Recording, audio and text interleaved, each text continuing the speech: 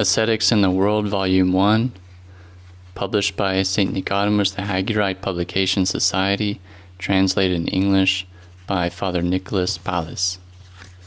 Prologue.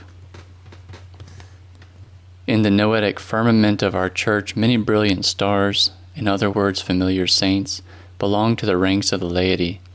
Aside from the martyrs and the neomartyrs, the majority of whom were lay people, there are also many lay saints. Footnotes. 1. Translators note, noetic literally means of the intellect, but applies to more than just the mind, as we generally understand it. The term refers to non-physical realities, something we may call spiritual. 2. Neomartyrs are literally new martyrs, those who gave their lives for Christ, not in the early days of the Church, but in more recent centuries, under the Ottoman Empire, in Soviet communist countries, etc.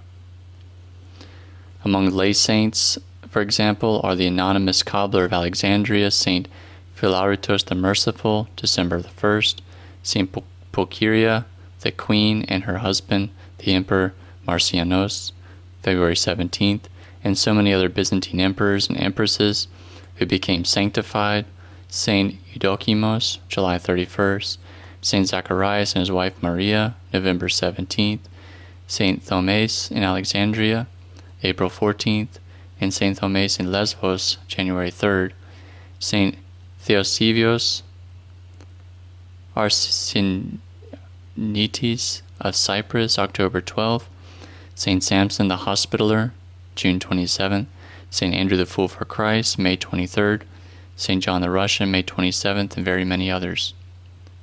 Return to the text.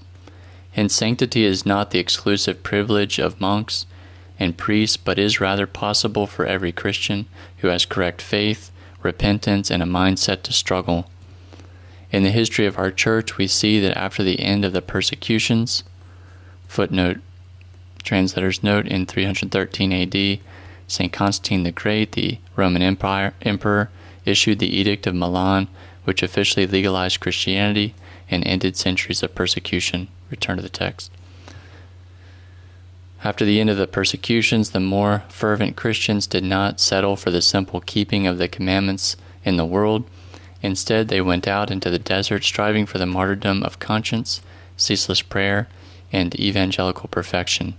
Thus the order of the monks was created. Their way of life became a model for the more pious lay people. They became a light and an example for those Christians struggling in the world, resulting in the creation of an ascetic tradition. Its starting point was the monks of the desert, and it was inspired and strengthened by their seemingly unobtainable example. Parents passed this tradition on to their children. In other words, they communicated this ascetic way of life naturally and without force by way of their example. As a result, the Orthodox family, the Church in the home, was the guardian, the bearer, the school of this evangelical and ascetic way of life. Behind every saint there was usually a holy mother, one who nursed her son with the orthodox ascetical streams of wisdom. Footnote. For example, St. Martha, the mother of St. Simeon of the Wondrous Mountain. Quote, she fasted very much and lit many vigil lamps and censed. She would wake up at midnight and pray. In all her life she did not leave the services. She would go to church first and would commune.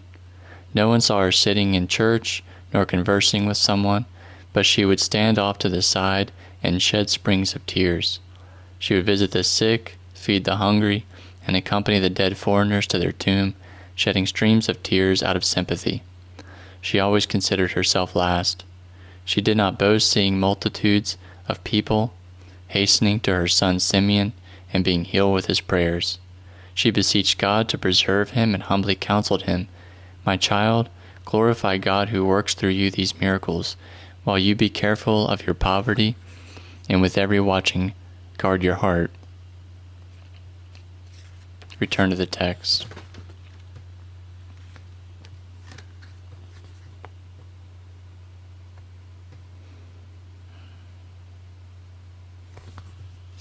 The tradition in general comprises the memory of the people, and Orthodox asceticism is one of its purest forms.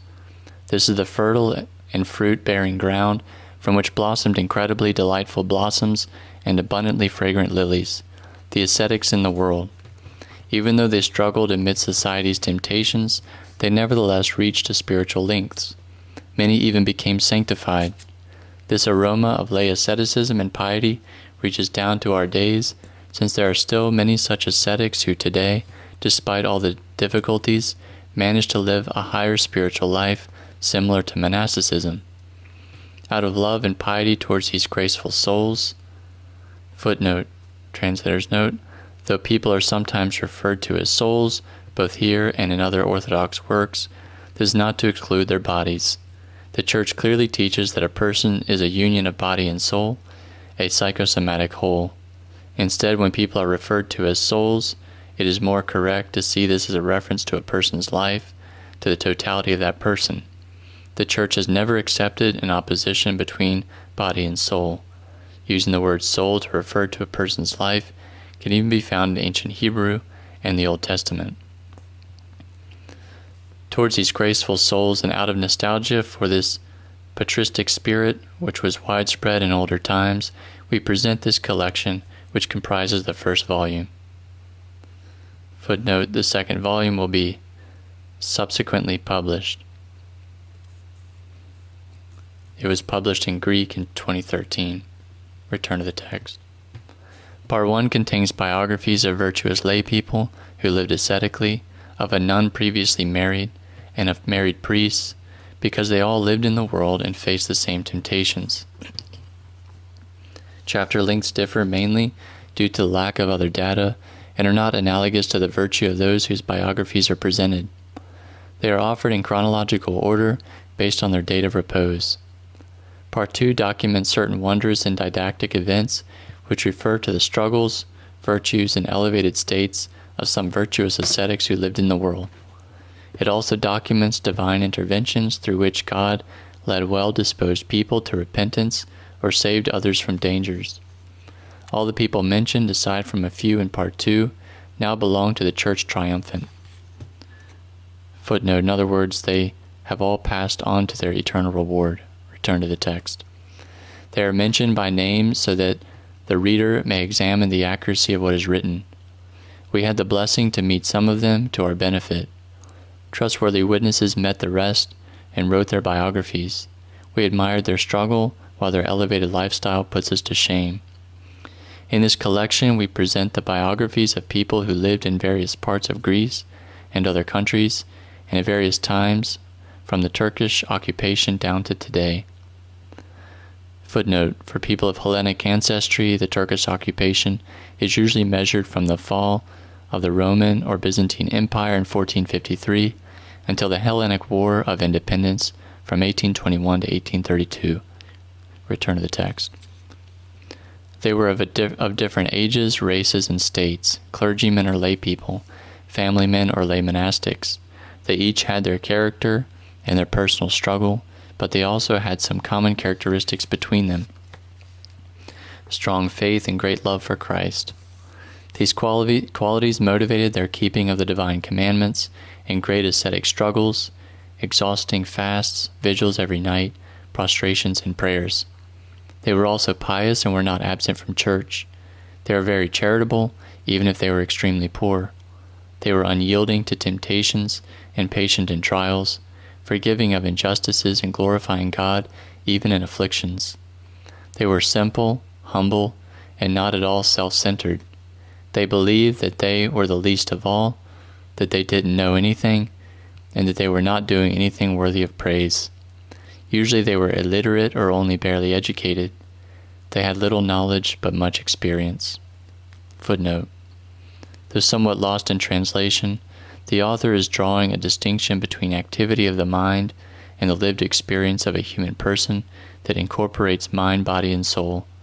Though they were uneducated people, they had an awesome depth of experience born of true engagement with the living Christ. Return to the text. We named them ascetics because they, of course, literally lived in an ascetic manner. But we also do so because they were real ascetics in a more general sense. They were ascetics of patience, of love, of humble-mindedness, and in the way they exercised all their virtues. They had to a certain degree the righteousness of the great figures of the Old Testament. They also had the self-sacrificial mindset of the holy martyrs, living the bloodless witness of conscience. Footnote. In Greek, the word for martyr literally means witness. A martyr's willingness to lay down his life for Christ is his witness to the world of Christ's gentle love for all. Return to the text. Displaying vast patience in trials and confessing the faith silently in their very way of life, especially in this contemporary age of apostasy. Finally, they also had the ascetical practice of the venerable fathers of the desert. Their works, more than their words, preach God and His kingdom to others and urge them to repentance and struggles.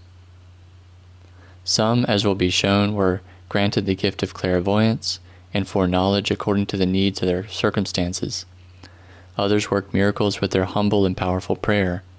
Simple priests with great grace cured illnesses and cast out demons.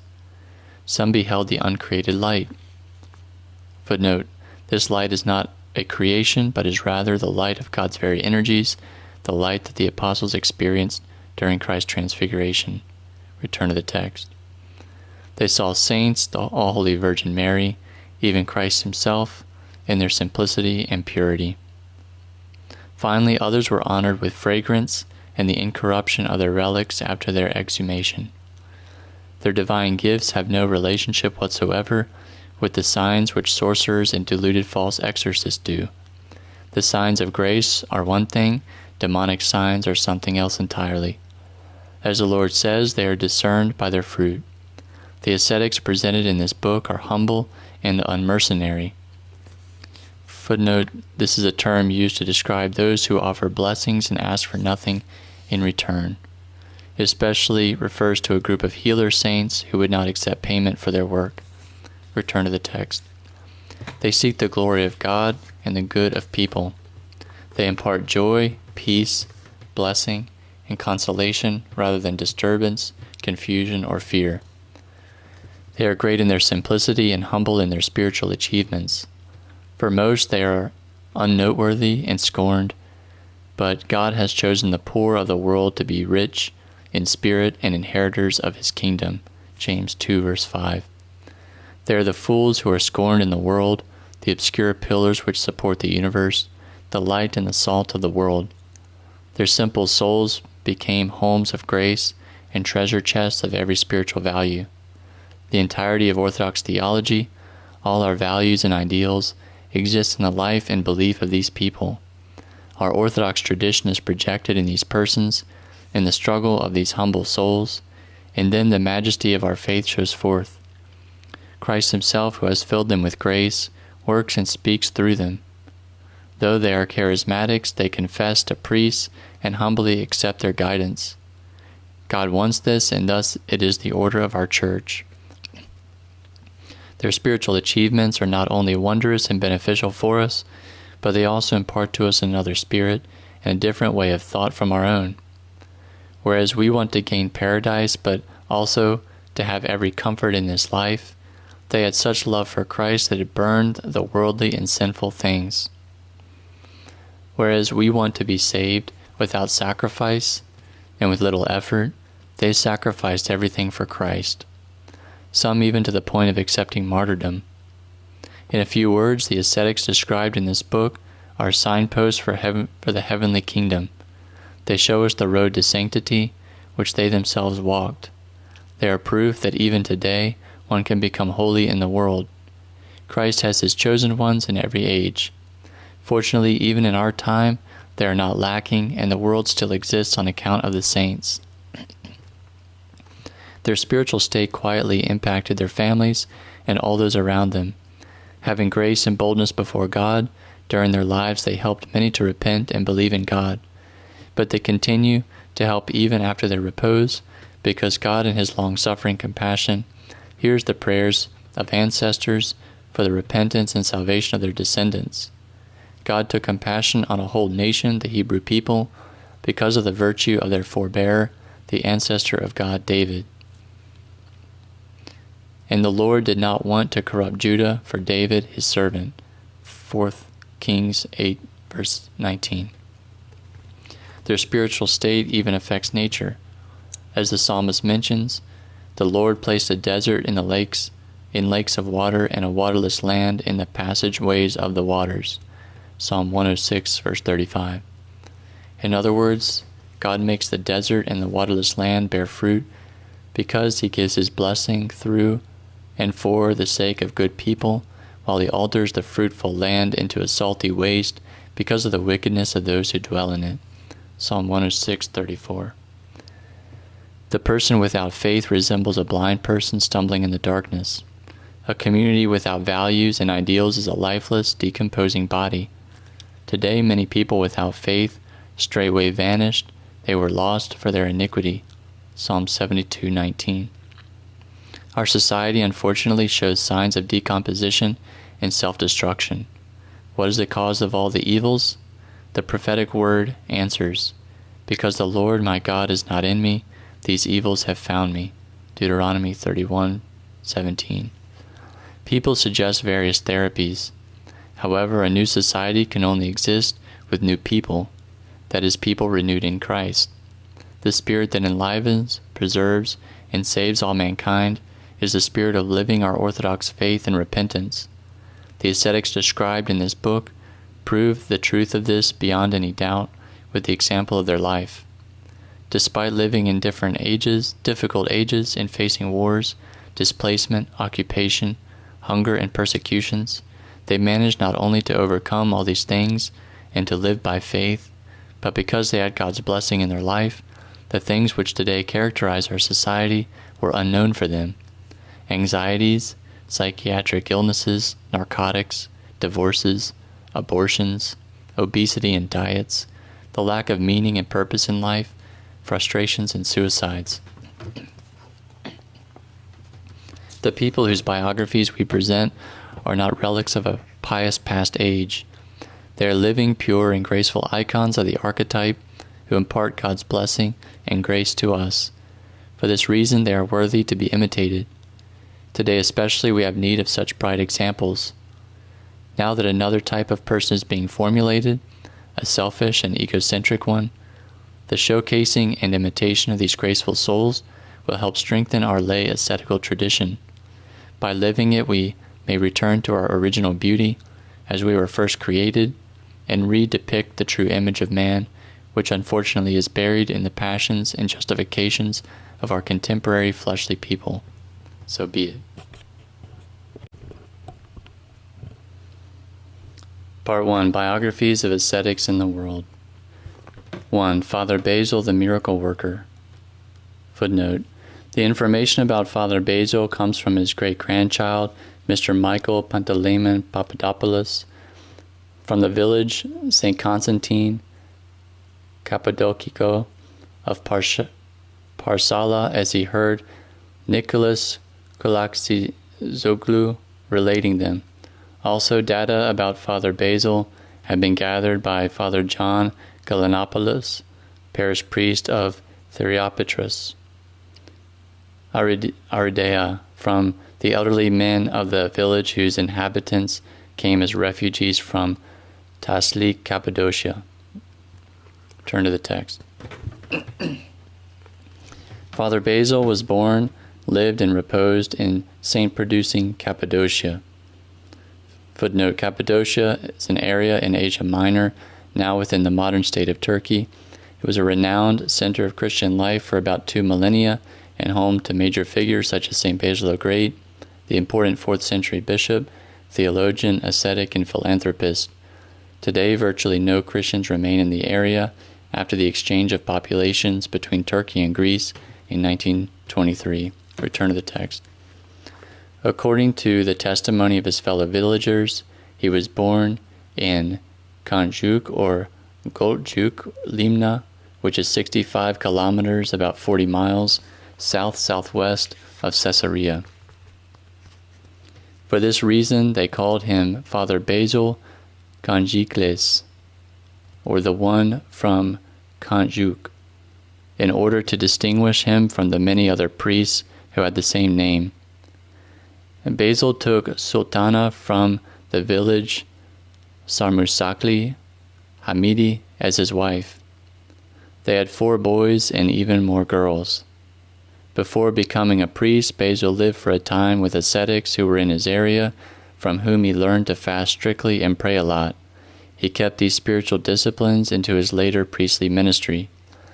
Basil, having the innate calling towards the priesthood, was ordained a priest around 1830 in the village of Tsat, the northernmost Greek village of Cappadocia, beyond the Allied River.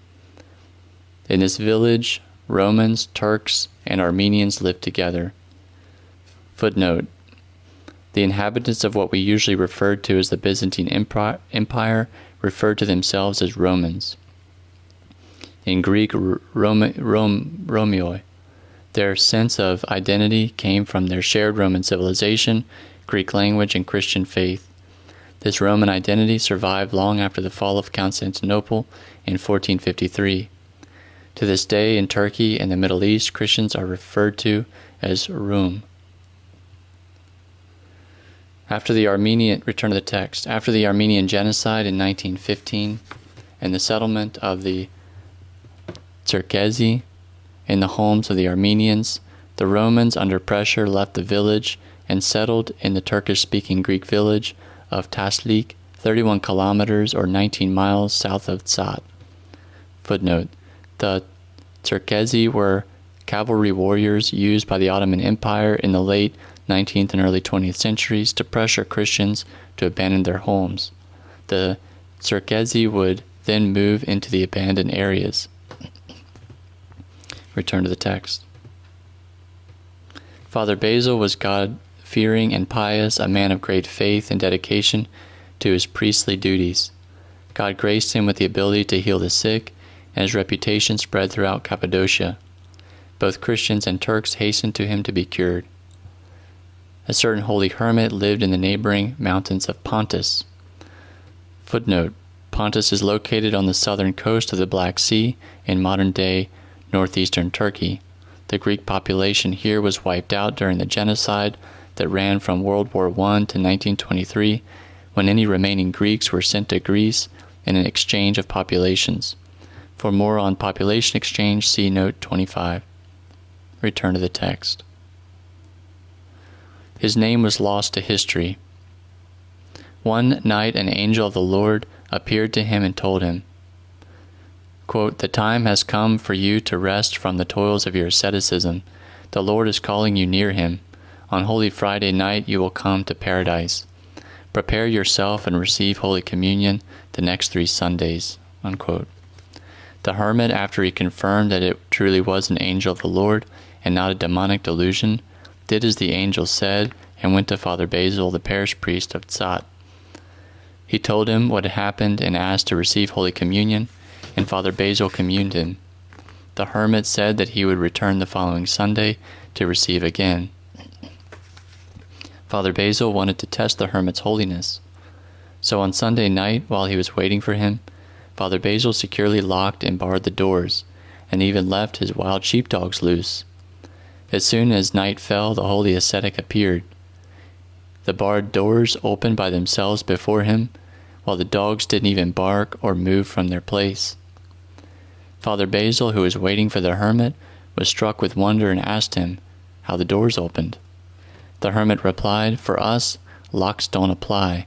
Let's go to church so you can commune me."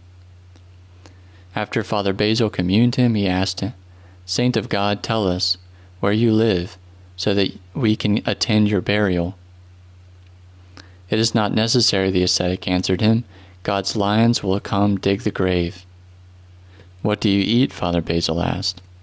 "God sends us manna from heaven and nourishes us." "The next time you come, bring us a piece of blessed bread, so we too can have God's blessing. Bring also one of the books you read, which I can have as a keepsake in this false world." Footnote: the original Greek refers to the bread here as andideron, blessed bread that is distributed at the close of every divine liturgy. It literally means instead of the gift, and is offered as a blessing to those who did not receive the gift of Holy Communion. The next Sunday the holy hermit came once again, and Father Basil communed him for the 3rd and last time. Before they went their separate ways, the hermit gave Father Basil the piece of his food, telling him, Take this manna, eat one piece, and place the other where you keep your grain, so that it has God's blessing always to be full of good things and for bread to never be lacking from your home." Then he pulled a leather-bound book from his robes, and giving it to Father Basil, told him, "Take this book, may whoever you bind be bound, and whoever you loose be loosed."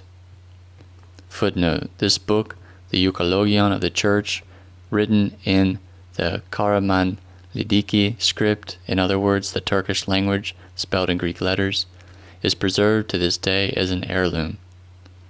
And compare this with Christ's words to his disciple, "Assuredly I say to you, whatever you bind on earth will be bound in heaven, whatever you loose on earth will be loosed in heaven."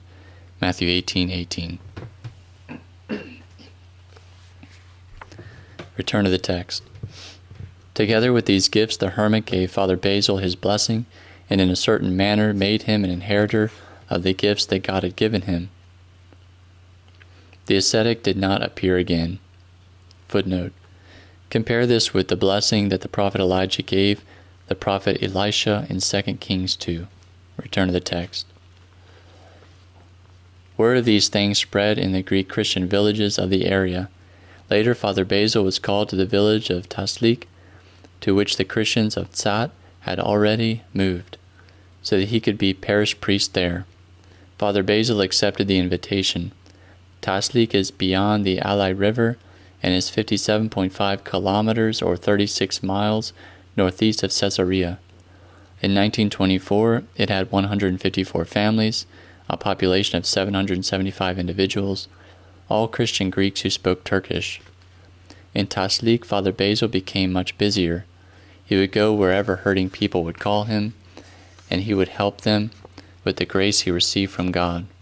Morning and night he would celebrate the services in church, while during the day he would accept those who were suffering into his home and cure them.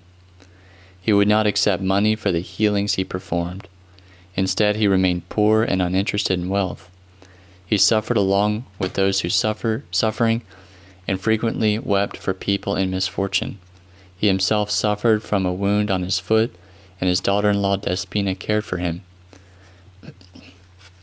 On account of his wound, he limped slightly, and for this reason some people called him Topakis, or Turkish for limping priest. One year, though it rained in Taslik, there was a great drought in the neighboring villages. The crops and trees began drying up, and the animals were suffering from lack of water. The inhabitants of the area believed that only Father Basil could deliver them from this evil. They formed a committee and went and asked him to come help them. He went with them and found a large crowd waiting in the village. He told the people to follow him to a small hill, where they would pray for God to send the longed-for rain. As soon as they reached the summit, he told them to all kneel, and he read the prayers. After a short while, the first clouds began appearing in the sky, the first drops began falling, and then it rained heavily for a long time. One day, Father Basil was sitting with a group of elderly men on the porch of his 2-story home, having a discussion. At one point, he told them, "Look towards the Az Ponar, white water. Do you see a Turkish man on a donkey? He is poor, tortured, sick, and he's coming to ask that I read him a prayer because he is suffering. He's bringing with him 40 coins in his breast pocket to give me as a reward for the prayer which I will read for him." The elderly men were surprised, looked at each other and said, "If it is as you are saying it, Father Basil, and you know all these things, then you are a saint." They curiously awaited the Turkish man's arrival. When the man came, he greeted him, bowing down to the ground. Father Basil returned the greeting and asked him what he wanted. "Oh, Papa Effendi, I'm coming from afar, I have many struggles, I am hurting a lot, I cannot sleep, neither night nor day. I came for you to read a prayer for me from the holy book you have, so that I might be healed." Footnote: Effendi is a Turkish word that signifies respect, similar to calling someone sir. Return to the text. Father Basil read the prayer, and the man's pains immediately stopped. Out of gratitude, he took 40 coins out of his breast pocket and gave them to the priest, offering a constant stream of well wishes and thanks. "What are these things, my child?" the priest asked, as if he did not know. "Papa Effendi, these are coins, your payment." "But, my child, does the prayer cost a coin? Don't you have other money on you?" "I beg you, Papa Effendi, please accept them. I had to borrow what little money I've brought." "All right, my child, don't worry. I was kidding. I wanted to tease you. Keep the money. Now come eat and rest." The Turkish man laughed, healed and grateful. Father Basil even gave him bread and salt for his children. The select and holy priest of God the Most High used his gift to help people of other religions respect our Orthodox Christian faith. The name of the one true God was glorified through the miracles that divine grace worked. Father Basil's older son was engaged with Sultana Chalcidice, the daughter of Abraham and Helen, and the brother of Nicholas Chalcidice, who recounted the following event for publication. In her jewelry collection, Sultana had a necklace made of 20 gold coins, a thing of great value. One day she realized that the necklace was missing. At the time, she was living in the same house with her uncle Sava and his family. He had several daughters of his own. Sultana suspected one of her cousins stole the gold coins, and the home grew cold with mistrust. She searched and could not find them. The next morning, Sultana's mother went to ask Father Basil for help. She found him reading the Old Testament. After they greeted each other, he told her, "Be careful, do not accuse anyone unjustly, lest you be damned. No one stole the lost treasure. At night a mouse dragged the necklace in order to take it to his nest, but he could not pull the whole thing. Go to your house, pull the chest away from the wall, and you will find it." Sure enough, she returned home, where everyone anxiously awaited her. They helped her pull the chest away from the wall, and were surprised to see the necklace caught in a mouse hole. Everyone wondered at Father Basil's gift. Another time, 2 Turkish men came to be healed. One had 5 gold coins with him, and the other had 1. Father Basil saw them from afar while he was speaking with some elderly men from the village, and told them about the 2 men who were coming. When they arrived at the priest's home, the Turkish man who had the 5 gold coins was more courageous because he had more money, whereas the other was hesitant and afraid. Then Father Basil told him, "Come in, don't be ashamed. Are you hesitant because you have 1 gold coin only, and your friend has 5 gold coins?" As soon as the men heard these things, they were surprised, and said, "Papa Effendi, we have heard many things about you and all the good things you do for people, but we've never seen a priest who knows your thoughts and what you have in your pocket." After he read the appropriate prayer to each one, Father Basil told the men, "Now go with God's blessing. As you have faith and struggled to come from far away, do not fear, God will cure you." The Turkish men stretched out their hands to give him the money, but Father refused to take it. He told them, "You are poor people, buy something for your families." The elderly men who saw all these things told him, "Father Basil, we don't know what to say. We have lost it.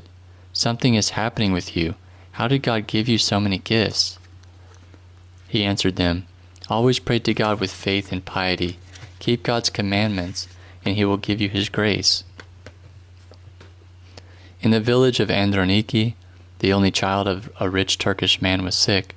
He was suffering from a severe form of madness and did not know what he was doing. He would attack people, break things, do harm, and his family could not restrain him. His father grew so desperate that he locked the child in a room and fed him through a small little window. He was so wild and dangerous that no one could approach him. The father had already taken the child to doctors and sorcerers, but no one could help him. He heard about the miracle-working priest, and in his despair thought, "What am I waiting for? Why don't I take my child to Father Basil at Taslik, so he can read some prayers over him and get better, just as so many people have been cured by that holy man?" The father called about 10 strong young men who managed to tie and load his child on a donkey, binding him to the saddle. Seeing this strange sight, the villagers of Taslik gathered out of curiosity at Father Basil's home to see if the young lad would become well. The child's father fell at the priest's feet and in tears asked him, "Papa Effendi, my precious only child has gone mad and I cannot restrain him. He beats, he hits, he breaks, and everyone is scared. I heard about your holiness and I came to you for you to make him well. Take pity on me and give health to my child. Grant me this joy and I will give you whatever you want." "Calm down, my child. Your son will become well," the priest answered. The men brought the child before Father Basil. He put on the stole and read prayers from the hermit's prayer book over him.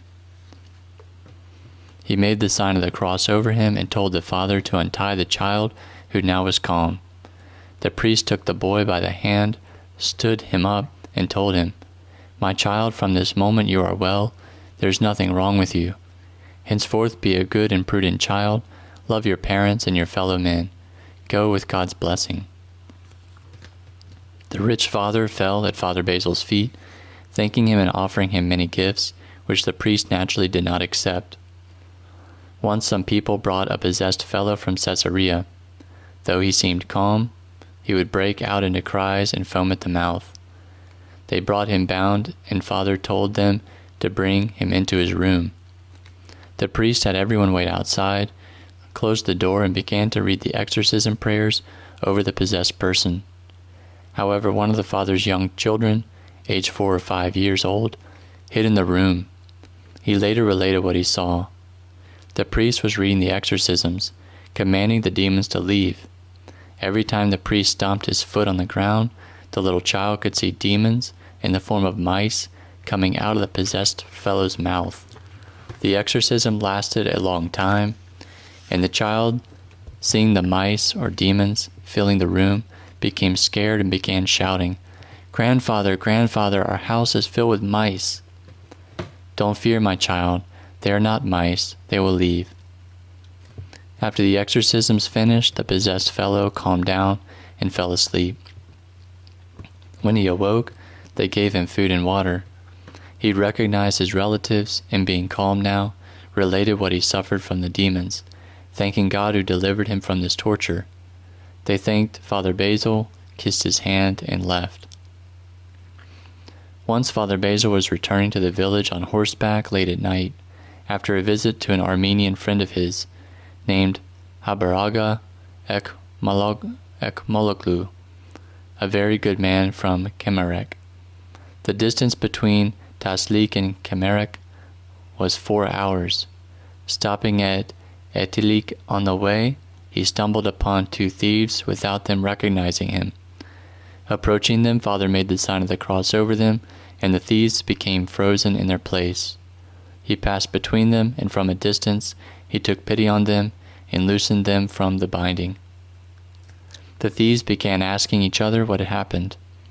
Each one of them related that while he wanted to move and capture the rider who was passing by, he could not. Something held him bound. Then they realized that he who passed by could be none other than Father Basil from Taslik. They understood the grave sin that they committed and immediately ran to Taslik, found the priest, and asked his forgiveness. Father Basil forgave them and laid out something for them to eat. He advised them, however, to stop stealing and instead to live honestly from their work. The thieves kissed his hand and left, having repented. The many miracles which God worked through Father Basil became known in all of Cappadocia, and many ran to him to be cured. Yet this became a cause for some to envy him, because they thought him rich, not realizing that he would not accept money for the miracles he performed. These envious people went and slandered him to the Metropolitan of Caesarea, accusing him of being a great fakir and of working sorcery on the sick. The Metropolitan did not investigate the allegations. Instead, he believed them and punished Father Basil with suspension from his priestly duties. So he stopped celebrating the liturgy and reading prayers to the sick. Their village church, the Church of St. George, was, unlike now, not empty and silent on Sundays and feast days. The suspension lasted for 3 months and was lifted as follows.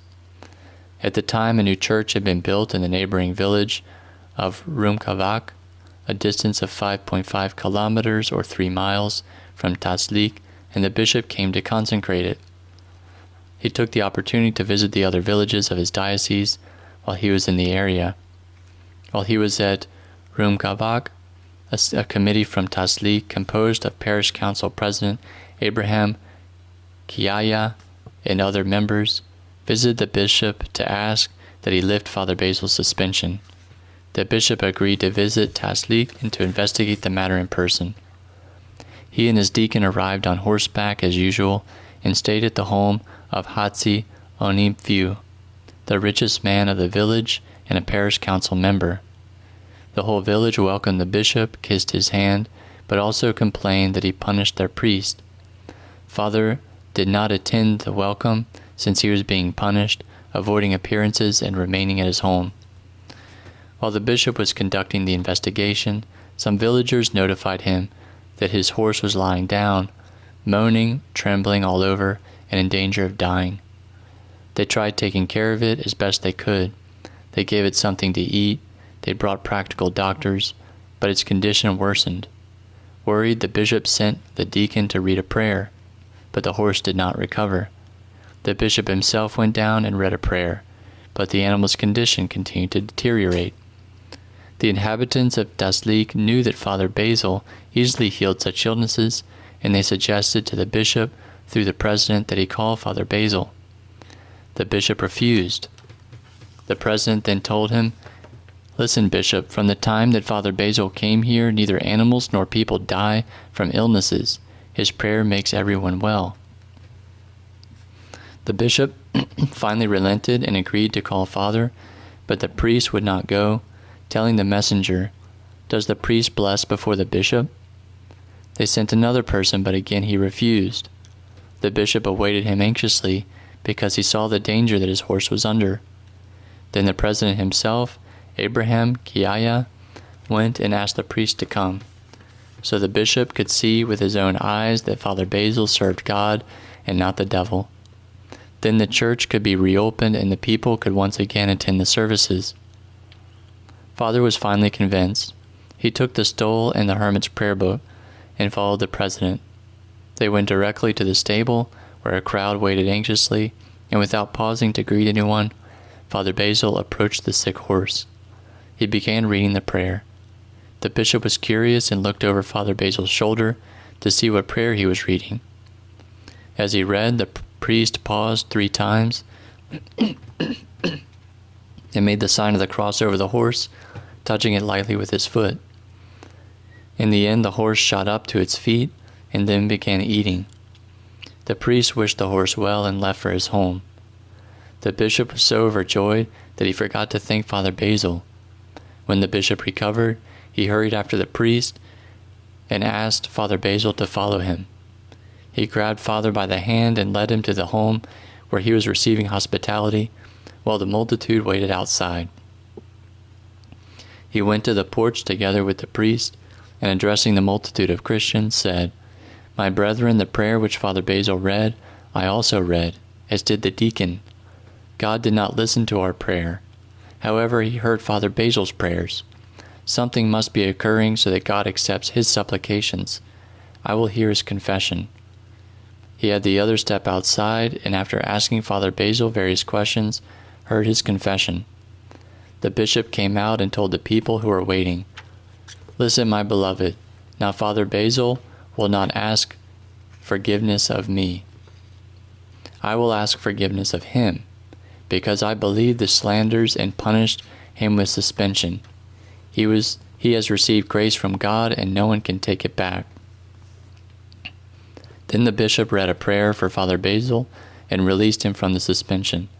The next day they opened the village church, and they all celebrated the Divine Liturgy together. These are a few of the many miracles which Father Basil of Cappadocia performed to Christians and non-Christians alike.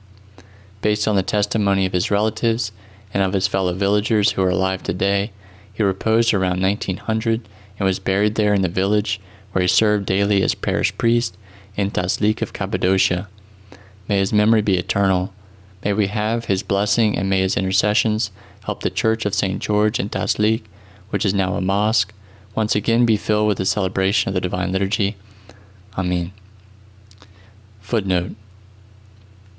Of the descendants of Father Basil who came to Greece, some bear the surname Kanjikles, which denotes Father Basil's roots in the village of Kantjuk or Golchuk. Others, giving greater weight to his priestly office, were named Kisoglu, which means the son of a priest. Later on, the Kisoglu changed their name to Papazoglu and to the more Hellenic Papadopoulos. Today, most of his descendants have this surname. They and their fellow villagers were spread and live today in Theriopetra, Aridea, and at the Cappadocian village of St. Constantine, Pharsala. They piously preserve the oral history of Father Basil, and they still have as relics and blessed objects his cross and euchologion which the holy hermit gave him. 2. St. John the New Merciful. Father John Triantafilides, who is honored as a local saint by the Pontians, was born on February 10, 1836, in the village of Lauria, Mazuna, of the prefecture of Trebizond, to pious parents named Triantaphilos and Kyriaki. Footnote. Unfortunately, we know few details about St. John Triantafilides, the New Merciful. What little we know was preserved in the notes of his grandson Spiridon Triantafilides. Spiridon served as a teacher in Trebizond and reposed in 1942 in Thessalonica. His son John gave the notes to Mr. Clementidi Panayoti, who then gave them to us. We thank him. Return to the text. Because there was no school in his homeland, he learned to read and write from a tutor, and did so in only 6 months, being very bright. When John was 14 years old, his father passed away. As an orphan, he needed to support himself, and so he was forced, in order to find work, to go abroad to the shores of Pontus. There he spent winters working in a bakery and summers in farm jobs. When he was 17, he married a certain chaste and pious young lady named Helen, with whom he had a son and daughters. One summer he and his wife went to his village on foot. On the road, 3 angels in the form of people met them. John was walking ahead.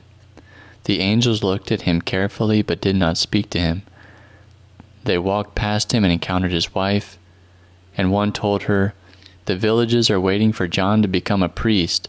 This is God's will."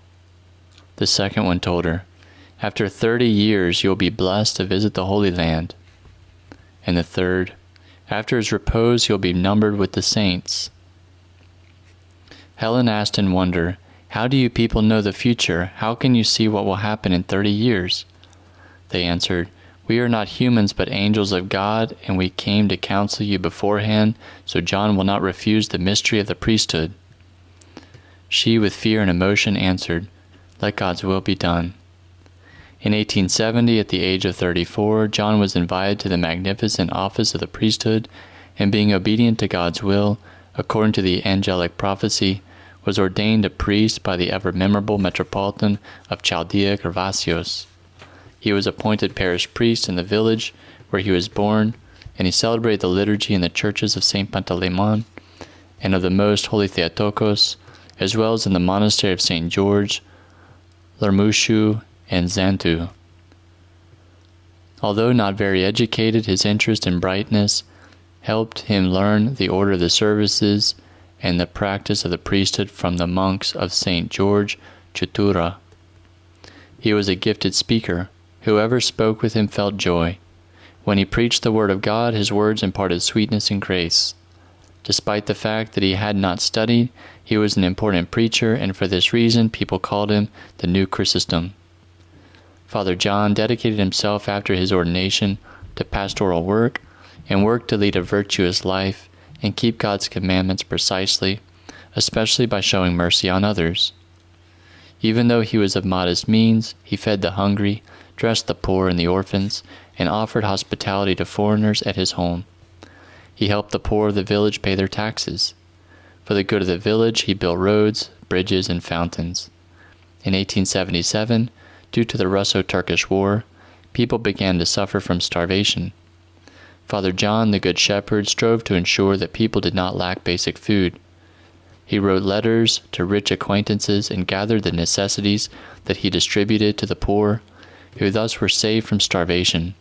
His virtue and acts of philanthropy became known in the area of Pontus, and the people began to call him the new Merciful. Father John had the gift of reconciling people who had enmity between them.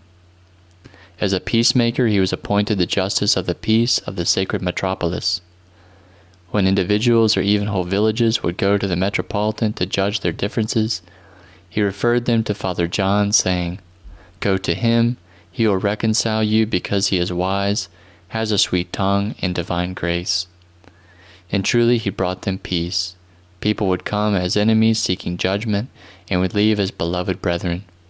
He was an enemy and opponent of hate, of judging, and of scandals, but a friend and teacher of love and peace. Father John had a grandson from his daughter, who had died and left the boy orphaned. One day, while at school, he misbehaved and the teacher beat the child with a rod and with kicks. A few days later, the orphaned grandson died.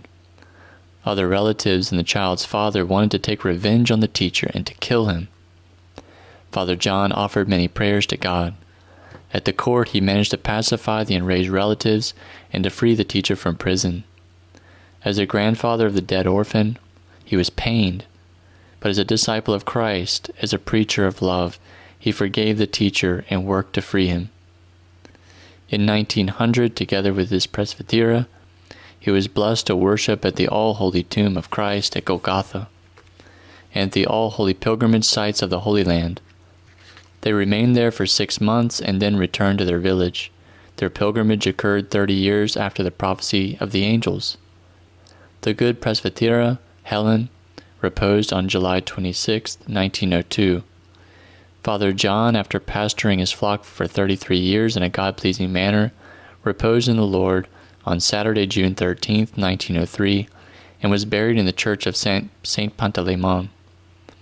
He left load down with good works that followed him in the other life.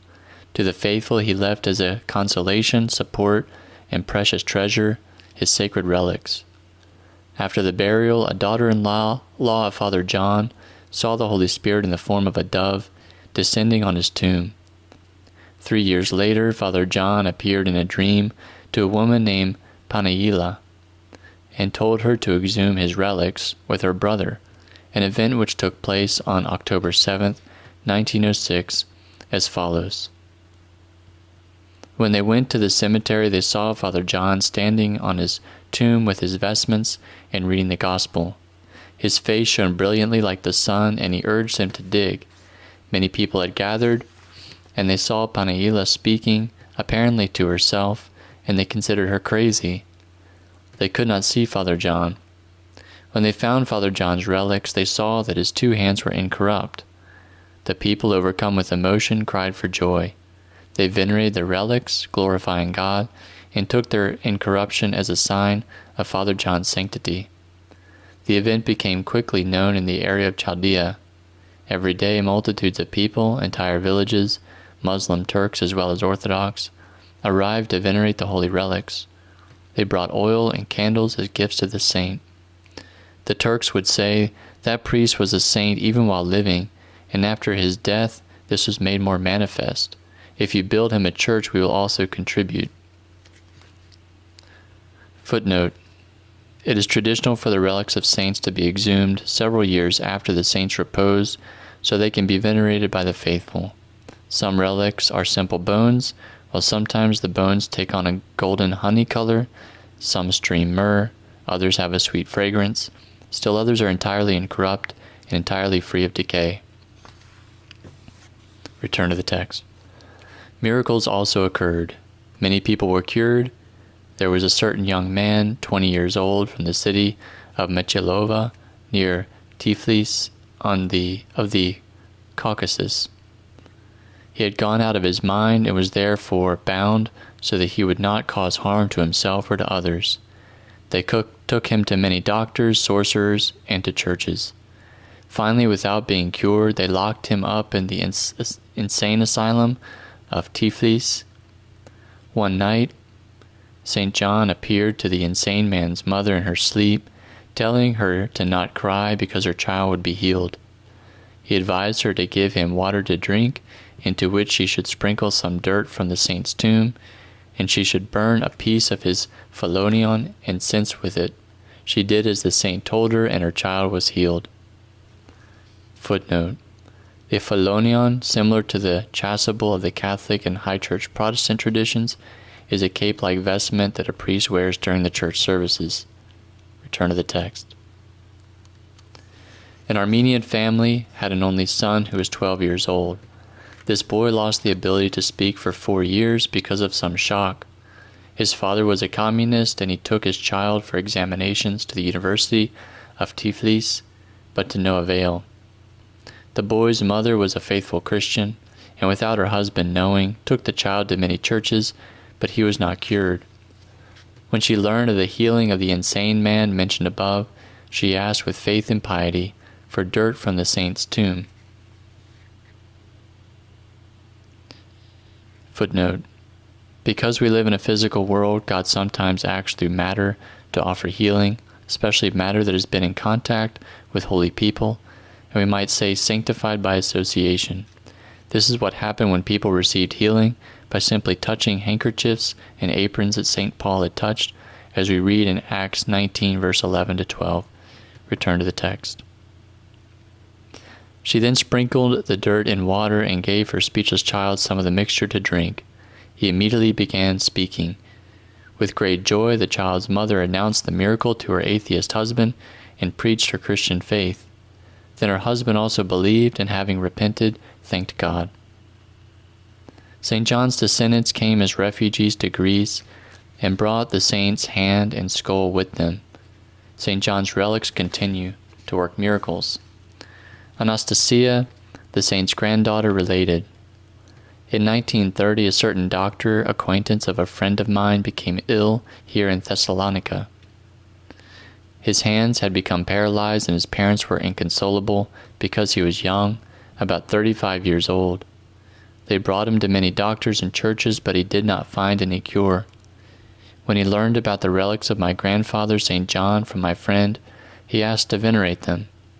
I made the sign of the cross over him with the holy hand, and then the sick man moved his paralyzed hands, took the holy relics, and squeezed them to his chest with great faith, thanking God and St. John for the cure. St. John Triantafilides is recognized as a saint by the Ecumenical Patriarchate. His memory is honored on June 13th, his repose, and on October 7th, the exhumation of his relics. An unknown hymnographer has composed a service of praise for the saint. The Metropolitan, formerly of Rhodopolis, Leontius Chutoriotis, 1844 to 1926, worked for the establishment of his annual commemoration in Chaldea.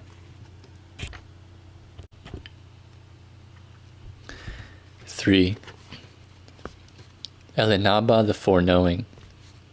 Footnote: Elenaba is a composite word from the Eleni and Abba, or father and elder. The people from Asia Minor would, on rare occasions, give the title of Abba to women who had prudence and piety in order to express their respect. The data about Elenaba comes from the Hagiorite monk from Mount Athos, Th, a relative of Elenaba. Return to the text. A pious and graceful young lady, Helen, lived in the village of Kefalakori, which is in the area of Nicaea of Asia Minor, before the exchange of populations in 1923. They called her Elenaba, in other words, Helen, who has the prudence and discretion of an elder and spoke like an Abba or elder. She was orphaned and worked as a maid for a compassionate Turkish man. At night, Elenaba prayed for many hours. The Turkish man could hear her saying her prayer, "May I take his sins?" She prayed, in other words, for other people. The Turkish man saw many people coming to seek her advice, and he realized that she had special grace. He admired her greatly and felt that God was helping him for the sake of Elenaba. He himself noted the events of her life and her prophecies because he was convinced that Elenaba had the gift of foreknowledge. At that time, the Turkish authorities enlisted many Greeks in the Turkish army in work ranks or forced labor for terms of 5 to 10 years in order to annihilate them. When these conscripted workers did not communicate with their families, their loved ones would worry. The women would go and ask Elenaba if their relatives were living or if they had been killed. So that they would not doubt that whatever she would tell them was true, Elenaba first described the man in question. She would say, for example, "Your husband is tall, blond, with a mustache." She added other characteristics as well, and then would say if he was alive or dead, and whether he would return. She would even tell the families when their lost loved ones would return. She would sometimes say, "A time will come when people will become mixed up." She meant this not only in a spiritual sense, but we can see here a reference to the mixing up of the population exchange. One day she told her relatives, "You will leave and will leave me here. Again you will come, but these areas will change." This was also a reference to the population exchange and the great changes that would come to Asia Minor. Before dying, she asked that they dress her with black clothes for her funeral, like a nun. Everyone in the village revered Elenaba for her gifts. They believed that she was a saint. Unfortunately, more details from her life were not preserved. We only know that she died before she turned 14 years old, around 1920, before the population exchange, as she had prophesied. There, where she was buried, holy water sprang forth, and whichever sick people drank of it were cured. With the population exchange, her relatives and her fellow villagers came to Greece and settled in the prefecture of Ceres, creating thus the village of New Kephalakori. Elenaba's relatives brought with them as a blessing her clothing and some of her personal objects. To this day they light a constant vigil lamp and candles at the home where her personal objects are preserved. They call upon her in their moments of need and difficulty, and she, possessing boldness before God, helps them. Footnote: It is traditional to maintain an oil lamp before icons or at holy places, so that the light never goes out, symbolic of the light of Christ always shining, no matter how dark the night. Return to the text. During the time of the Civil War, the rebels came repeatedly to burn the village, but as soon as they would enter the village, they would experience a change of heart. They would simply take food, and upon leaving say, "Some saint is preserving you. We came to burn the village, yet as soon as we entered, our disposition changed." Footnote: Greece was consumed by a civil war from 1946 to 1949 between the Greek government and communist rebels.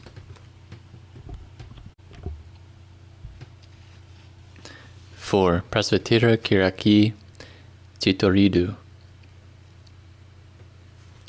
Presvytera Kyriaki was born in 1870. In 1890, she married George Titoridi, who was ordained a priest and served daily in their village.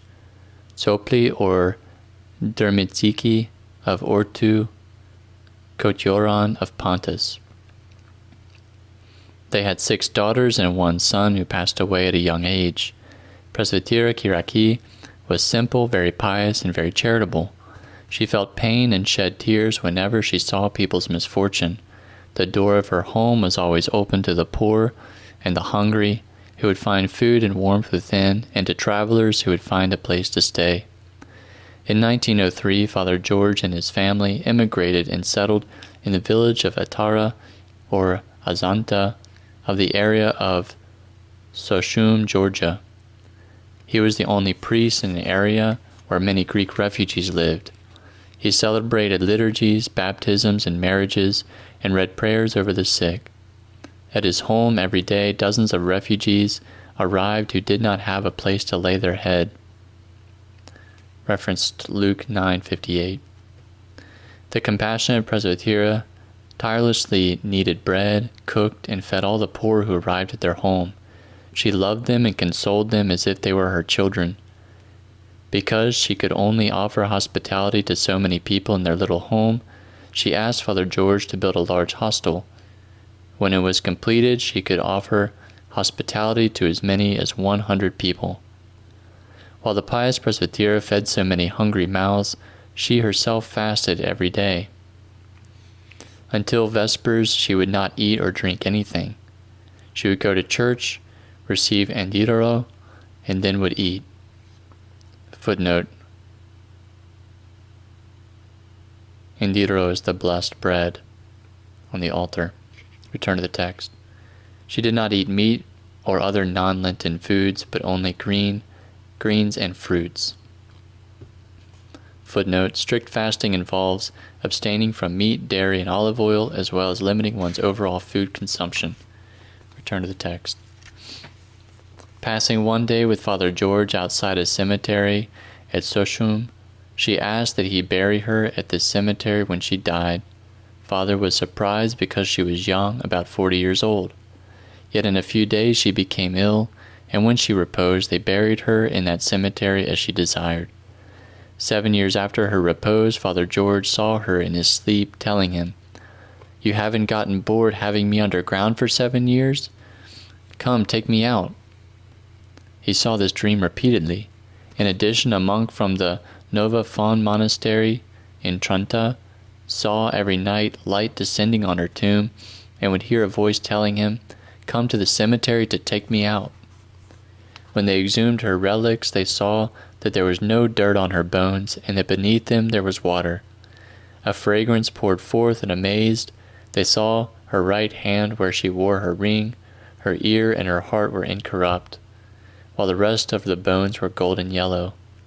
The monk of Tranta took her incorrupt hand and heart, while the rest of her bones are preserved in St. Petersburg. 5. Father Elias Diamandidis, the Mergusher.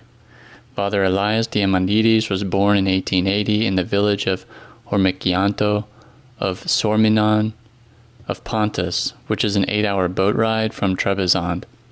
Footnote: the information presented in this brief life of Father Elias comes from the testimony of his daughter Calliope or Palis and his grandchildren Maria and Olga, Calliope's daughters. Thanks are due to Mr. Clementidi Paniotti and Mr. Pilicidi Michael, the great-grandson of Father Elias, who documented this information. Elder Paisios read this life, made his comments, and stressed that Father Elias received divine grace from a young age because he endured his stepmother's tortures with forbearance. Return to the text. His parents, Paniotis and Athena, were poor but pious and God-fearing. They had 3 children, Constantine, George, and Elias. In 1888, after giving her children a firm grounding in the faith, Athena passed away. Paniotis married again and took the barbaric and wicked Cantina for a wife. This stepmother abused and tortured the young Elias. Years later, in secret, he confided to an orphan girl the story of his many childhood tortures, hoping to support and comfort her. His stepmother, footnote be advised, this is a very difficult passage to read. May God preserve all children from such senseless suffering. Return to the text. His stepmother would hang him upside down from a tree for about an hour at a time.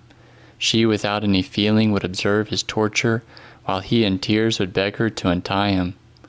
She would strip him of his clothes and then beat him in his private parts with nettles. She would wrap his privates with string, causing unbearable pain, not only from the tying but also from his inability to urinate. She would set his clothes on fire, and the poor child would rush, startled, to try and put out the fire.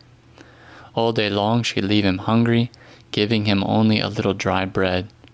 This was the beginning of his great restraint that he kept all his life. Even at that young age, she would send him out to herd the cows. She threatened him with further tortures if the animals caused any damage. When he returned at night, his father would ask him if he ate anything, and the malicious stepmother would answer for him, I fed him, I fed him. He never complained during the many tortures. He applied the words of Scripture, "You shall not reveal the ugliness of your mother," Leviticus 18:7. He bore all these things with great forbearance, and from a young age Elias received abundant divine grace. Later on, when his father reposed, Elias's now elderly stepmother feared that he might take revenge on her for all she did to him. He, however, reassured her, "Do not fear, mother, I will take good care of you." His stepmother was bedridden, and Elias did not allow anyone else to care for her. He himself, with much love, fed her, washed her, and offered her everything she needed. He repaid her not with gall and vinegar, but with manna and water. Footnote: the Roman soldiers offered Christ, while he was hanging on the cross, vinegar and gall to drink, Matthew 27:34.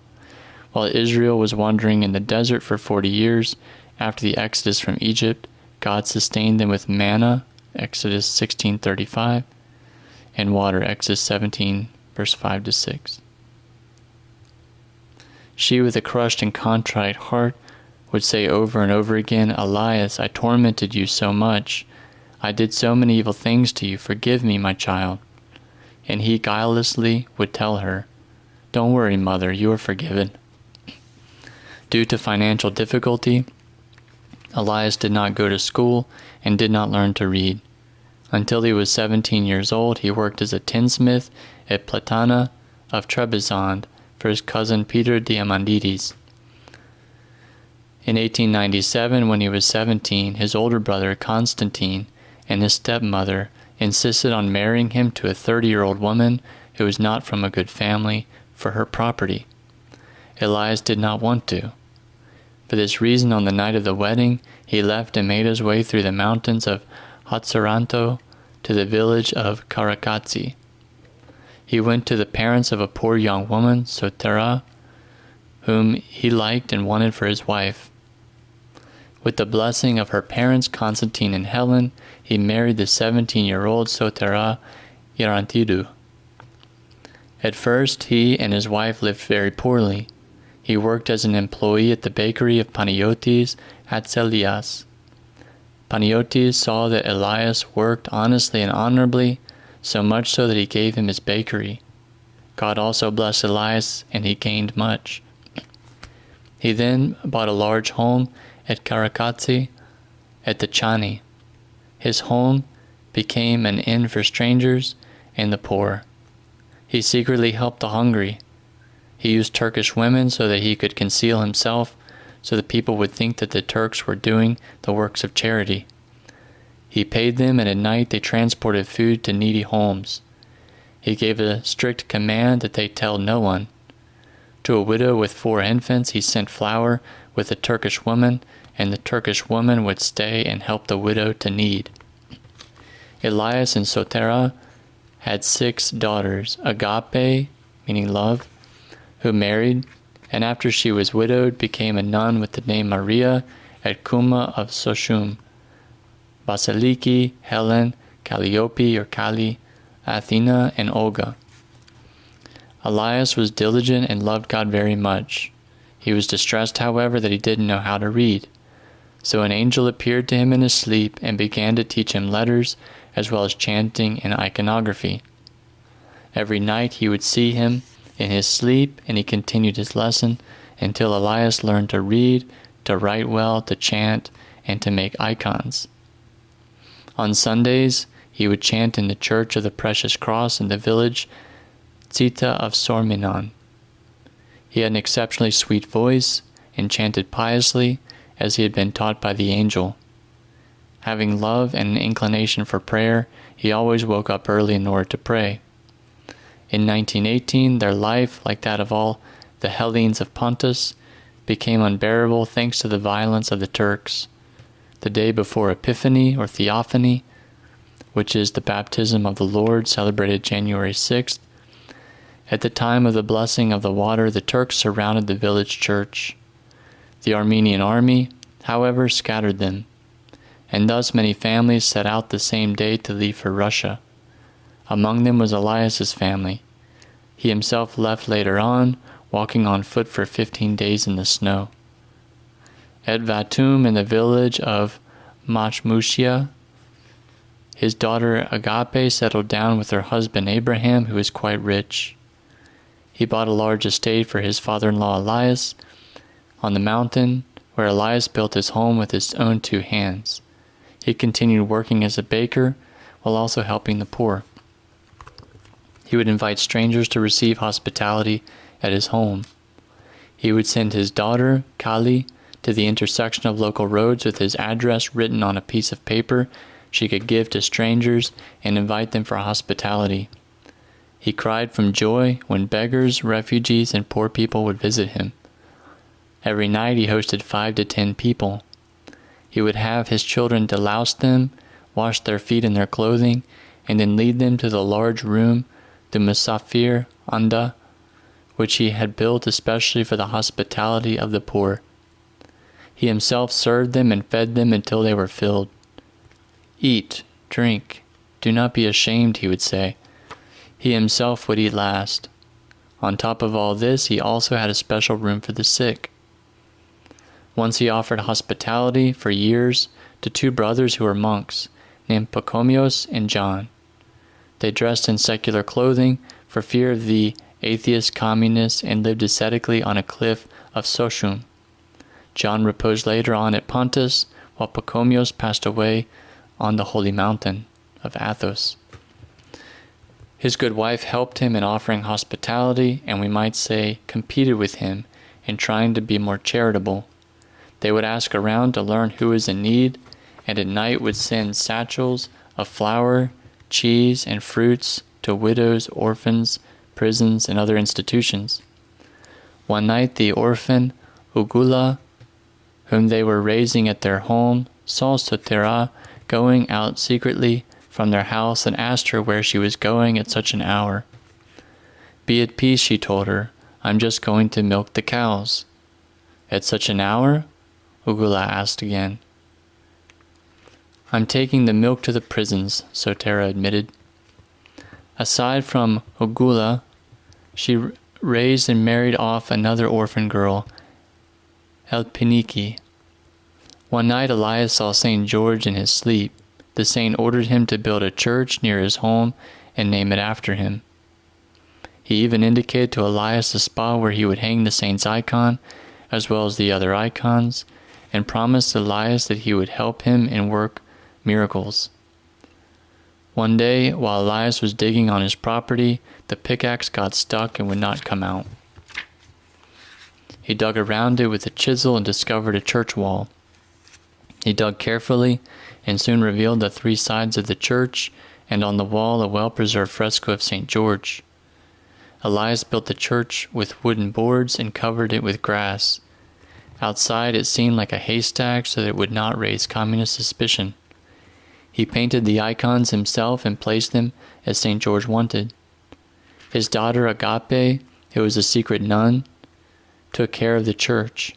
Elias commanded her to keep the vigil lamp of St. George lit constantly. When it came close to going out, she would hear a characteristic sound, and then she would go, add oil, and clean its wick. They felt St. George's presence in various ways. When the saint would visit, they heard galloping and saw the prints of horse hooves in the dirt road. Footnote: St. George is usually depicted in icons riding a horse. Return to the text. Elias struggled very much, and his example urged others also. He would wake up at 3 a.m. and pray till morning.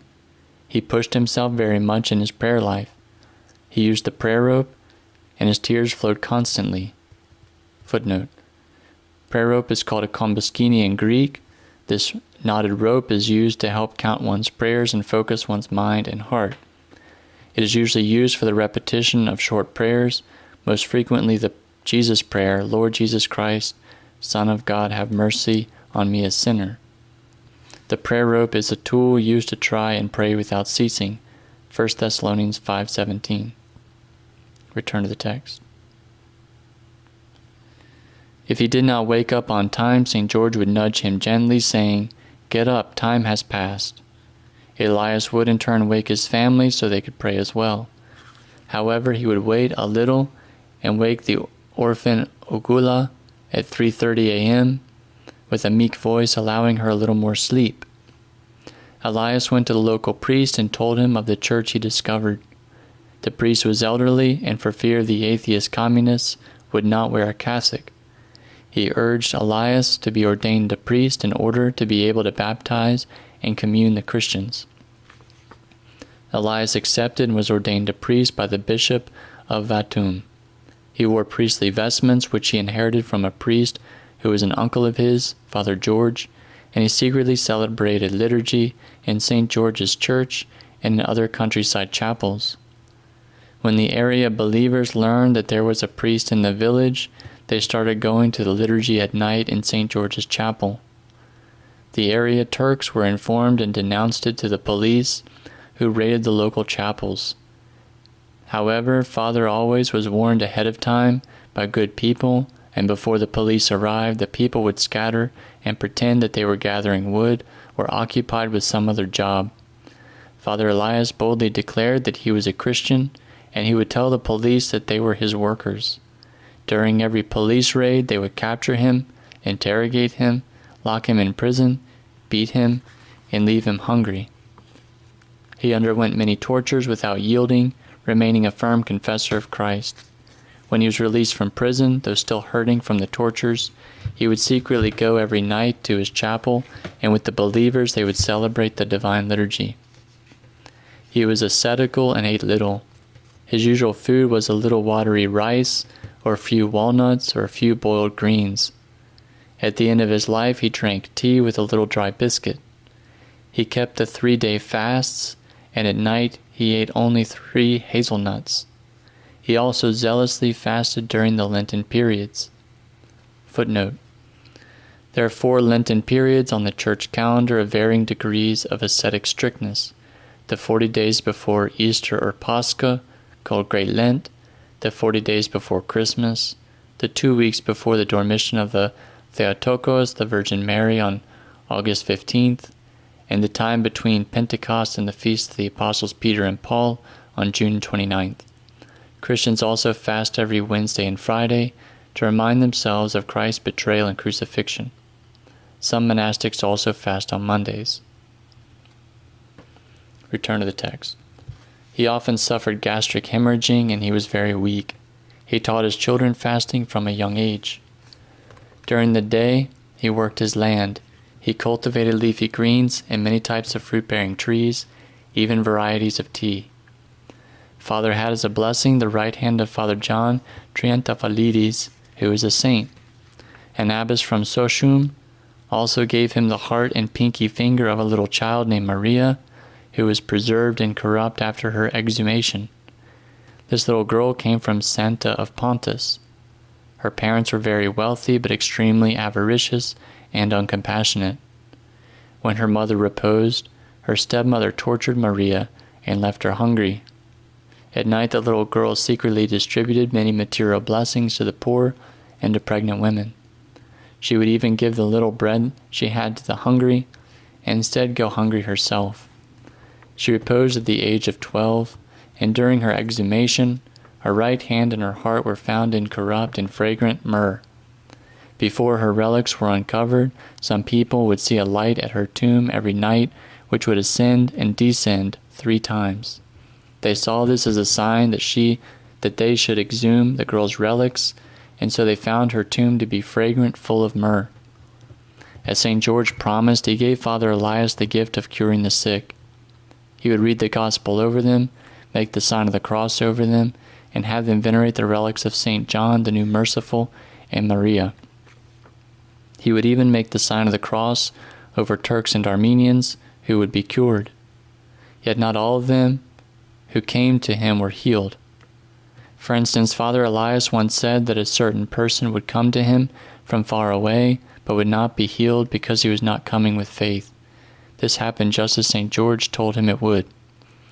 In one case, an orphan child, Kostas, from the Crimea, was suffering from epilepsy. Father Elias healed him, and his daughter Agape was the sponsor of his marriage. One day, St. George showed Father Elias a flower on the mountain that resembled a daisy.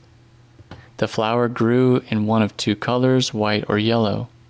The saint told him to boil each type of flower separately, making a sort of tea. He had Father give the tea from the white flowers to the childless men, and the tea from the yellow flowers to the women. Because Father feared that this idea might have been from the tempter in order to poison the people, he boiled the flowers and drank the tea himself. Footnote: the tempter is the devil. It is normal for the saints to be suspicious of any divine visitations and examine them thoroughly before acting on them. The truly humble think themselves unworthy of such visions. Return to the text. When he saw that he didn't suffer any harm, Father Elias gave it to the childless people, and they conceived. He himself would baptize their children. Father Elias's granddaughter, Maria, Kali's daughter who is still alive, remembers the following event. One day we were outside in the fields digging when suddenly we heard noise from the road. The noise made the dogs start barking. We couldn't see what made the noise because the forest was in the way. Grandfather, Father Elias, spoke to himself, "Something's happening." He told us to go in the house while he sat outside. After a little while, two men on horseback appeared, looking frustrated, and asked, "Who is the man with the white horse that prevented us from coming for so long? Where is he so that we can kill him?" Grandfather told them to sit down and rest, and he gave them food and drink. Then he asked them if they could recognize the man on the white horse if they saw him again, and they said yes. So he brought them St. George's icon, and they, surprised, recognized the horse rider who was in their way. The robbers were shocked and were both baptized Christians. A Turkish man named Hussein lived at his daughter's house in Matmucia. A police administrator lived next door to them. His wife was mad, and they bound her with chains. Hussein took pity on them and told them that there is a Hellene who can heal his wife. The husband immediately asked him to bring this Hellene, Father Elias, to his house. Father said they should bring the sick woman to Hussein's daughter's house. There for 12 days he read prayers and made the sign of the cross over her until she was healed and came to her senses. From then the police did not bother him again. The administrator secretly became a Christian, and Father Elias baptized his whole family. 3 Turks who lived in Russia learned that Father was performing miracles and decided to kill him or to abduct him and to close the church. While riding their horses at night, a man on a white horse blocked their way. Their horses became scared and turned back. It was St. George who chased them away. Having repented, they told what they suffered to Father Elias, asking forgiveness. Father's healing gift became known everywhere. Armenians, Russians, Georgians, and even Turks would come from afar to be healed. Father Elias, looking at them carefully, foreknew if they would recover or not. He realized who would be healed and who would tell them so, and would tell them so. Then he would read prayers over them. However, when he would see that they would not get better, he would tell them to leave. Footnote: the saints do not heal with their own power, nor do they exercise some kind of magic. They act according to God's will.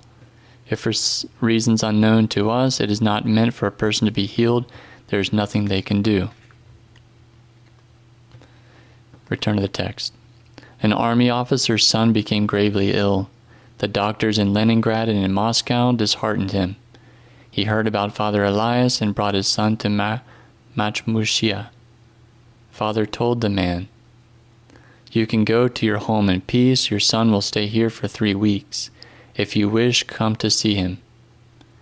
Every time he would come, he would see the boy progressively better until he was completely healed. Aside from the many miracles that he performed, Father Elias also foretold events which came true because he had the gift of foreknowledge. He told the orphaned Ugula once, "My daughter, remain on this road which you are walking, and you will come out pure in the end. You will go to heaven as a bride of Christ. I asked St. Nicholas, and he told me that you would go up as a bride of Christ.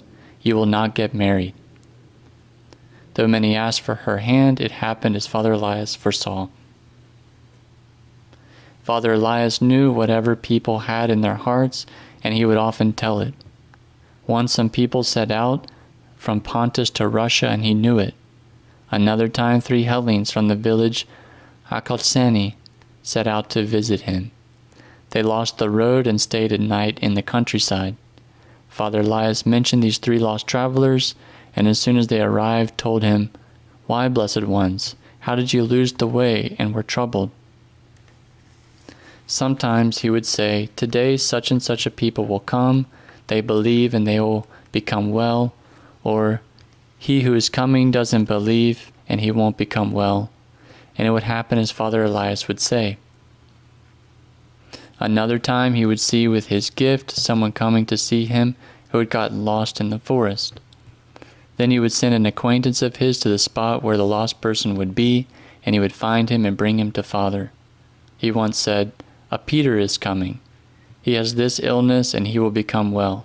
At 5 a.m. he will be here," and that is how it happened. He would often prophesy, saying, "A time will come when men will become women, and women men. Then a great curse will fall on the world. A war will take place in Constantinople, and the Russians will win.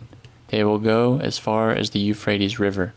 Hagia Sophia will open, and the liturgy will be served there. At that time there will be a 6-fingered king." And he would say, "Wake up, Russia, and grab your weapons." In other words, come to repentance, to faith, and reject atheism. Footnote: considered by some to be the most magnificent church ever built, Hagia Sophia, dedicated to the holy wisdom of God, Christ, is a massive domed church in Constantinople, presently Istanbul, Turkey. It was converted to a mosque after the city fell to Ottoman invaders on May 29, 1453, and has been a museum by the secular Turkish state since 1935. Return to the text. He would often see St. George. Once he told him, "Turks will come to burn the church and they will try to kill you." He told it to his family, but they did not believe the warning. The Turks envied their estate, and they wanted to take it. Many gathered under Ahmet Kitiak, and at night went to knock on Diamanides' family's door, supposedly asking for directions. The family did not open to the large group. However, they killed the family's dog and began firing. Though bullets were fired everywhere, none touched the house. Kali could see St. George at the door with his hands open, protecting them. Finally, the mob set fire to the haystack next door that disguised the chapel, which burned down. The roof of the family's house also caught fire, but they managed to put it out. Father Elias afterwards went and prayed before the icons and asked Christ, "Who burned the church?" Christ enumerated them one by one. People's envy would not allow Father any peace. One of Father Elias's relatives by marriage accused him to the communists of hiding jewelry. He said that with the miracle he was doing, Father was gathering whatever people gave him.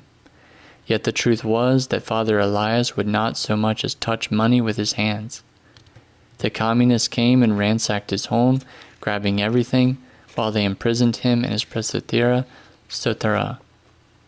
They tortured Father Elias very much because he was a believer, though they didn't know that he was a priest too. They put him in a pit so narrow that he couldn't sit or turn from one side to the other. They would urinate and defecate on him and leave him hungry. When the Russian police administrator, whose wife Father had healed, learned of this, he took action and freed Soteru in 1 month and Father Elias in 3 months in the year 1938. He gave him clothes, money, and food, but Father Elias was now very ill from the sufferings and tortures done to him. He was hemorrhaging from the prostrate and was in a great deal of pain. When he recovered somewhat, he again began celebrating liturgies and baptisms. The liturgies would take place at night secretly and with precautions. Between 20 and 30 believers would attend. Father Elias liturgized in Greek with much piety and compunction. At night he would also celebrate the baptisms at the home of a certain pious Turk so that he wouldn't cause suspicion. One night he baptized 37 people with Soteru as godmother, and another 99 with his daughter Agape, the nun Maria, as godmother. One woman related that once while Father Elias was liturgizing, a light came out of St. George's icon and rested upon him. He often did litanies because he could foresee some misfortune coming. Footnote: a litany is a collection of petitions, requests for some blessing. Every major service contains a series of litanies, beginning with, "In peace let us pray to the Lord." Return to the text. He would say, "Among the dry pieces of wood, the green ones are also burned. Among the sinners, the good are also burned. And without good works, faith is dead." One afternoon, as soon as it began getting dark, Father Elias's grandson, George Kyriakides, saw a strange light which began ascending from the low forest towards the mountain where the family home was, all the while growing brighter. The entire area appeared to be on fire, and the child began crying. Father Elias asked the child why he was crying, so he told Father about the light. He laughed and told him, "Don't cry, my child, this is St. George. It is the time that he comes to the church." In his last years he could not walk. The frequent gastric hemorrhages, the prostate cancer, and the hematuria had weakened him unimaginably. He needed to be carried to church. All day long he was like a dead man, but at prayer time it was as if a divine power would enter his weak body and he would ask to be taken to St. George. He would read the midnight hours and the matins for 3 hours. Then he would liturgize and commune the people who had come from afar in the snow. Footnote: these are some of the daily cycle of prayers, which include the midnight hours, matins or morning service, vespers or evening service, compline or after dinner service, etc. Return to the text. On December 6, 1939, on a Wednesday, on the day of the feast of St. Nicholas, Father Elias delayed and did not get up as usual at 3 a.m. St. Nicholas, who loved him very much and often appeared to him and conversed with him, came that day drenched in light, and woke him up with a gentle caressing pat. Father laughed aloud from gladness. That same year, in 1939, his children left for Greece. Father Elias intensified his struggles and began preparing for his exit from this world. When the time of his repose approached, in the final days he remained bedridden. He would not accept food, but was nourished by prayer. In July of 1946 he reposed venerably with great peace. On the day of his repose, a light descended from the sky, and his room flooded with the fragrance. His right hand became like wax, a testimony to his secret, charitable acts. He was buried according to his desire in the courtyard of the church dedicated to his beloved St. George. Later on, in 1963, his Presvytera Soteru was buried on his right side when she reposed at the age of 83. His daughter Agape, Maria the nun, was buried on his left side.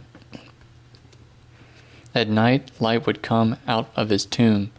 The soldiers from the surrounding Russian guard posts would see it without being able to explain it, and this scared them.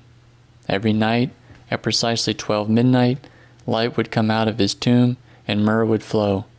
Whoever was anointed with the myrrh would immediately be healed from whatsoever illness afflicted him. These things became widely known, and so many people went to be healed at Father Elias's tomb that the place could not be kept hidden. It became a well-known place of pilgrimage. As a result, the police administrator found himself in a difficult position. He wanted on the one hand to protect the church, but the great throng of believers at Father Elias's tomb was creating problems, and he was losing control of the situation. For this reason, he decided that they should exhumed the bones. They opened the tomb, lifting the slab, and light came pouring out of the tomb. Father Elias's relic was whole and fragrant. They buried it again and forbade the people to come to the tomb. Later on, when things changed and freedom was granted, the believers again began going to Father Elias's tomb. They proclaimed him a saint in Vatum and placed his icon in the church. In 1962, Georgian bishops again opened his tomb. His relic was not found. His tomb had been plundered. After his repose, holy water sprang forth, and it works miracles to whatever sick people wash themselves in it or drink from it.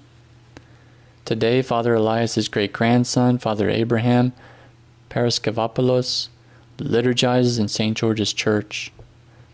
By St. Elias, the Murgusher's intercessions, Lord Jesus Christ, have mercy on us and save us. Amen.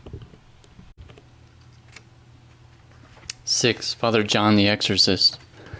In 1917, the Bolshevik Revolution happened in Russia. In Odessa, 17 priests were captured in order to be executed. One of these hid in the forest and was saved. He then found his 2 children, a boy and a girl, whom his neighbors hid, and they escaped from the communists. His presbytera, however, was captured and executed. This priest was named Father John, and he was a Hellene.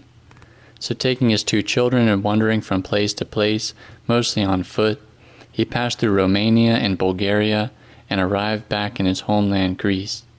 There he served as a parish priest in Macedonia and Thrace.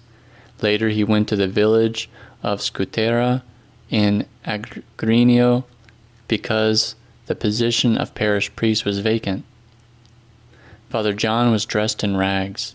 He wore a worn cassock with a short stick from a heather plant for a button, and on his neck hung a wooden cross on a black string. He resembled St. Cosmas the Aetolian.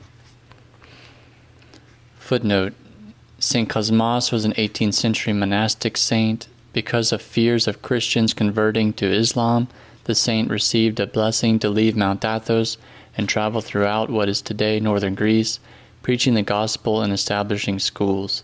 He died a martyr's death, executed by Ottoman authorities. Return to the text. From the fasting and hardships he had an immaterial appearance, all skin and bones.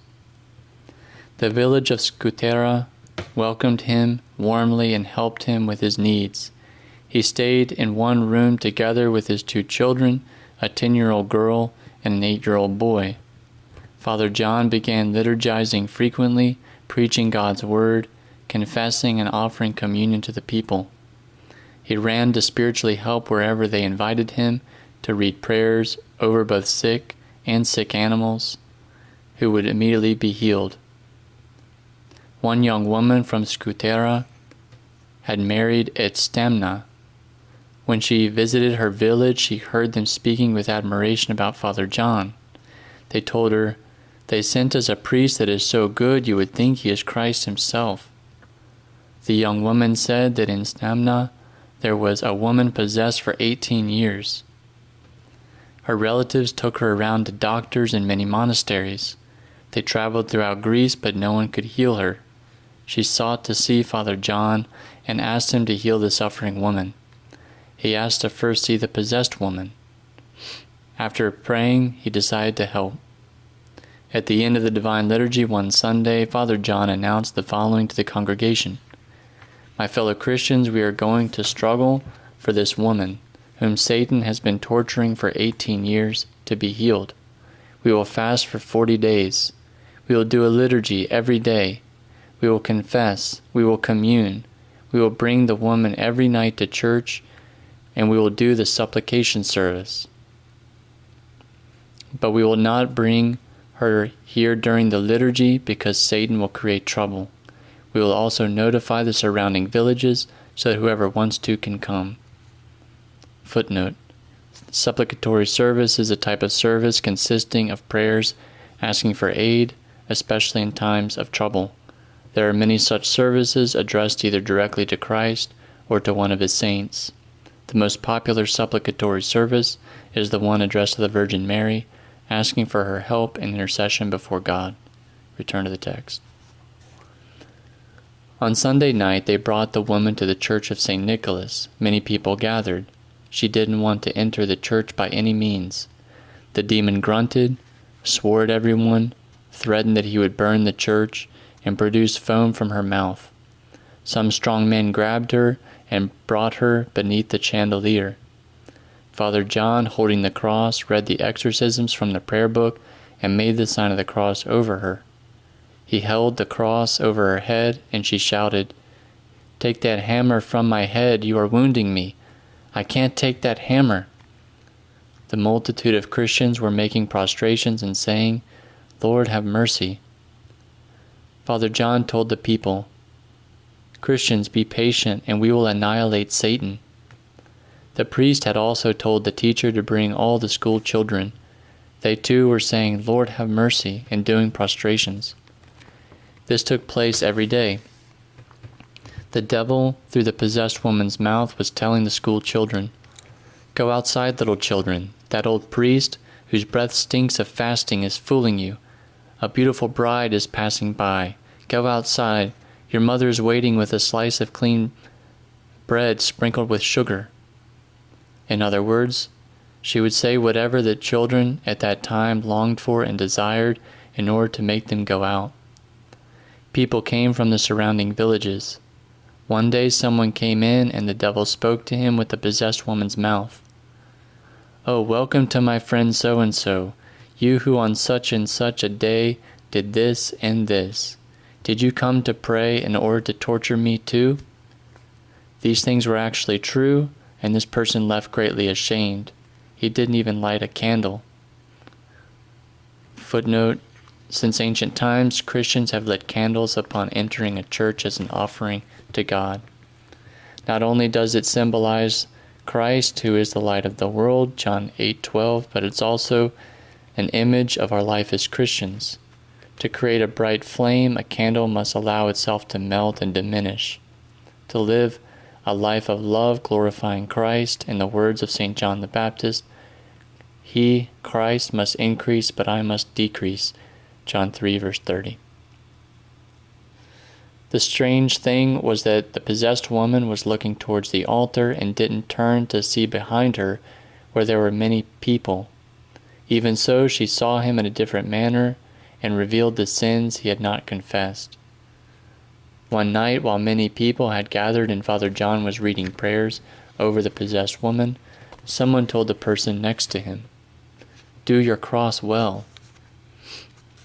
"Is that a cross you're doing? It looks like you're playing a mandolin." Footnote: a person makes a sign of the cross on himself by holding his thumb and first two fingers together, symbolizing the oneness of the Holy Trinity. He folds his pinky and right finger down, symbolizing the incarnation of Christ, who is both fully human and fully divine. The person moves his three fingers to touch first his forehead, then his stomach, then his right shoulder, and finally his left shoulder, thus inscribing the cross onto his body as a blessing. Back to the text. Then the possessed woman's voice was heard saying, "Leave him alone, he's doing his cross just fine." The possessed woman once shouted, "Send someone to bring my friend so-and-so the priest." He was a priest in some village, and he did not lead a good life. He did not dare come to the church. Father John continued to struggle to expel the demon from the woman. During this time he was informed from the demon himself, who was inside the woman, that he was Lucifer, the leader of the demons. He entered into her while she was frying fish because her brother, frustrated about something, said that the devil should enter her. From that moment the woman was possessed. Father John's struggle was now difficult. The devil cursed him and threatened him, saying he would tear down the church and burn the village. "I will come out of that she-dog," he would say, "and I will enter into your daughter and your son." Father John would answer him, "You don't have a right to enter anywhere. You only have the right to go into the abyss." A month later, one night after the supplication service had finished, and the people, together with the possessed woman, had left, Father John closed the door of the church. Kneeling before the icon of Christ, he began praying with tears for the tortured soul to be freed from the demon. From 8 p.m. until 3 a.m., he prayed unceasingly. The villagers worried because Father John hadn't returned to his home, where his children were waiting for him. They searched together with his children and found Father kneeling in prayer. His daughter, who had experienced this before, said, "Leave him to pray." When Father John came to from the ecstatic prayer that had absorbed him, he went to his home to sleep. In his sleep he heard a voice which told him, "Father John, at the close of the 39th day, once the 12th hour has passed at midnight, the woman will be freed from Satan." On the last day of the vigil, Satan told Father John, "Father John, you annihilated me." And truly on the 40th day, he came out of the woman, who was freed from the martyrdom. She lived from that day forward in good health for many years. In the room that Father John shared with his children, he didn't have anything aside from 2 rugs, covers or blankets, which the village women had given. His children slept on one and he slept on the other. He would spread half of it down on the floor and he used the other half to cover himself. He had great faith in the Almighty Lord. He felt that God heard his prayers and that for this reason miracles would take place. He would say, "When I ask God to flatten the mountain through prayer, fasting, and charity, it will be flattened. A person, when he keeps these 3, is in paradise now." Father John was so poor because he would distribute all he received as charity. Someone on the first Pascha, which is the Orthodox Easter, which he served in the village, gave him a goat and its kid. The little goat was for him to slaughter to celebrate Pascha, and the goat to have so they could drink a little milk when it was not a fasting day. Footnote: Pascha is the Greek word for Easter. The word is derived from the Jewish feast of Passover. The Church has always seen the Passover as an image of Christ's death and resurrection, which has saved us from death. For indeed, Christ our Passover was sacrificed for us. 1 Corinthians 5:7. Return to the text. Father John kept neither the goat nor the kid. He sold them and with the money bought clothes for the orphans of the village, so they could rejoice on the day of the resurrection. He was a great faster. During Lent, Father would fast from oil for 60 days. For this reason, in the village they called the Great Lent, normally a period of 40 days, the 60-day Lent. One night in his sleep, Father John saw a home in an unknown location and the master of the house eating a dead dog. He asked where he could find the home that matched what he saw in his dream, and the villagers informed him. Father John went with company and found the home. He knocked on the door and the woman of the house opened for him. Her child was with her, though her husband was out in the fields. Nevertheless, when they notified him, he came running, washed, did a prostration to the ground before Father John, and kissed his hand. He had heard about Father John's sanctity and the possessed woman's cure, but he didn't dare meet him because his conscience was burdened. He would not go to church. He would eat meat on the fast, blaspheme, and he lived unlawfully with his wife because they were unmarried. However, he had a good disposition. He asked to confess and did so right away. Later he was married by Father John and lived as a good Christian. Father John, the graceful liturgist of the Most High, with his ascetical life, his indigence and ceaseless prayer, had become known in all the surrounding area. People would come to seek his advice and for him to read a prayer over for healing. They considered him a great prophet and miracle worker. Unknown people would also come from various areas, and he would say, "You are such and such and came here for this and this reason."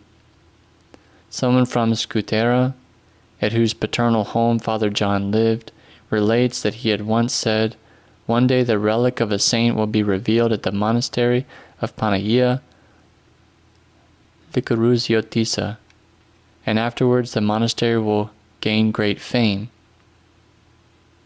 But his villagers who loved him did not enjoy him for very long, because he was taken to be the parish priest of the village of Kenorio. Then they asked for him and took him to the Peloponnese.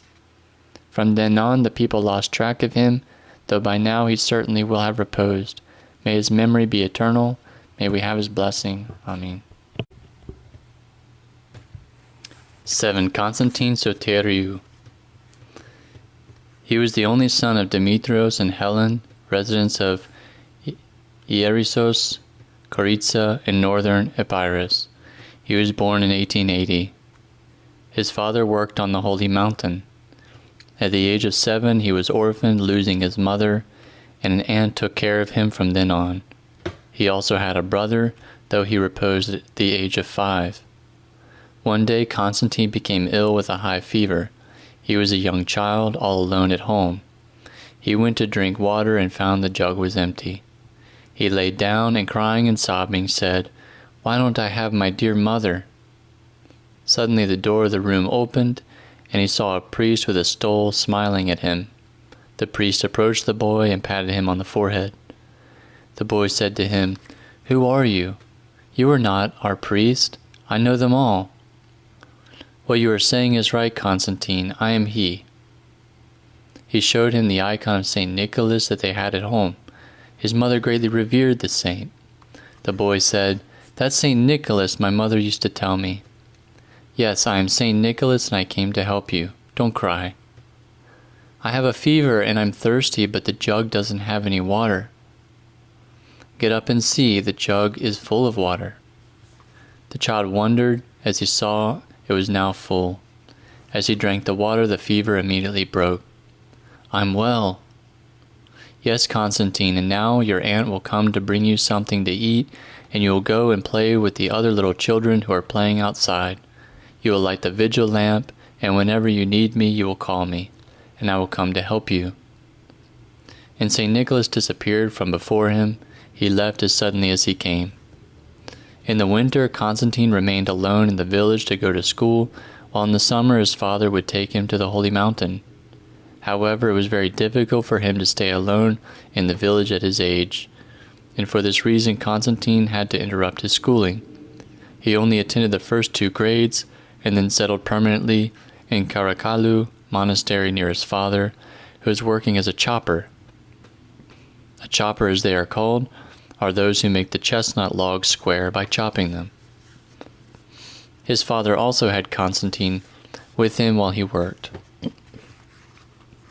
Constantine learned from his pious mother, but even more so during his stay on the Holy Mountain, to attend church, to confess, to fast, and to commune. Morning and night he prayed ceaselessly and did many prostrations. Later on he came to Ierissos and trained as a barrel maker. He was good and honest in his work and served the surrounding villages. He was known as Sotiris Varelis, or Sotiris the barrel maker.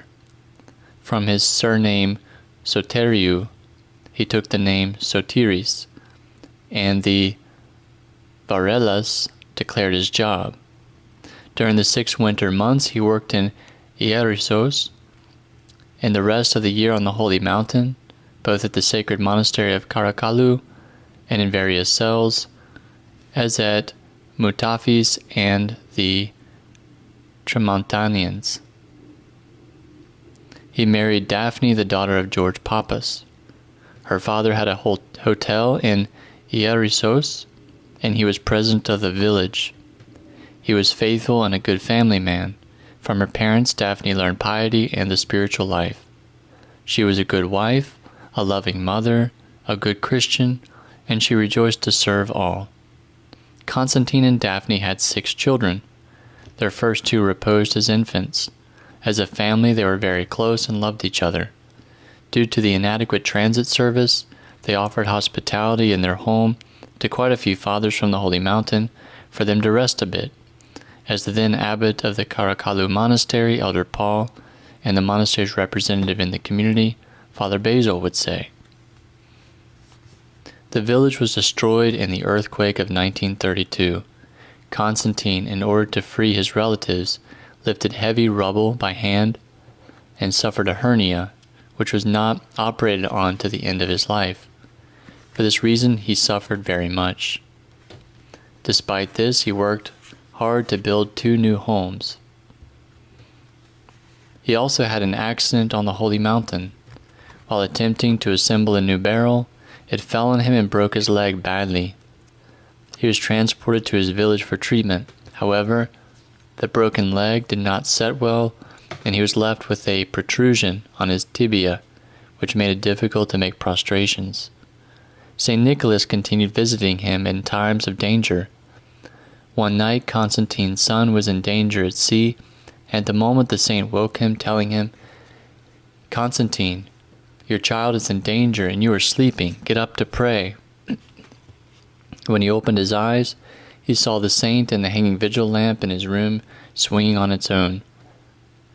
He woke his wife up, they prayed, and their child was saved. Truly, as they learned later on, at the time of the vision, their son was in great danger.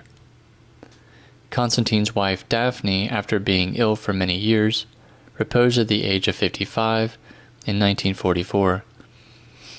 She gave up her soul while giving blessings to her whole family. Uncle Constantine honored his time as a widower. Footnote. Uncle here translates the Greek word barba, an affectionate term of honor for an older man. Return to the text. He was then 64 years old. He married off his children, 3 daughters and 1 son, and lived with one of his sons and his daughter-in-law. He continued to work as a barrel maker. He constructed wine presses that weighed many tons and barrels that were massive. His son was a merchant. Father and son zealously prepared great quantities and several varieties of wine and siporo. Footnote. Siporo is a strong distilled liquor made of pomace, the solid remains left after grapes have been pressed for wine. Return to the text. He would hire workers for the harvest. They loved grandfather very much because he treated them with love as if they were his children.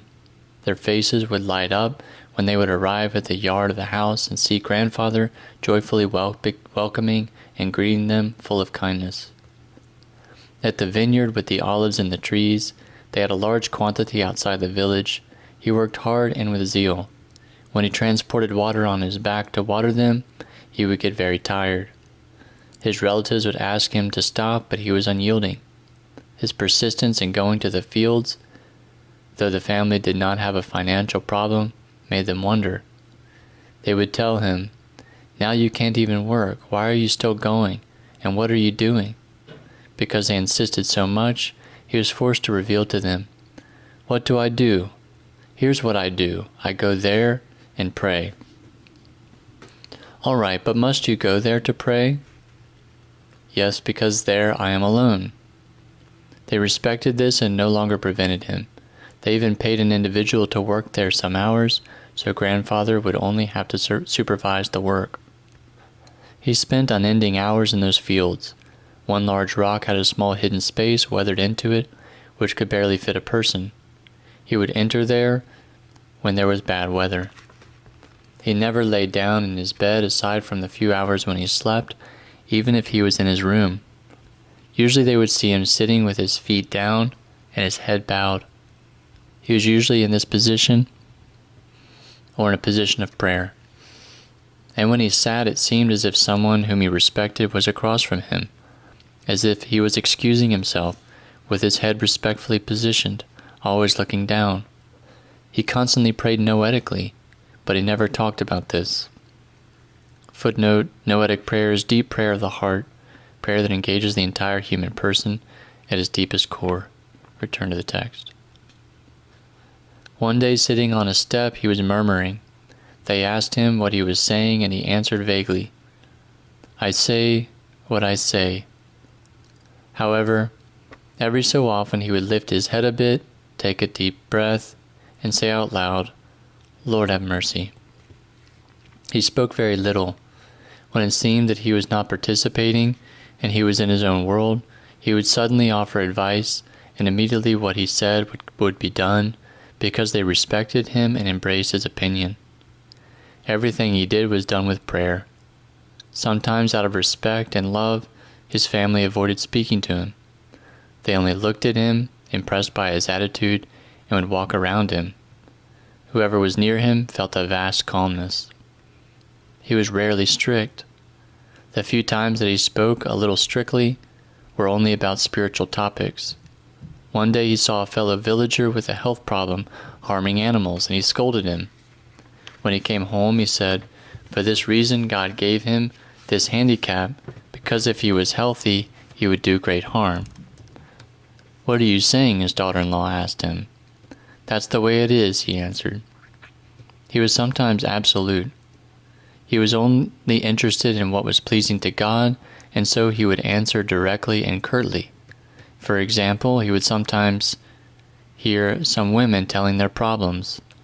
When they would come home, he would think without speaking, and then at a certain moment, when he was alone with his relatives, he would say, without anyone expecting it, do not allow her in our home again. She is not a good woman. What he said would immediately be implemented. They respected him very much. He kept a 3-day fast at the beginning of Clean Week by not eating at all until the 9th hour. Footnote: Clean Monday is the first day of Great Lent, which lasts 40 days and leads up to Holy Week and Pascha.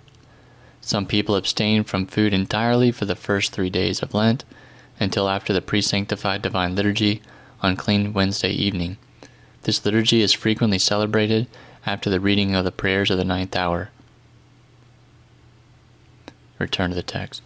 They told him about certain women, acquaintances of his, who remained in their home for 3 days, not eating anything. But what do they feel? He asked. They would do better to control their mouths rather than to do a 3-day fast. When a spiritual father would come to the village from the holy mountain, he would be among the first to see them for confession, and then send his relatives also. At church he would stand in a stall near the side door of the altar, standing most of the time. He also stood in a stance of attention at the It is truly meet. Footnote: this is a hymn to the Virgin Mary, It is truly meet to call thee blessed, and is chanted after the consecration of the Holy Gifts during the Divine Liturgy of St. John Chrysostom. At the end of the hymn, he would do 3 prostrations. His daughter-in-law noticed it and asked him, should we do that too? Yes, he said. Don't we stand at the national anthem for the flag? In the same way, we should stand for our All-Holy Virgin Mary. He had great respect for the Catholic and was sensitive to the problems of the Church. His son was a board member at their local parish, and this comforted him. Constantine smiled in conversation with kindness, but rarely laughed. He was meek and very simple. He was not noisy. One would hardly notice him when passing next to him. He dressed simply, too. Once his family gave Constantine's photograph to a photographer to enlarge, and he, without asking, added a necktie. When Constantine saw the photograph, he was upset and said, throw it away quickly so that I don't see it. Why did he put this halter on me? Often when asking for a napkin, he would say, give me that blanket. He would even call woven lace the same thing. His daughter-in-law was uncomfortable with this, and she asked him, why don't you say napkin? He, smiling, full of meaning, would repeat, well, blanket, it is a blanket. Only after his repose did they realize that for spiritual reasons he considered even beautiful clothes as chaff.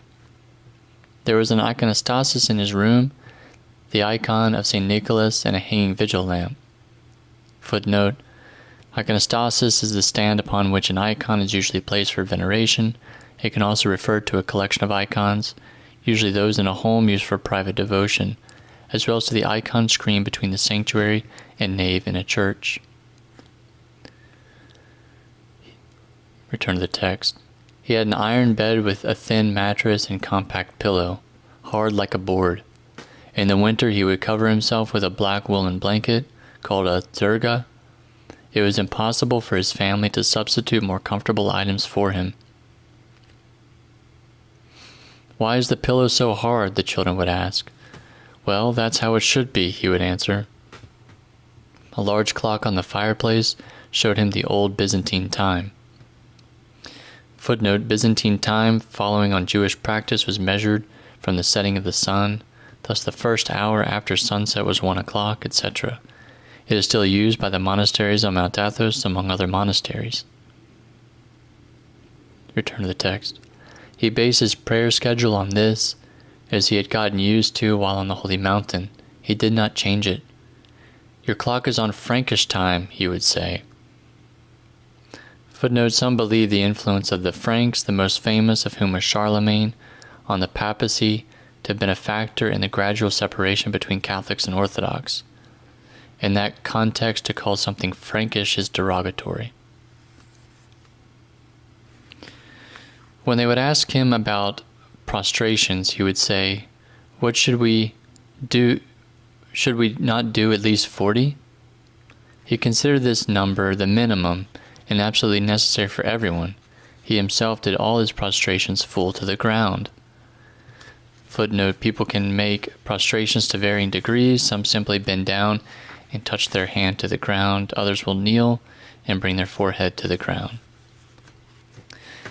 He would get up and stand a bit praying until the next one. In other words, he did them with a slow rhythm. It was a sacred service. The bow itself was secondary. The main thing was the fervor in his prayer and his calmness. He was fully absorbed in that which he was doing. His prayer was not mechanical and dry. It had sweetness and great fear of God. Some years before the end of Uncle Constantine's life, people realized that he would see St. Nicholas frequently. Mr. Aristides Yapunzis, a justice of the peace, remained for a certain period of time at the house and discovered the extent of his communication with the saint. His room was next to grandfather's room. A wall separated them. Mr. Aristides tried to be patient with what happened during the night, but because he was greatly troubled and concerned, he complained to Uncle Constantine's son that he could not sleep at night because of the conversations. At night, he said, Grandfather gets up from his sleep, and it is clear that he is speaking with someone. Someone is visiting him. Do you know what's happening? Maybe it's someone standing outside the window? The conversation wakes me up, he said, and I cannot sleep, so in the morning I'm too tired to work.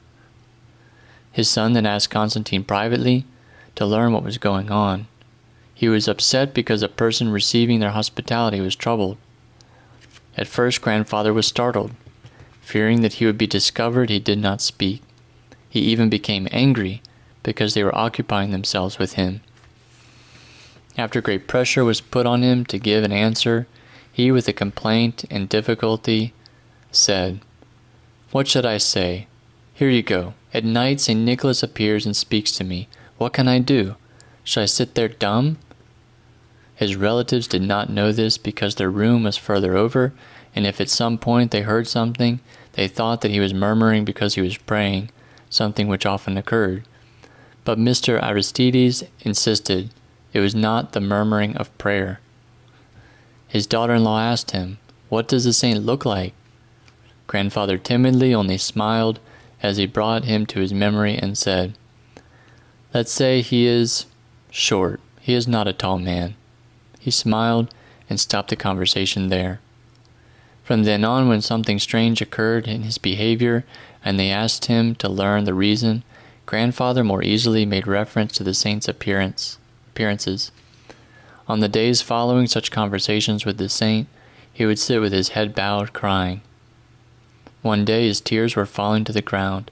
His relatives became concerned, and his daughter-in-law asked him persistently if he was hurt, or if they had done something to upset him, and he answered, I'm not hurting, nothing is bothering me. I have everything. I'm not crying for me, I'm crying for you, for these. And he pointed to the children.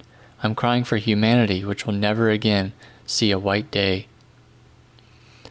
Uncle Constantine had done his military service in Volos. He was a very good patriot. He would often ask his grandchildren to recite poems from national holidays, and he would cry. For the situation in Cyprus, he was greatly upset. He prayed and cried. He pitied the Cypriots. Footnote. On July 20th, 1974, Turkey began its invasion of the island nation of Cyprus, and to this day controls the northern half of the island. Tens of thousands of people were displaced from their homes, and dozens of churches were destroyed. His son had planned for them to move to Thessalonica a few years before grandfather reposed. However, when they announced it to him, he refused. Seeing them persist, he then said, "There's the road. Go."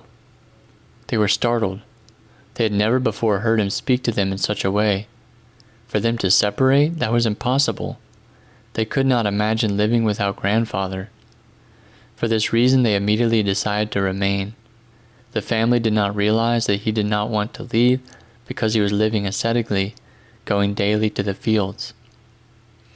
When someone at home was very ill, he would not sit next to him along with the others. Instead, he would go hurriedly to his room for prayer.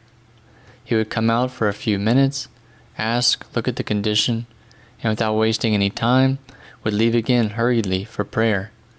He was the strongest bridge of his household to God. He would also immediately pray for the problems that his children had, and even for all humanity. Grandfather secretly cared for a fellow villager, a widow who did not have financial resources. He was a very just man. In his will, he wrote that all his fields were smaller than they really were. He feared excess, and did not even write what was lawfully his. From the holy mountain he received 2 books as a blessing, Salvation of Sinners and the Treasure of Damascene. He kept these as the apple of his eye. Very frequently, at night or on feast days, his daughter-in-law would read. He himself could not read comfortably, and everyone would listen. Sometimes there would be some friend or neighborly woman at the house, and they would also listen. Every first of the month they would have a holy water service done at the house. Once a year they would have the unction service, and twice a year at least a private divine liturgy in the village countryside chapels.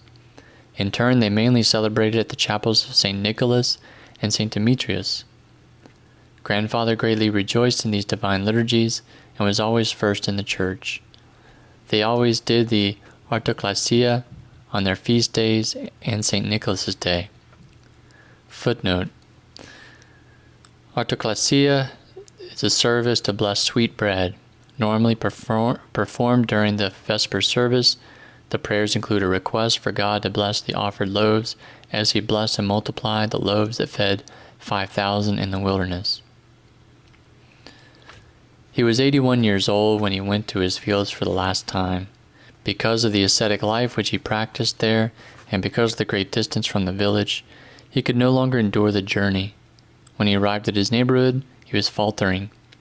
His neighbors misunderstood and thought that he was drunk. He had never gotten drunk, neither then nor at any other time in his life. He never went to the cafe. He would drink no more than a cup of wine with his meal, which he would call the diakonia. Footnote: this is an expression common on Mount Athos. It means portion. When anyone suggested that he take more, he would not accept. "No, that's enough," he would say. He would also drink a small quantity on days when he received Holy Communion as soon as he got home, to help the divine communion to go down, as he would say. After this dizzy spell, his family would not let him go out to the fields any more. He was greatly saddened. Beating his chest lightly, he said, "The heart is flying, longing, wanting to go everywhere, to run. However, the feet do not listen," and he grabbed his feet. He never said that he was in pain. The only exception was one day when they saw him rubbing his hands, and they asked him, "What do you have? Are your hands hurting?" He was forced to answer, "Well, yes, they are hurting. Why should they not be hurting? They've gotten old, too." Nicholas, his youngest daughter's husband, was gravely ill from kidney failure. He was the father of 4 young children. The doctors did not believe he would survive. They were forced to tell grandfather. He was bitterly saddened because he was thinking of the orphans. That night he prayed, crying and asking God to heal the sick man. At dawn he heard St. Nicholas tell him, "Enough, Constantine, don't trouble yourself any more. You did 400 prostrations up till now. Stop, because Nicholas will not live. This is how it must be. This is the will of God. Constantine was filled with pain and tears. In the morning he did not come out of his room. They sought for him. He did not want to do anything. He was very distressed and cried constantly. They asked him what happened, and he answered, "Nick will die. St. Nicholas told me so." God, however, in his goodness did not allow Constantine to experience it, because he reposed 6 months before his son-in-law. At that time, everyone had begun making marble tombs for the dead. Grandfather told his relatives, "As for me, I don't like these. When I die, you will make me a simple tomb with wooden boards and not marble." He stayed away from the fields for about 1 year. He reached his 83rd birthday. A little before Christmas, St. Nicholas told him, "Now, Constantine, begin preparing yourself, and do not eat meat again."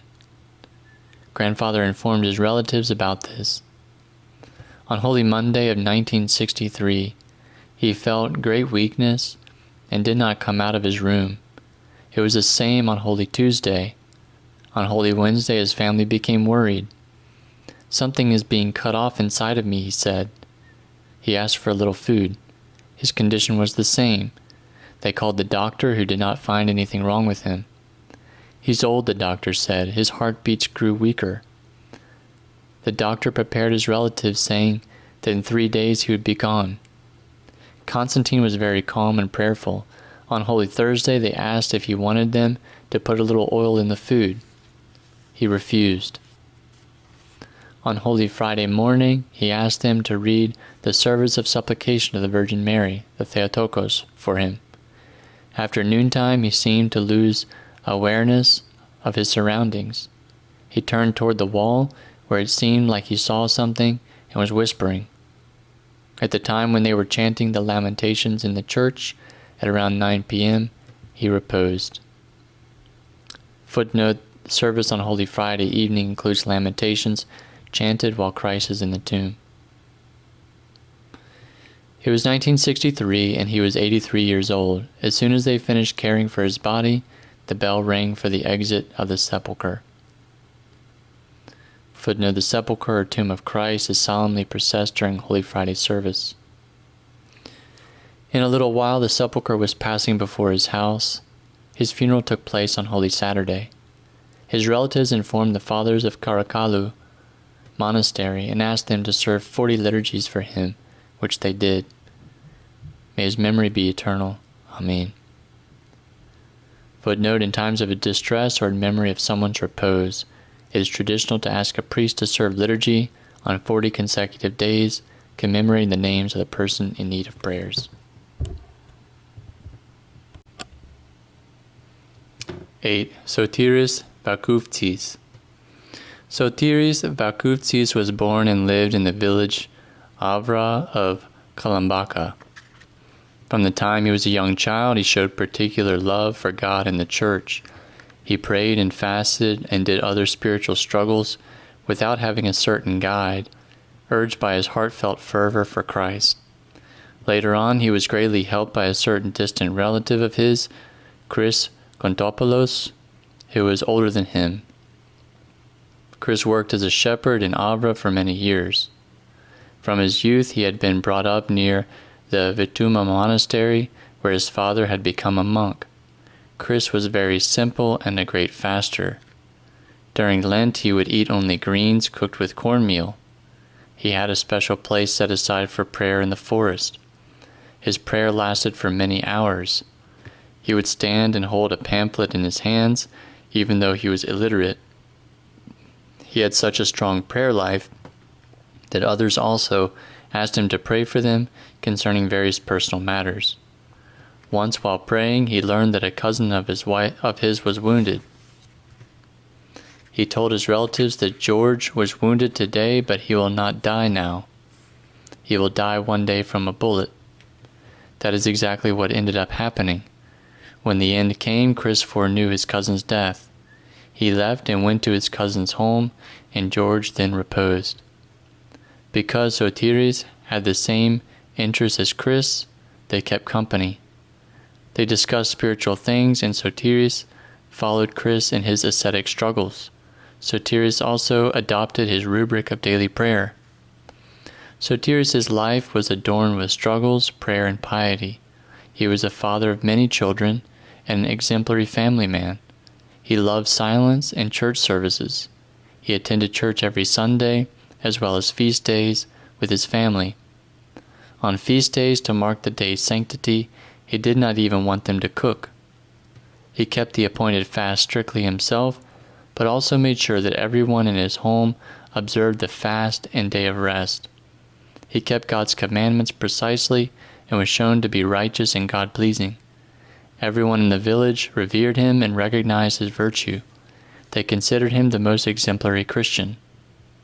He was very hard-working and embraced struggle. He did not frequent cafes and diligently avoided slander. Despite his poverty, he did many charitable things in secret. He would send blessings from his labors to the poor and the sick. He lived the spiritual life intensely. His mind was occupied with prayer and divine thoughts. Every morning he would wake up, wash, and go down to the Suda, a little stream near his home, where he had a special place for prayer and prostrations. His hands had calluses from the many prostrations he did. He always bore the pamphlet with the teachings of St. Cosmas with him in his sakorfi, or inner pocket. He himself did not know how to read, but he would ask other shepherds to read it to him. He listened carefully to the sermons of St. Cosmas. He imprinted them on his pure mind, and afterwards related them to others for their benefit too. He urged people to do good works. He taught the young children, who grazed the sheep together, how to pray and got them to do prostrations. In conversation, he liked to relate lives of saints, miracles of the Virgin Mary, and things concerning the second coming of Christ. Having a pure, blameless life, in ceaseless prayer, he frequently received certain notifications. In other words, God revealed something to him. He had a little girl for which he said, "That one will burn our heart," and after a few years she died. At one point, another daughter was ill with a burning fever for a whole year. He then saw in his sleep that he was going to a doctor when someone told him that the doctor was in the town square. He realized the meaning of the dream and went at night to the church of St. Athanasios, which is next to the square. He stood at the stall, prayed for a bit, and told his wife, "Let's go, the child will become well." And truly on their way home the fever left her. Another time his daughter vanished while grazing the turkeys. Everyone was upset, yet Uncle Soterius was calm, because during his prayer he learned that the child would be found. He calmed his relatives, saying, "Don't worry, the child will find one of our own who will bring her here." And that is what happened. His daughter had fallen asleep and then went up to Trikala sleepwalking. There she met up with an aunt of hers who greeted her and asked her various questions. The girl came to and began crying. The aunt realized what had happened. She calmed her down and brought her to the village. God, who supports the just, helped him by notifying him in a dream not to sell his cow before the occupation when he faced a difficult economic situation. Soterius thus saved his family from a great famine that happened soon after his dream. Another time he was found to be in great danger. Some who were searching for hidden treasures at Koziaka were lying in wait in order to kill him. Suddenly a windstorm arose and drove the treasure hunters away, and in this way he was saved. He foreknew his death for quite a while, and frequently would say, "One of us is eating it in vain," referring to himself. He once told an acquaintance of his from Levedea, who would visit him every year, that when he returns in a year he would not find him, and truly Soterius reposed after a few months. During his repose, which occurred on July 20th, 1966, he had a peaceful and calm expression on his face, an incontrovertible sign of his great virtue. He left an excellent example of a good and virtuous Christian. He benefited many people with his holy life and his simple but saving counsels. May God, who is good, number his soul with the righteous and the saints of the ages. Amen. 9. Nicholas Savvidu. Nicholas Savvidu was born in 1899 in Yali, Tifliki of Asia Minor. After the uprooting of the Hellenes from Asia Minor, he came as a refuge to the village of Vatopedi in Chalcidice in northern Greece. When he reached the appropriate age, he married, had a daughter, and later grandchildren. His wife had a difficult character, as did his son-in-law. He responded to them, however, with calmness. He was generally a calm man. He lived as an ascetic. He fasted much and studied ecclesiastical and ascetical books that he brought with him from the homeland, Asia Minor. He counseled his grandchildren, giving them a good foundation for life. All week long he grazed the sheep. On Saturday afternoon he would return home and prepare for the Sunday Divine Liturgy. He served in church by lighting the vigil lamps and assisting the priest. He did good works. During the occupation, he hid an Englishman in order to save his life. Footnote: the Axis occupation of Greece during World War II lasted from April 1941 until October 1944. He took care of him when he became ill and offered hospitality to him for as long as he needed. Once a fellow villager of his died. The deceased family was poor and didn't have money for the funeral, so Nicholas went secretly to their home and left money. The people of the house never learned which good angel had sent them the help. He often opened his home and offered hospitality to passers-by, those who needed to spend the night in the village.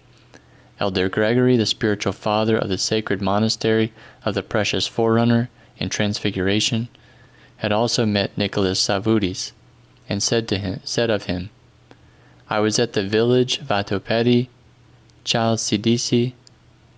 I had just arrived, and in the shade of some pine tree I was speaking with 5 or 6 villagers. In a little while a certain middle-aged man, about 50 years old, greeted us and then stood a short ways over, silently. One of the villagers told me, 'He goes to church at midnight and lights the vigil lamps so that the saints can see.' That's how I met Uncle Nicholas Savvidu. I often went to the village of Vatopedi, and I always saw him silent, calm, and peaceful. He was always first to arrive at church. He stood next to the chanter's stand and whispered while following the chanter. Only there would you hear his voice, in a very soft tone. You could just barely realize that he was chanting. He also said the Lord's Prayer, which was always his to say. Uncle Nicholas was a mystery.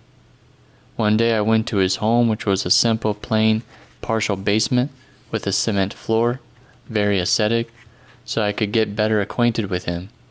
His son-in-law lived on the top floor. He, as I later learned, had been abusing Uncle Nicholas. He was very nervous, but Uncle Nicholas said nothing about him. One would have thought that he was mute. However, Uncle Nicholas not only knew how to speak, but he also read the Fathers.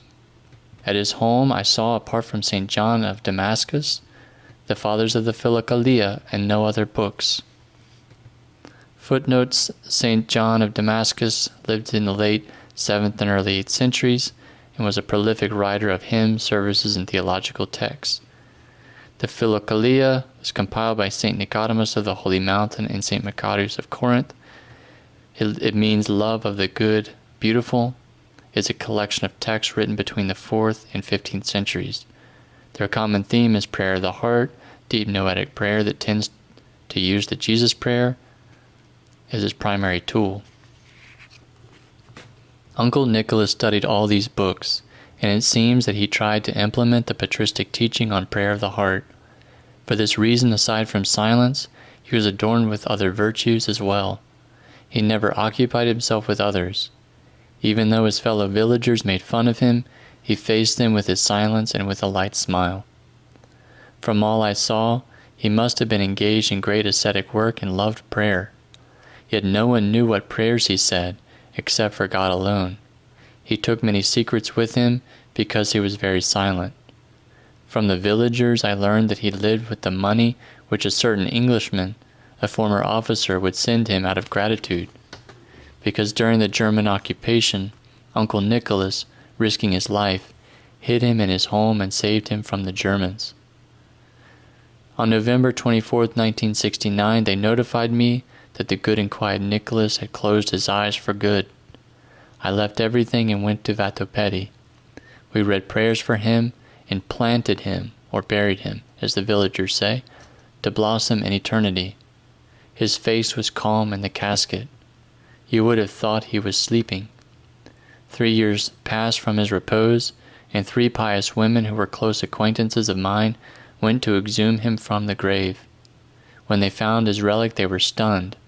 It was whole, all yellow, and gave forth a soft fragrance. Mrs. Barbara, one of the 3, lifted it a bit with her hands, and saw that it was very light, as if it were only bones with skin, she said. Surprised by this unheard of and unexpected event, and not knowing what to do, they considered it good to bury the precious relic of the blessed Nicholas Savvidu once again. May his memory be eternal. 10. Via Jorganaki. Via was born in the village of Rizovuni of Lakas, Sulian, in the prefecture of Preveza in 1927. She was a twin, though her twin sister did not live. Her mother, Fotini, also left very early for the heavens, falling from an olive tree when her baby was just 40 days old. Her father married again and had another 3 children. Via respected her stepmother very much. Being the oldest, she cared for everything. She was the little mother, and she ran everywhere. She ran barefoot to the goats on the mountain, to the fields to dig, to the forest to cut and carry wood, etc.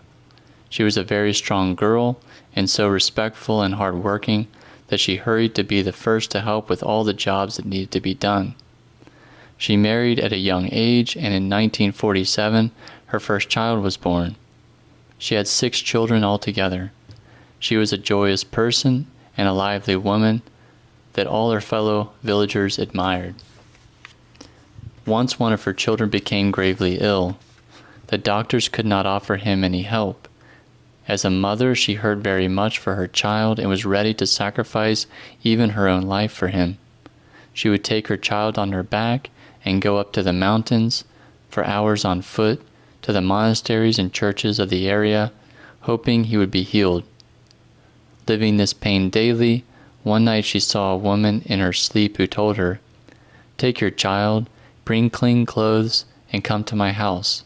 There you will go down many stairs to the holy water, wash the child, change him, then bring a priest to celebrate the liturgy, and the child will become well."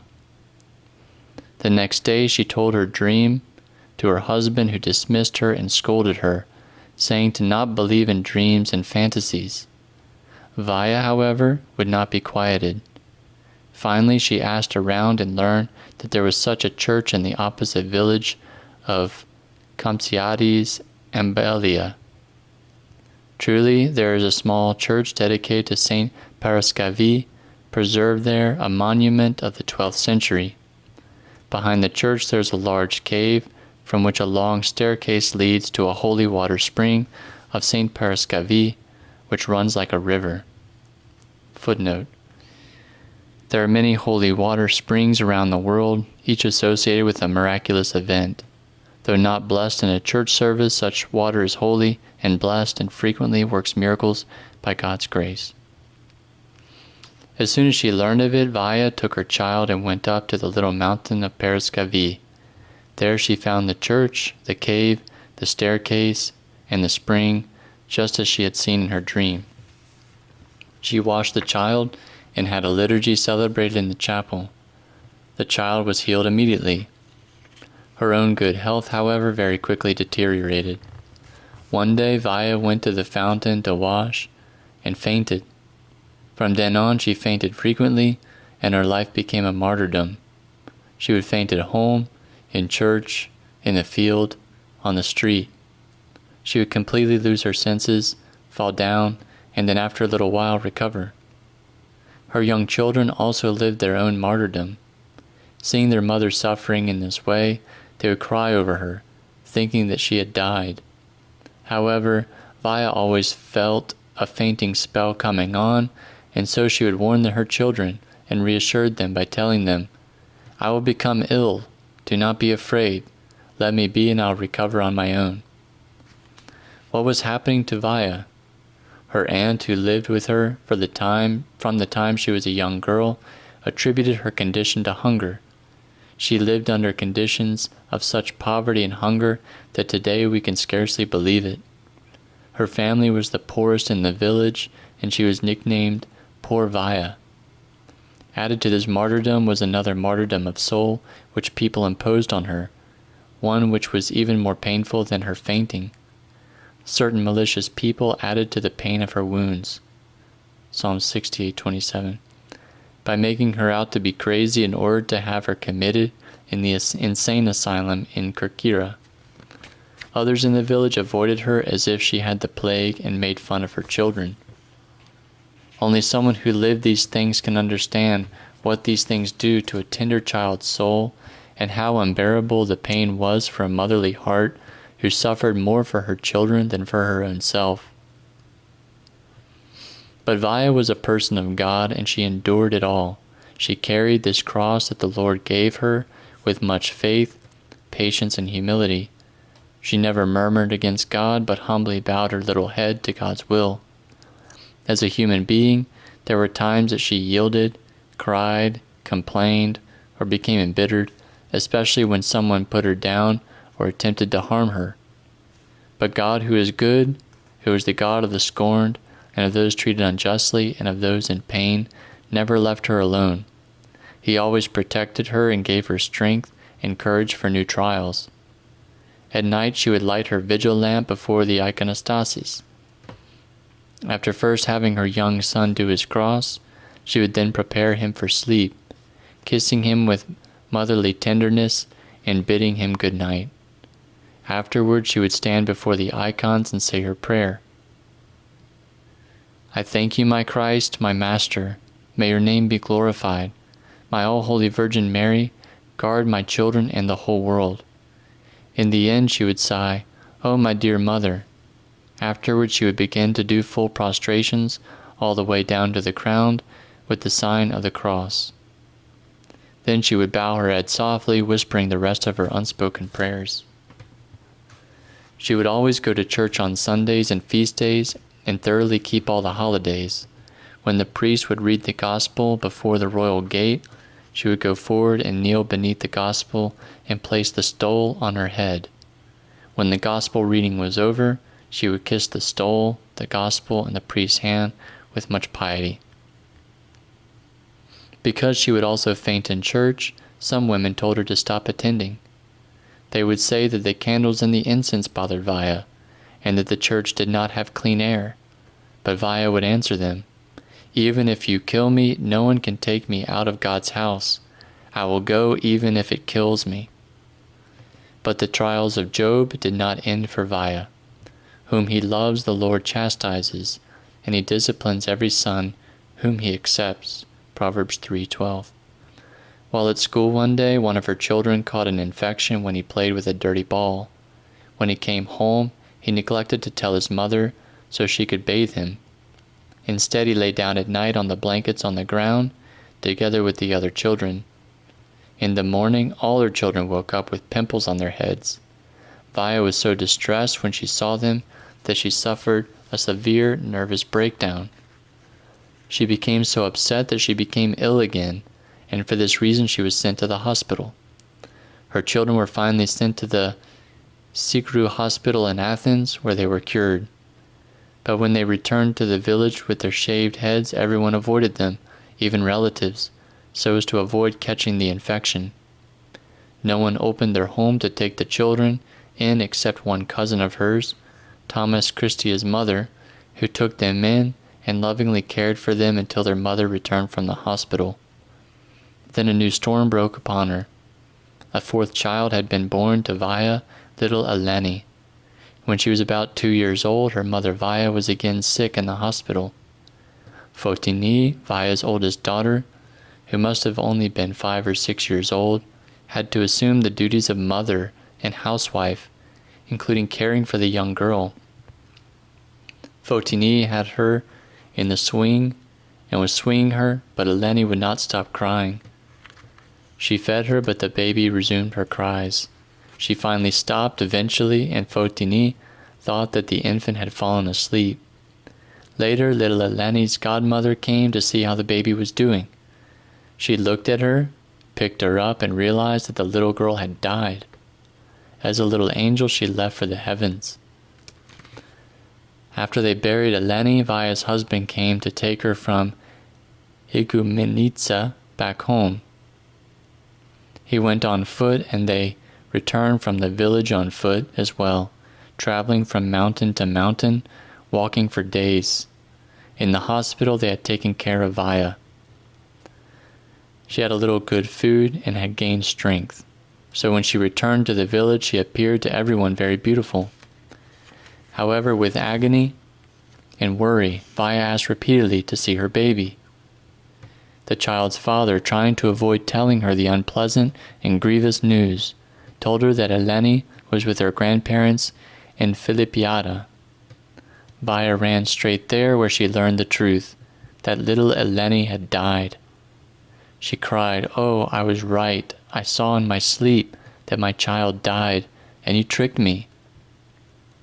She cried for Eleni inconsolably. When they would tell her, "It's enough now. So many years have passed," Via would answer, "A mother never forgets her child, no matter how many years pass." Despite the many powerful storms she endured in her life, Via did not want to show her pain, and so she hid the great cross she was carrying within her. She did not want others to pity or to console her. For this reason, she participated in the life of the village with all its joys and sorrows.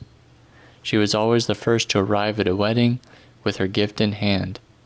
When they would tell her, "Via, why did you bring a gift, poor woman?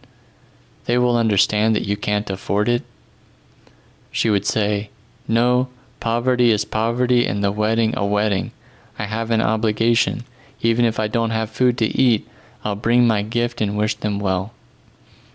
Not only would she go to the weddings, but she would lead the dancing and singing. She performed the traditional village dances very beautifully. The people could not believe their eyes. They did not know how a woman with so many hardships could find the courage to overcome her situation. She also very much enjoyed the celebrations that took place at the school. She would go with longing to hear the children say their poems on the national holidays when they performed plays and sang. Her whole soul and heart, however, were given to church, to the feasts and celebrations which would take place at the various countryside chapels of the village. The All-Holy Virgin Mary at Castri, Saint Marina, Saint Parascavi, Saint Sophia, the Prophet Elias, the All-Holy Virgin Mary of Lapuvu, Saint Demetrios of Philippiada, and others. However, she especially shone with joy on Christmas, on the name day of her son, and in Holy Week, when she would begin the preparations for Pascha. One year, she sent her young son to cut red roses to adorn the sepulchre on Holy Friday.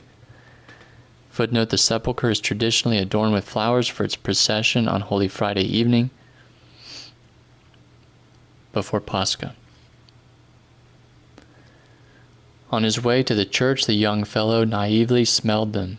Immediately, Via hit him twice on the hands and told him, "Do not smell them, my child. It's not proper. We will take the roses to Christ, so they must be clean and pure, not smelled by us first.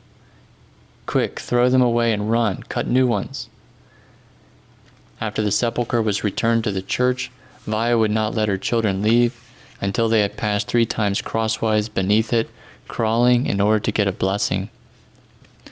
Footnote: children and those who can stoop are encouraged to pass under the sepulchre in order to receive the blessing of joining Christ in his tomb. This is precisely the symbolism of baptism by full immersion under water. One cannot join in his resurrection, without first joining him in the tomb. She was a loving, caring, and very tender mother because she suffered so much for her children. For them she joyfully would have been deprived of everything, wishing only to have them near her. Her self-sacrifice was great. When they took her to the hospital, she would stay a little while, but as soon as she would become a little stronger and felt better, no one could keep her inside, neither doctors nor nurses. "I will leave," she would say. "I will go to my children who need me." She would leave and come from Philippiada on foot. She would arrive at night, knock for them to open for her, and they would think she was a ghost. She completely outdid herself in caring for her girls. She knew she was going to die soon, and was almost constantly mindful of her mortality. She longed to have set aside enough for the girls' dowries before she died. "When I close my eyes," she would say, "I want Vaya's children to have everything, for them to lack nothing." She had tremendous respect and a great sensitivity to her obligations. Because of this agony and concern, she condemned herself almost to the point of starving herself in order to save a little for her children. They had taken out a small pension for her as she was sick. As soon as she would receive her retirement money, she would immediately go buy thread. Afterwards, she would sit for hours at the loom, working in order to weave her girls' dowries. That is exhausting for one who is well fed, let alone for someone who is barely eating like Vaya. Her hands worked ceaselessly. Even while she was on the street heading to the fields, she would hold the goats and simultaneously knit some sweater or spin with her distaff. As poor as she was, she had a very good heart and loved to give as much charity as she could. She always first set aside a portion of what she had and sent it to various families, even if her need was greater. They had a small little field beneath the monastery at Castri, where they planted the summer crops. On horseback, it would take her an hour to go and water them. She would then water the garden produce, but by the time she returned home, she would have distributed most of it as charity. Though she was uneducated, she taught by her actions and tried to impart the spirit of almsgiving to her children. A goat of theirs once got itself tangled up while grazing on the cliffs, and a neighbor managed to slaughter it so it wouldn't suffer. Vaya took almost half of the goat, put it in a satchel, and brought it to her husband's cousin. This woman had very often insulted and embittered her with her attitude, because she liked to get mixed up in family matters. After this, the woman was moved and changed her behavior. Vaya excelled in communicating with others. She loved everyone in the village, and she used to greet them first as if she was the younger one. Footnote: in some traditional cultures, when two people greet each other, the younger person is supposed to greet the older person first as a sign of deference and respect to his age. She always dressed in black from when she was 30 years old. She had a genuine and deep courteousness, respect for others, and piety before holy things. Towards the end of her life, she suffered from leukemia. She often threw up. She couldn't keep down what she ate, and her belly would swell. It appears that she had this condition for years. It tortured her and affected her health generally. It was for this reason that she had a weak constitution. They sent her first to the hospital of St. Olga in New Ionia. Afterwards, she was hospitalized at St. Sava's in Athens. Her doctors told her to return every 6 months for examinations, to eat well, rest, and avoid getting upset. However, as soon as she would return home, she would throw herself into work around the house. The animals, the fields, the sowing, the harvest, the house chores. And all the while, the illness inside her worked slowly, constantly weakening her all the more. On top of her many illnesses and hardships, Vaya also battled the devil. One day around noon, she saw the devil with her own eyes, who tried to push her off the horse. The All-Holy Virgin Mary, whom she called upon, protected her. Nearby there was a countryside chapel of the All-Holy Virgin Mary, the Merciful.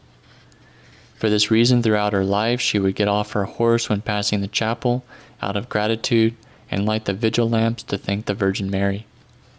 The last time she went to the All-Holy Virgin Mary at Castri was on the 15th of August, which is the Dormition of the Theotokos, the repose of the Theotokos.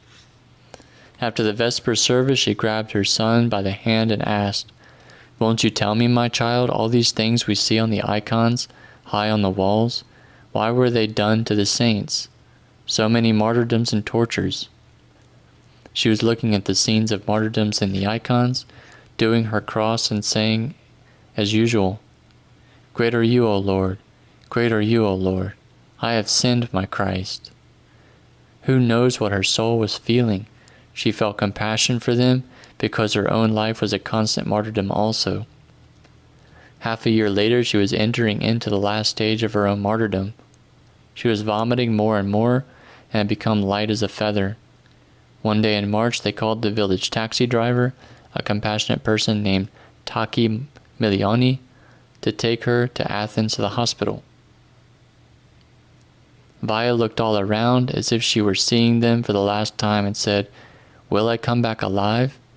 She was probably giving herself encouragement because she knew very well that she would be departing for heaven.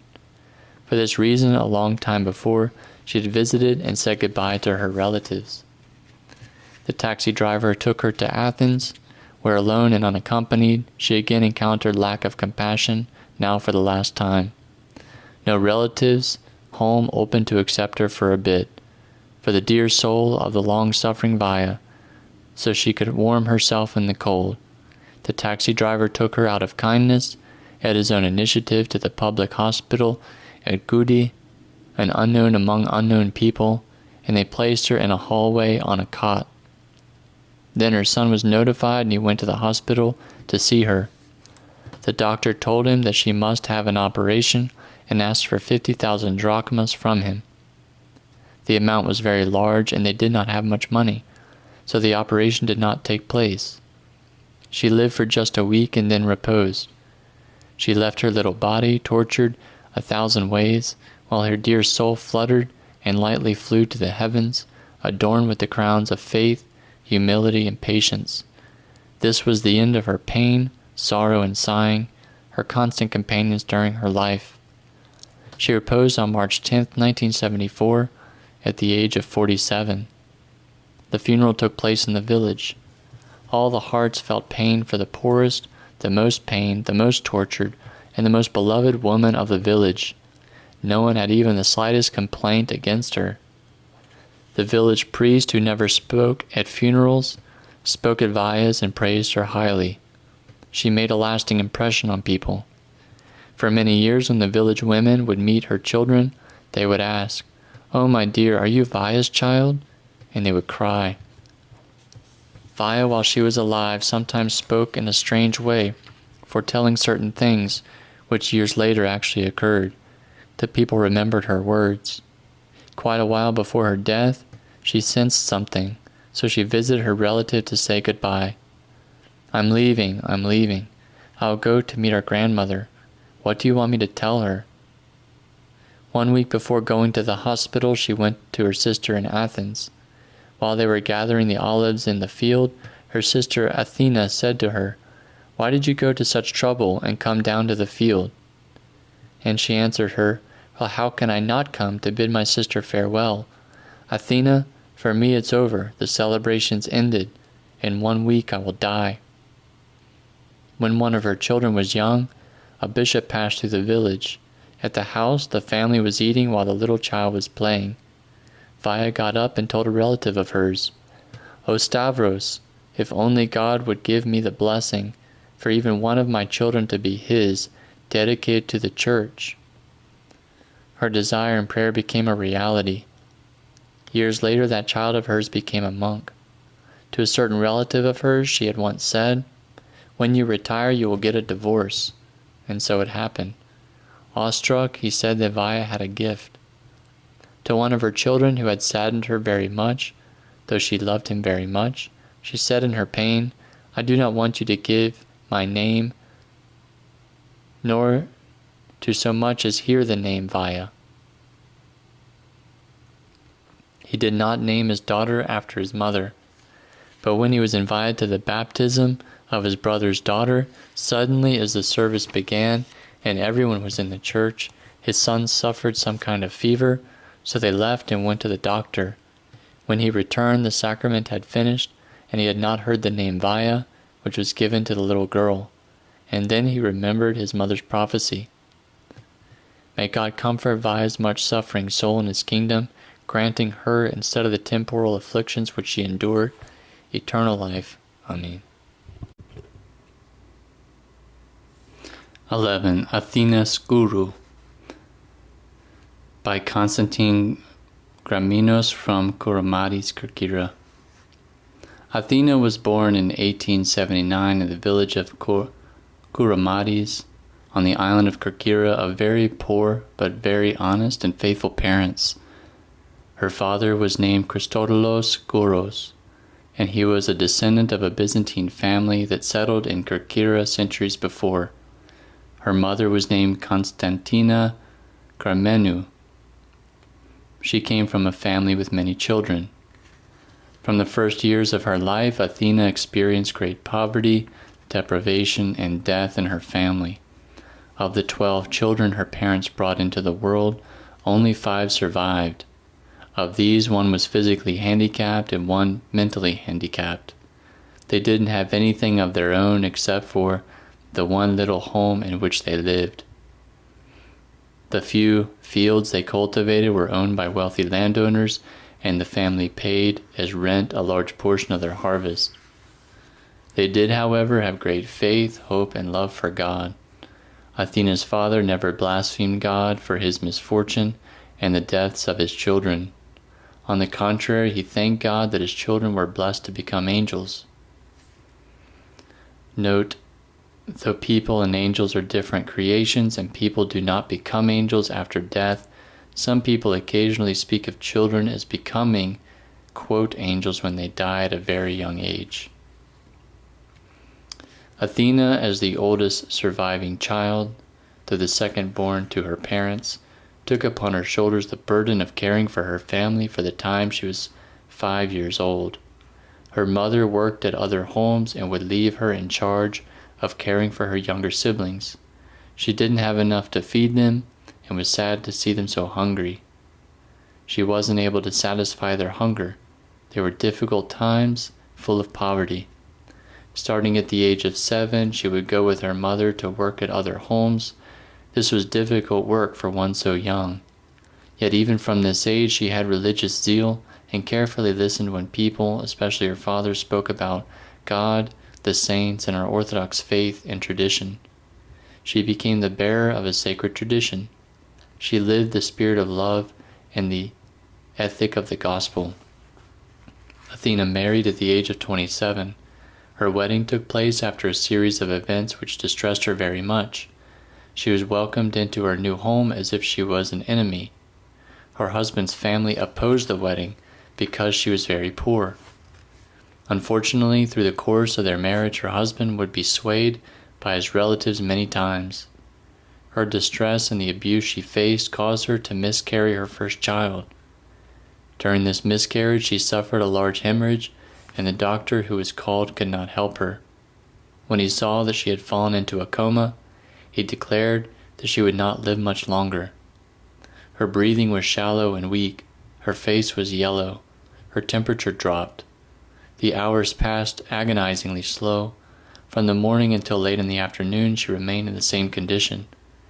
Yet one of her sisters was praying. Suddenly her family saw her open and close her eyes.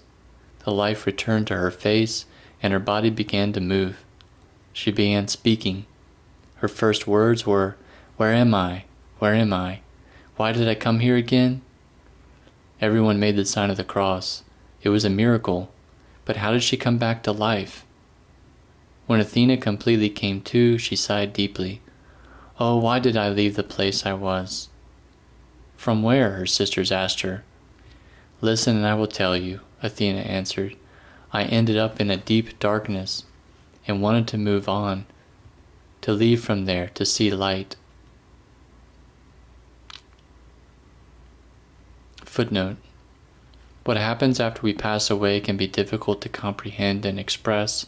Psalm 138 indicates that God is present everywhere, whether in the heavens or the depths. The prayer of the Holy Spirit indicates that God is present in all places and filling all things. Our experience of heaven or hell is not a question of God's presence or absence then, but of our response to His ever-present love. That same love, depending on our preparation, can be experienced as joy or painful. The very same fire that fills gold with bright light and heat turns dry wood to ash. It seemed to me that someone was near me, and as I was making my way, he was accompanying me. He somehow knew my name and told me, "Athena, don't be afraid, come with me. Let's leave this place." "Where are you taking me?" I asked him. "Come and see," he responded. Slowly we entered into light. That's how I could see who was accompanying me. He was a bright youth, shining, and he was wearing a white garment. We encountered what appeared to be a large door opening towards the east. We entered. Oh, I saw such light. It was much brighter than the sun at noon. And what did my eyes see in there? Many trees and flowers of all colors adorned this place.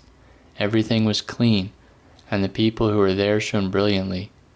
Everyone was wearing festive clothes, as if they were at a celebration. Their faces were joyous.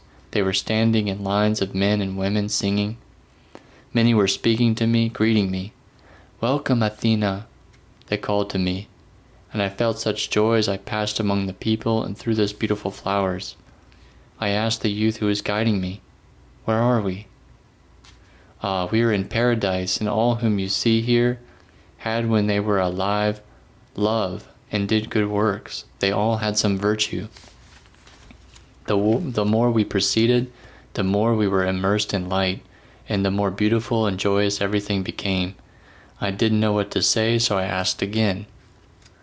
"Won't you tell me, my friend, do all the souls of people come here when they die?" "No," he told me. "If you want, we can go to see where the other souls are." At once we found ourselves at what was like a sunset, and the more we proceeded, the darker it got. We entered a dark door which opened towards the west, and what did we see there? People, some fallen down, others sitting up, moaning and crying. Women with wild hair were beating themselves, and there was a stench that I couldn't endure. As we made our way, it kept getting worse. We saw many who were in filth, and others in fire being burned. Why are they here?" I asked. "Ah, my Athena, these are the souls of those who sinned and didn't repent. For this reason they came here." Thus he was telling me about everyone. Further over, what should I see? Something that looked like trash was being tossed out of a very large pit and then falling back in. "And what is this?" I asked. "Those things which are rising and falling in this pit are the very sinful souls which are being burned." I was overcome with shuddering and began crying, because it pained me so much to see these things. Suddenly I heard someone shouting to my guide, "Take Athena from here. Why did you bring her to this place? So she could be upset? She should leave quickly." So we returned to the light, and there I became curious and asked the youth, "Who are you, my friend? You who is always by my side and who knows me?" "I am an angel of God who takes the souls of those who die." "Well, then you must know also about the soul of Nicoletta, an acquaintance of mine, and where she went." "Things did not go well for her because she never showed anyone mercy." "And the soul of Heraclea, another acquaintance of mine, where did she go?" "Oh, she is like a bright candle before God." I also asked about the souls of other people I knew, and he answered that some went to a good place and others to an ugly one. "And me, where will you take me?" I asked him. "You will return again," he answered me, "because they are calling you, and I can't keep you any longer." And at once he vanished, and I found myself back here. Many made fun of Athena. They didn't believe, and told her that her vision was a dream. She herself insisted, "It was not a dream. I lived this." It was not a dream, because 70 years passed and still she remembered it in precise detail, Despite the fact that she needed more than 1 hour to narrate it all, she did so with much simplicity, without trying to pressure anyone who listened to her. Another proof was her sure faith in the heavenly life. Other proofs were her great lifelong interest in and struggle for charity, her indifference to obtaining material goods, her longing to speak and hear of our Christ, our all-holy Virgin Mary, the angels, and the saints, her longing and sure hope in the resurrection. For as long as she attended church, she never missed the early Matins Gospel of Sunday, and finally her cares, wishes, and prayers for the whole world. Footnote: the Gospel that is normally read during Sunday Matins is one of a cycle of 11 readings dealing with Christ after the resurrection. Athena had her faults, being only human. Due to her lack of a spiritual guide and ignorance, she may have committed small, forgivable sins. Footnote: it is highly encouraged that all people have a spiritual father, a person to offer advice on how to best lead a Christ-centered life. Nevertheless, she acted on her love for God and neighbor, and this made everything lighter.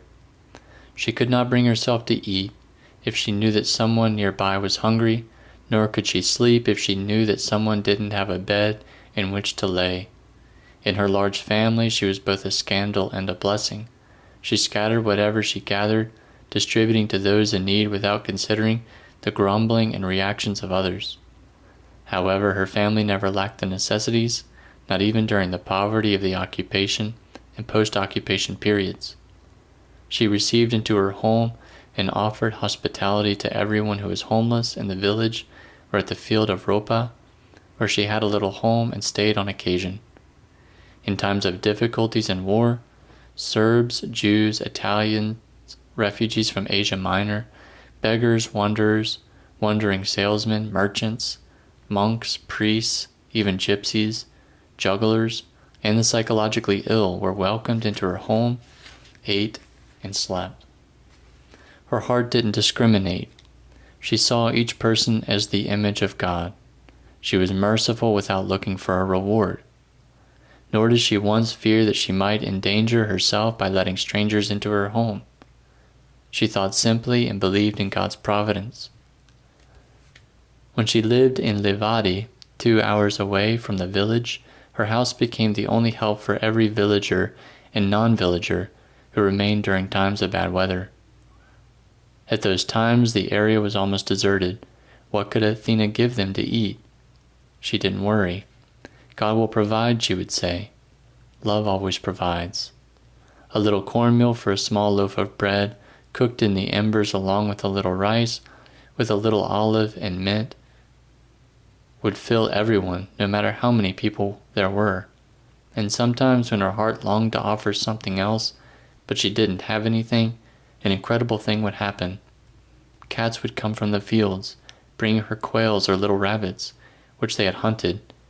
After they had killed them, the cats would leave the animals at Athena's feet, meowing.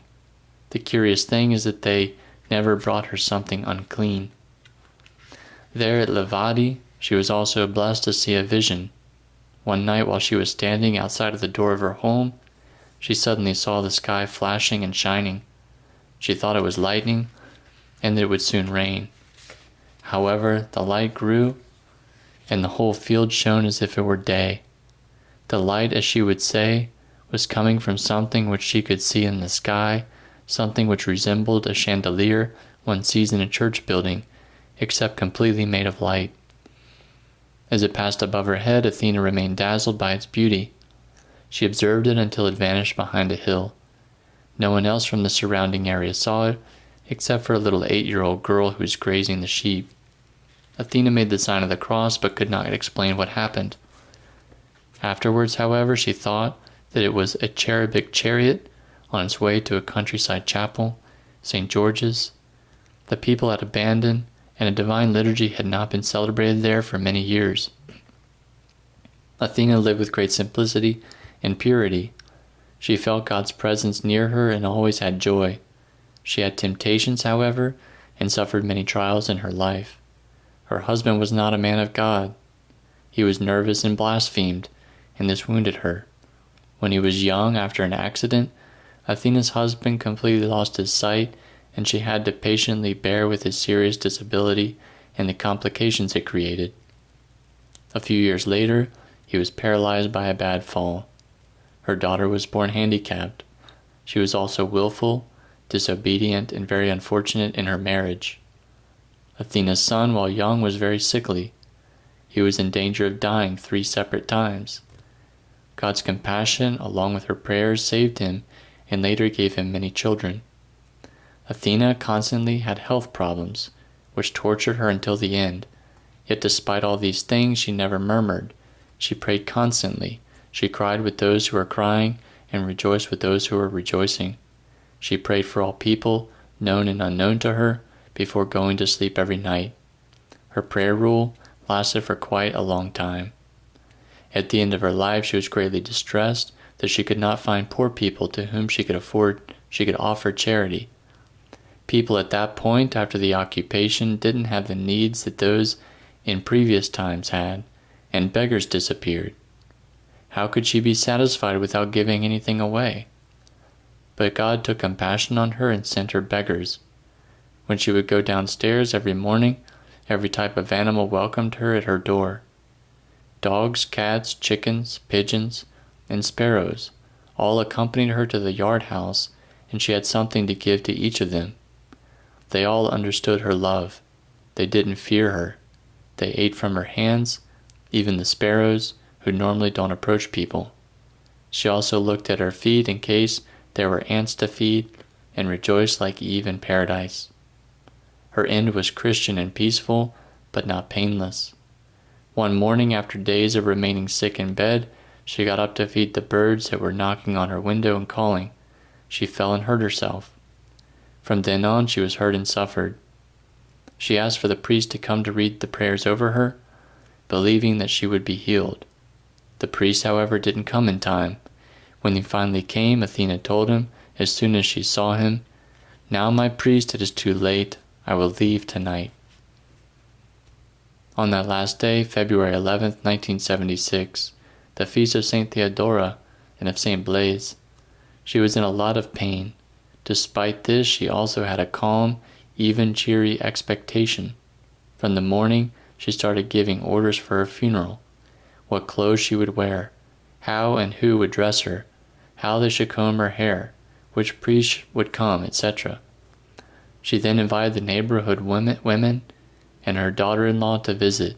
Athena bade her daughter-in-law farewell and asked her forgiveness if she had ever embittered her. She also exchanged parting words and asked the forgiveness of everyone else that visited one by one.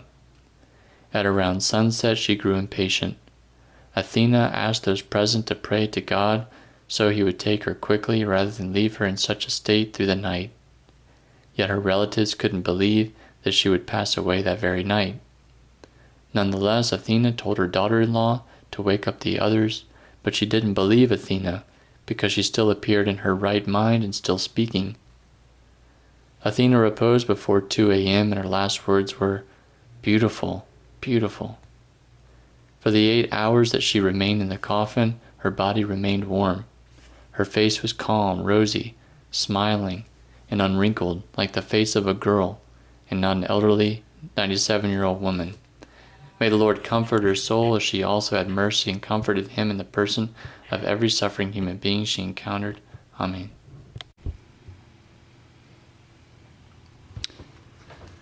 Father Basil Tramboukis. Father Basil Tramboukis was born in 1902 in the village of Sphikia and Matthias of a Levitic family, in other words, from a line of priests. His father, who was named John, was a priest and a spiritual father.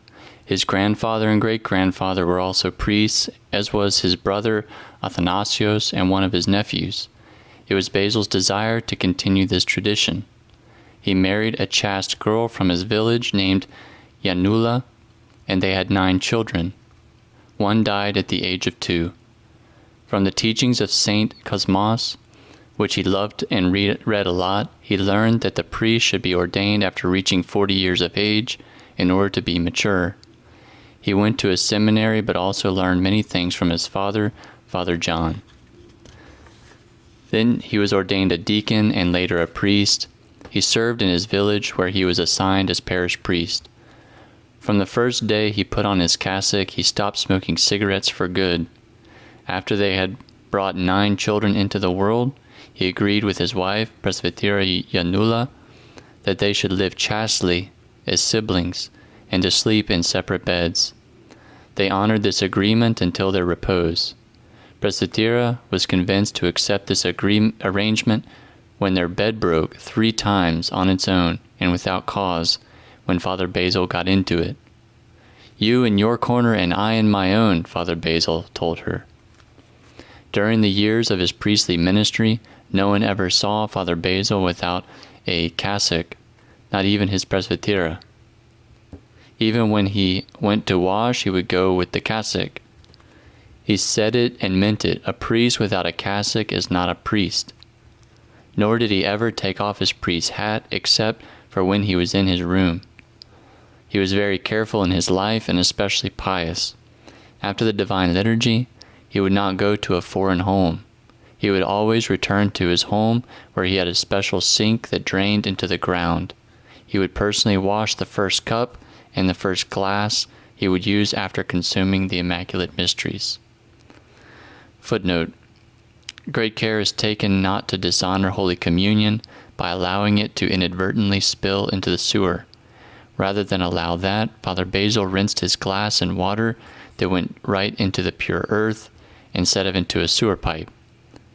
The sinks in church buildings likewise drain into the ground and are not attached to the area's sewer system, so that water used to rinse holy vessels, the water used in baptism, etc., can be reverently poured into the earth. Later on, when he became elderly, his relatives did this for him. He would not allow them to wash the first vessels he used in the sink, but in the special sink he had in his home for this purpose. He himself would not wash on days he received Holy Communion, nor would he wash his beard in particular. He had a towel with which he wiped it. When it got dirty, he would burn it. He fasted strictly on Mondays, Wednesdays, and Fridays, and during all the fasting periods, including from oil.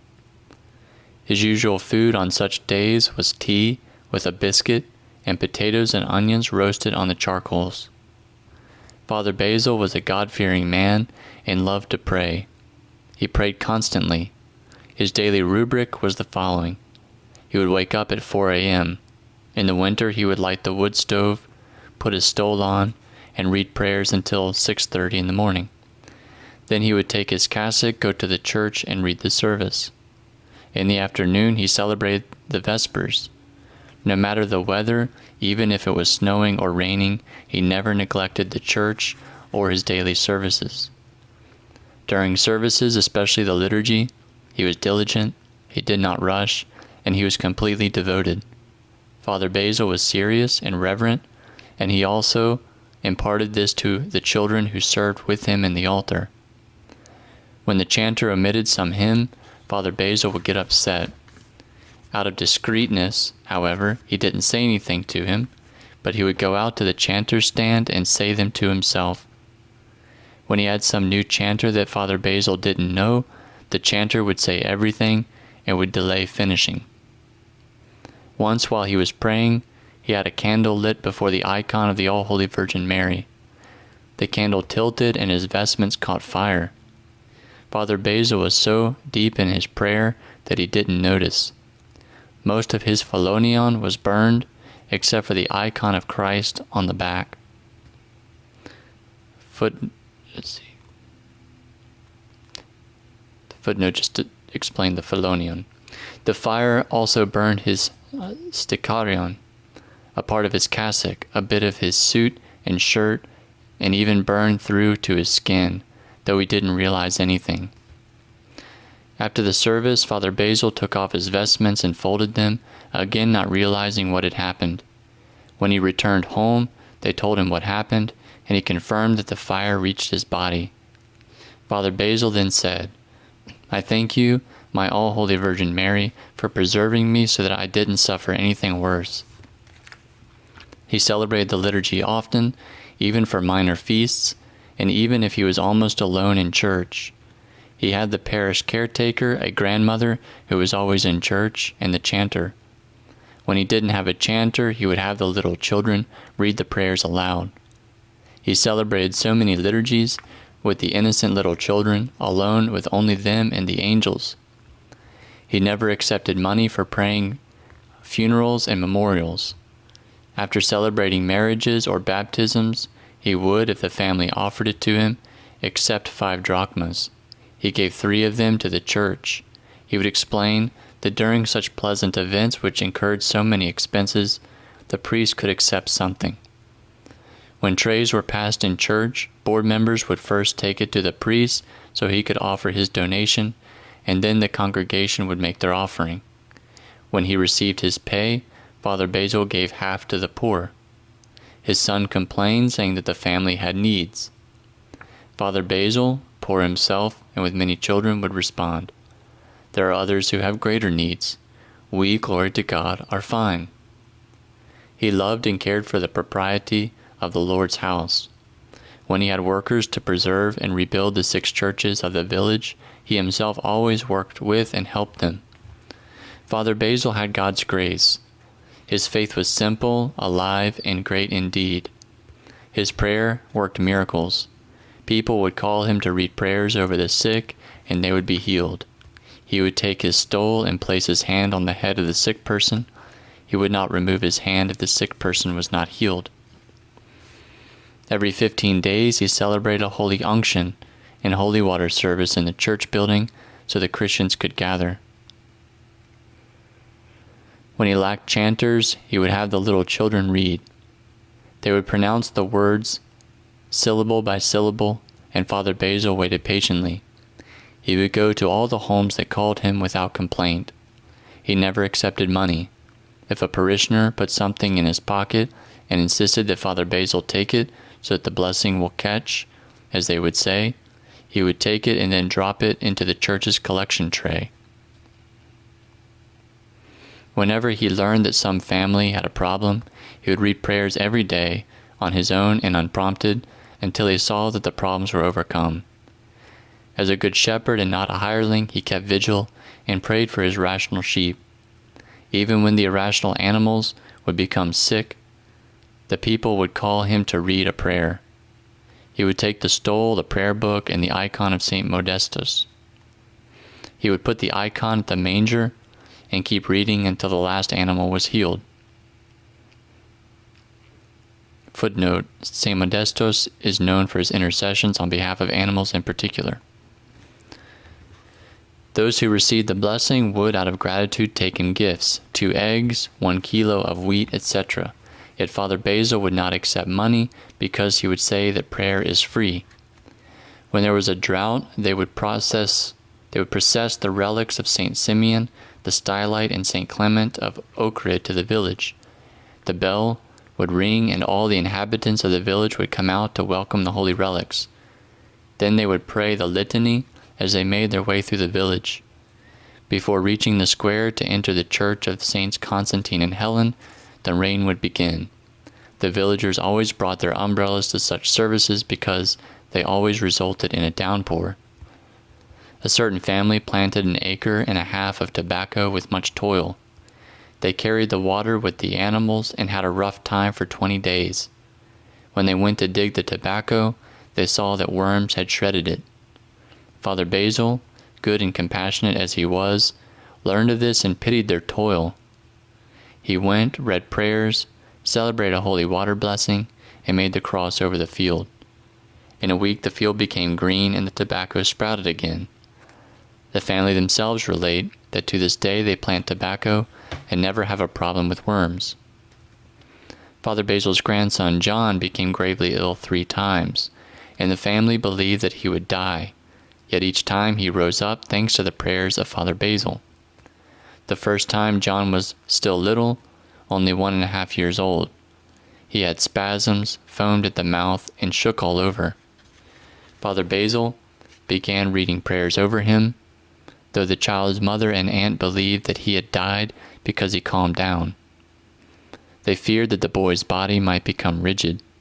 They lit a candle and got the necessary things ready for the funeral.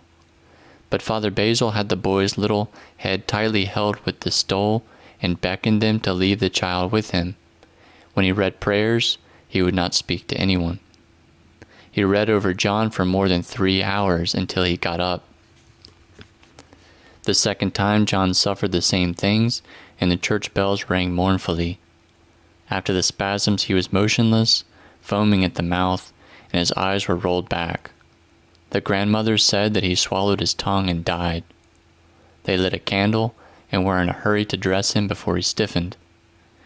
Father Basil continued reading prayers, unbothered by their efforts. The child later got up and went to play with the other children as if nothing had happened. The same thing was repeated a third time also. Father Basil's granddaughter Julia relates, "We were 3 siblings. The family never took us to a doctor. We knew nothing of medicines or doctors. Our grandfather, Father Basil, was the doctor. His prayer, when he read with the stole raised up in his hand, healed all the sick. He was persistent in prayer. No matter where they called him, he would go, even with 2 meters of snow. There he would read until the sick person got up. Sick people would come from the surrounding villages for him to read over them. In the year 1974, on the feast day of the prophet Elias, the Turks began their invasion of Cyprus, and the youths of the village were enlisted for the war. Father Basil's 3 sons waited to be called. They thought of bringing some bales of 3-leaf clover and hay for the women to have, so they could feed the animals in their absence. Father Basil was serving when the news arrived that his sons had, with their tractor, fallen down a steep slope when the tractor tumbled over. The entire congregation came out before the Divine Liturgy finished, and no one received a liturn. All of them whispered, "Why, what father is he? He doesn't even come out to see what happened to his children?" The villagers expected to find them killed, but none of them suffered anything. Only one was wounded in the waist and broke a rib. Father Basil calmly prayed, and after he consumed the remainder of the gifts, came out of the church building. Footnote: at the conclusion of every liturgy, the priest or deacon will consume what remains of the Holy Communion, as its purpose in being consecrated is to be eaten. A certain woman asked him, "Father, would the church have been lost if you came out to see what happened to your children?" And Father Basil answered, "It was good that I was inside the church, because if I were outside, truly all 3 would have been killed." His granddaughter Julia relates, "When I was 1 year old, I had pimples first on my head and then on my whole body. I of course don't remember it, but my grandfather, Father Basil, and my father would tell me. The pimples flowed with pus, and up until I was 1.5 years old, I had not grown a single hair on my head. I didn't even have eyebrows. Grandfather would read over me, but my parents wanted also to take me to a doctor. They took me to the doctors, but they couldn't heal me. The doctor said, 'The child will die.' I was very itchy and constantly scratching my head. The mark still shows on the back part of my head. One morning, while my grandfather was lighting the wood stove, and grandfather was reading prayers before the iconostasis, my father lay down and saw in his dream St. George riding on a horse and telling him, 'No matter where you take your girl, she will not find healing, because I have the medicine. Come to light my vigil lamp so that I can see a little light. I will leave her only 1 pimple so that she always remembers me.' Grandfather listened to my father's dream. We immediately went and celebrated a divine liturgy. For 3 days I was wrapped in a sheet. I neither moved nor cried, I only slept. Some relatives who saw me thus were saying, 'She died, bury her.' Grandfather was saying, 'Leave her so that what St. George said will happen.' As soon as they unwrapped me, my body was completely clear. The pimples had all vanished, aside from one behind my head, and my hair also began growing out. Once they called Father Basil to read exorcisms in a neighboring village over a possessed lad. For 40 days he went every night, riding his little donkey. He would enter the church at 10 p.m. and read without interruption until 3 a.m. He would rest for 2 or 3 hours, then at sunrise he would return to the village. After quite a few days, though the possessed fellow had begun improving, one day he escaped from the hands of his parents who were holding him, grabbed the book from the hands of Father Basil, and threw it at the entrance of the church.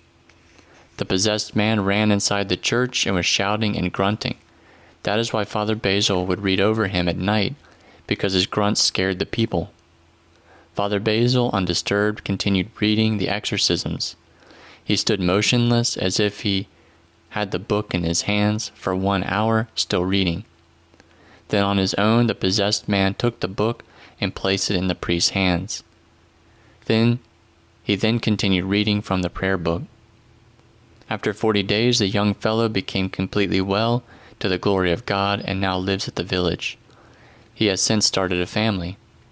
Once when he returned to the village after reading exorcisms, he left the little donkey at home and set out for the church building to celebrate the Matin service. His son scolded him out of concern and love, telling him, "Father, you just got here. Sit down a bit to rest." Father Basil answered calmly, "You are farmers and must go to the field to your work. I am a priest and will go to the church. Leave me. Since I became a priest, I must do my priestly duties. For me, that's what gives me rest." He said this often. From his birth, Father Basil had a pimple which resembled a painted flower on his forehead above his left eyebrow. Because this pimple would be pressured by the priest's hat he wore, it grew. They would tell him to have plastic surgery, but he did not want it. Later on, the pimple caused him unbearable pain, yet Father Basil never complained about it, nor showed that it hurt. He only called on the All-Holy Virgin Mary. The condition worsened. The pimple grew and consumed all the flesh on the forehead and on the eyebrow, resulting in him not being able to shut his eye. After blood began flowing, Father Basil did not want this because he was celebrating liturgy. He agreed to have plastic surgery at the age of 75 years, and for 3 or 4 years he was well. Then the wound advanced into the eye, and he was confined to his bed with a fever for 5 months. His granddaughter Julia, whom he especially loved, served him, and he would tell her, "My good nurse, may the All-Holy Virgin Mary keep you well." He took care of his own daily needs, and no matter how ill he was, Father Basil would not leave his prayers. With a 104° Fahrenheit fever, he went and read a prayer over his daughter-in-law, who also was ill in the neighboring room, and said, "I probably won't be able to read prayers over her again. Let me read over her now, because she is more than my daughter." Then he went and lied down in bed. He fell into a coma and remained in it for 2 months, until his repose, having no awareness of his surroundings. Julia would call him, "Grandfather, grandfather," but he would not hear. She herself relates about his blessed repose. Late at night he got up, started with "Blessed is our God," and read the service until dawn. In the morning I was speaking to him, and he was not answering me, so I put the icon of St. Athanasius before him and told him, "All right, you won't speak to me and are shutting your eyes, but will you also refuse to speak to the saint for whom you celebrated liturgy?" Then he opened his eyes, did his cross, and greeted the icon, saying, "Yes, I know him. He is St. Athanasius." Then he laid down again, without understanding anything else. After a little while, I took him the icon of the All-Holy Virgin Mary. He got up, opened his eyes, and greeted her. As he looked at her, tears flowed from his eyes, and then he reposed forever. I was a 20-year-old girl, and I saw grandfather's fingernails becoming black. As I was sitting there alone with him, I saw the sky open, and a light come in and illumine grandfather. It was only 5 in the morning, dawn. In the light, I could see angels flying, and I could hear chanting. It was as if that light took something from grandfather, and slowly, it vanished. At the same time, the angels left and the chanting stopped. It was the feast of St. Nicholas, December 6th in the year 1982. Father Basil especially revered St. Nicholas and always chanted his dismissal hymn. God called Father Basil near him on this day, so he would continue to celebrate in the heavenly altar, together with the saints and the angels, near the Master Christ whom he loved so much, whom he served with dedication and faith, and whose name he glorified. May we have his blessing and help. Amen. Also, may the memory of Father Basil's most faithful colleague, the caretaker Helen, be eternal. She would knead the prosphora, light the vigil lamps, take the lantern at the small entrance, cut the endiro, and help in everything. Whenever he would go to celebrate liturgy at some other place, even far away at some countryside chapel, she followed him on foot.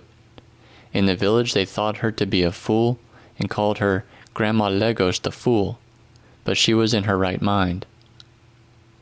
When she reposed and was exhumed, her bones were connected with each other, very yellow and fragrant. The women who were there accused one another because they thought at first that someone put fragrance on the bones, until they realized that the fragrance was coming from the bones of Grandma Legos the Fool.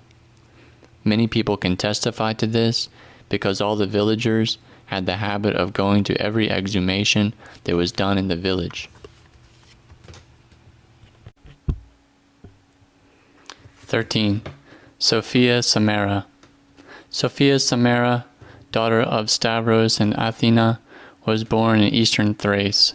From there her family went to Hagiorite in Kozani, and in 1938 they went down to Berea. She was the last of the 12 children her mother bore, and the only one who lived. Her parents were poor but very pious, especially her mother. Later on in her life, her mother lost her sight, though she lived to be 110 years old. Despite being blind, she could see certain things by another manner. Once Mrs. Metaxia Gerogitsiki, with her son little Theodore, visited grandmother Athena, who asked her, "Does your child have a problem with his foot?" He actually had a problem. Grandmother Athena counseled her, "Don't worry, God will give him health and strength, but don't complain about your child's problem. He will never become completely well, because this is God's will, so that he doesn't forget God, and so that you may pray unceasingly." Grandmother, unlettered and blind, would sit outside her cell's door and constantly say the prayer, "Lord Jesus Christ, have mercy on me, the sinner." Their daughter Sophia married, and then at the age of 36, she became a widow with 3 children, the second of which reposed. Sophia was very pious and dressed like a nun. She loved the monastic life, but her obligations, specifically her 2 children, forced her to stay in the world. However, she lived, struggled, and behaved like a nun. She lived with her mother in a little cell, a double cell, that was very poor, but also very well kept. It was a double cell separated not with a door, but with a piece of cloth. In the inner cell she prayed and burned a total of 14 vigil lamps, which she kept constantly lit. She would not throw out the burned wicks from the vigil lamps. She had a special place in the garden, a little nest, where she would place and cover them, saying, "My dear Christ, I place these at your dear feet." She didn't go to school, but learned on her own to read, and she read only religious books. Her mind, her heart, and her life revolved around God and the Church. She had a certain virtuous and discerning elderly priest in Thessalonica as a spiritual father. With his blessing and under his counsel, she struggled and contested spiritually. She kept all the church fasts and the 3-day fast. She kept all the fasting days and Lenten periods, eating food without olive oil. On the feast days, when there was no fasting, she would eat only fish. In the middle of the night, at 1 or 2 a.m., she would get up and pray, usually on her knees.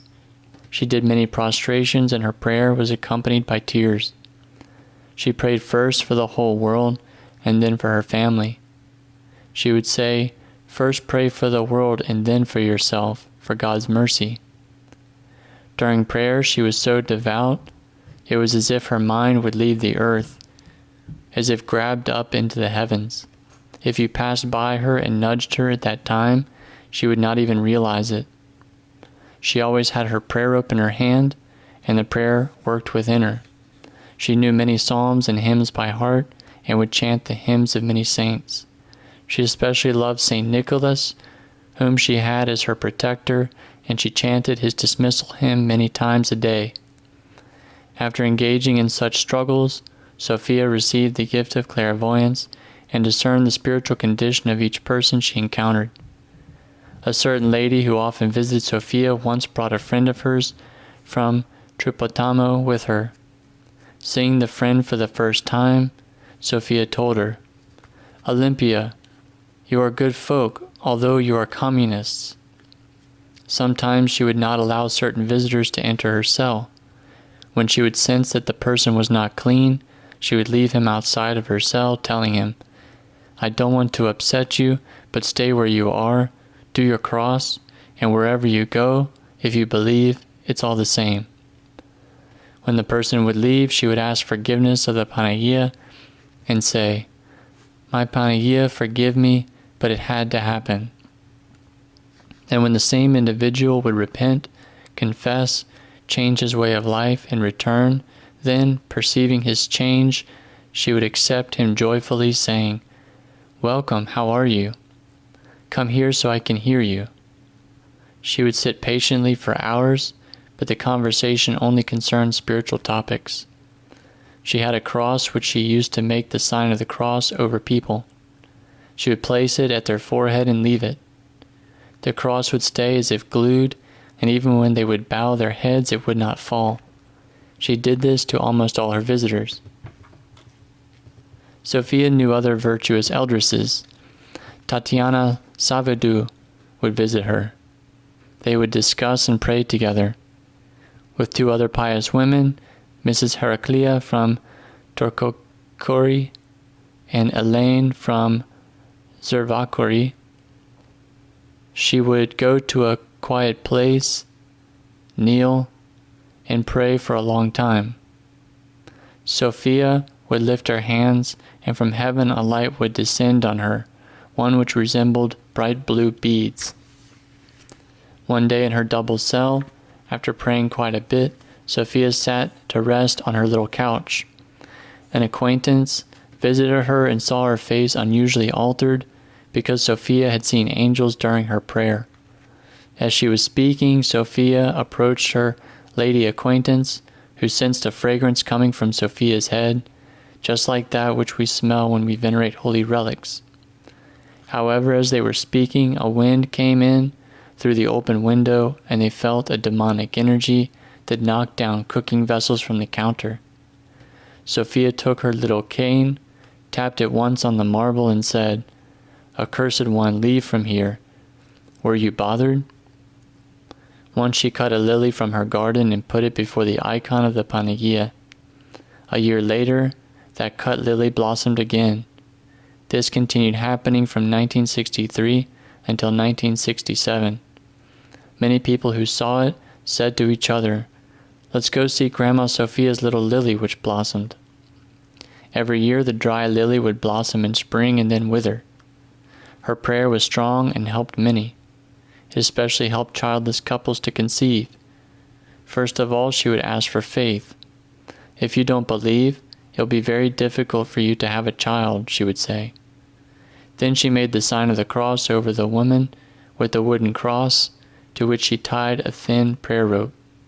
She would have them venerate the cross, and then she prayed for them. A certain lady from Boroya promised Sophia that if she would have a child, she would ask Sophia to baptize it. After 10 years, she was blessed with a little girl and thought of having 2 godmothers, Sophia and her sister. Sophia said, "It is not possible for 2 to baptize him. Go with the blessing of the Panagia. May the child be healthy, and let whoever wants baptize him." The infant, however, on the eve of the baptism, became ill. The parents were afraid, felt guilty, and took him to Sophia.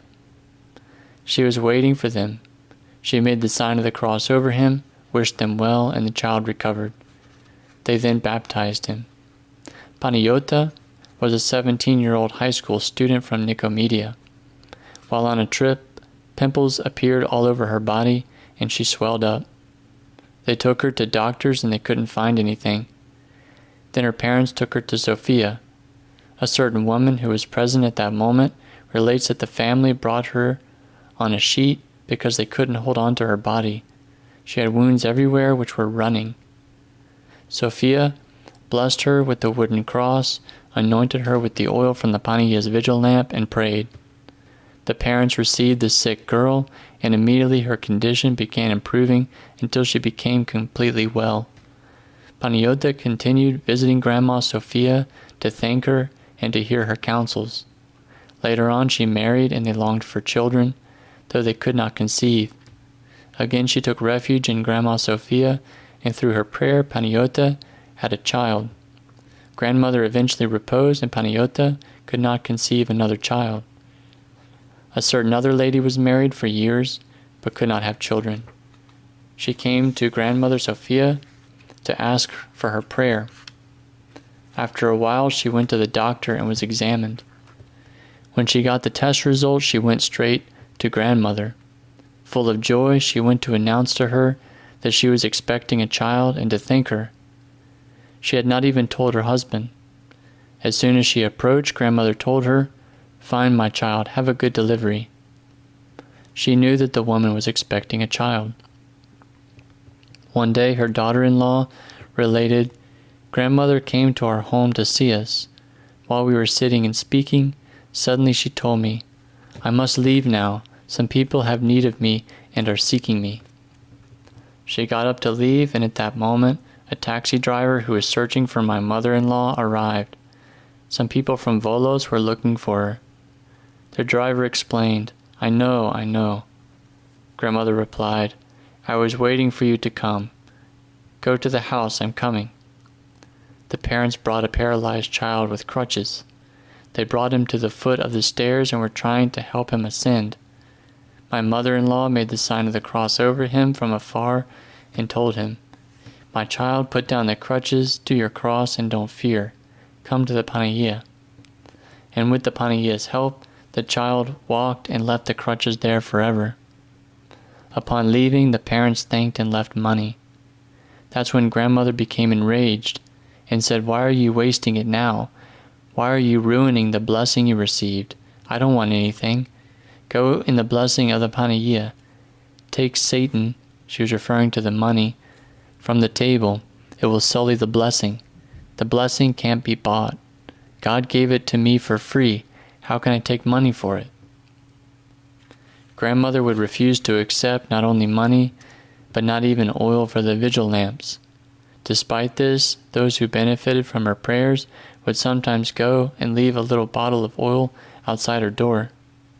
Grandmother, distressed, would tell her daughter, 'Why, my child, what are they doing to me? Didn't you see who left it? I, glory to God, have my pension. I have the Panagia's blessing. Why should I lose it?' She was scared of losing the blessing. Her son, however, doubted and once asked Grandmother if she ever took money from someone.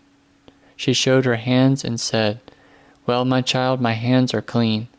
If I wanted to take money, I would have built towers. But God preserved me, and my hands are clean.'" Footnote: this is an idiomatic Greek expression, "I would have built towers," perhaps referring to the pride that caused people to build the Tower of Babel. Another time, they brought a sick lad to Grandmother. She came out from her little cell for a few moments, then turned with a saddened face as if she saw something. When they left, she told Mrs. Metaxia Georgitsiki with certainty, "The lad will die." Soon after, we learned that he did in fact die. This same Mrs. Metaxia relates, "Before going to Athens for the surgery on my child's foot, Grandmother Sophia said we must go to St. Nicholas in the homeland to pray. It was at the end of June. After we did a supplication service and chanted other hymns, grandmother said, "Sweep this area, my girl, and we will bring forth holy water." I wondered, how is it possible? In any case, I swept and cleaned the area as well.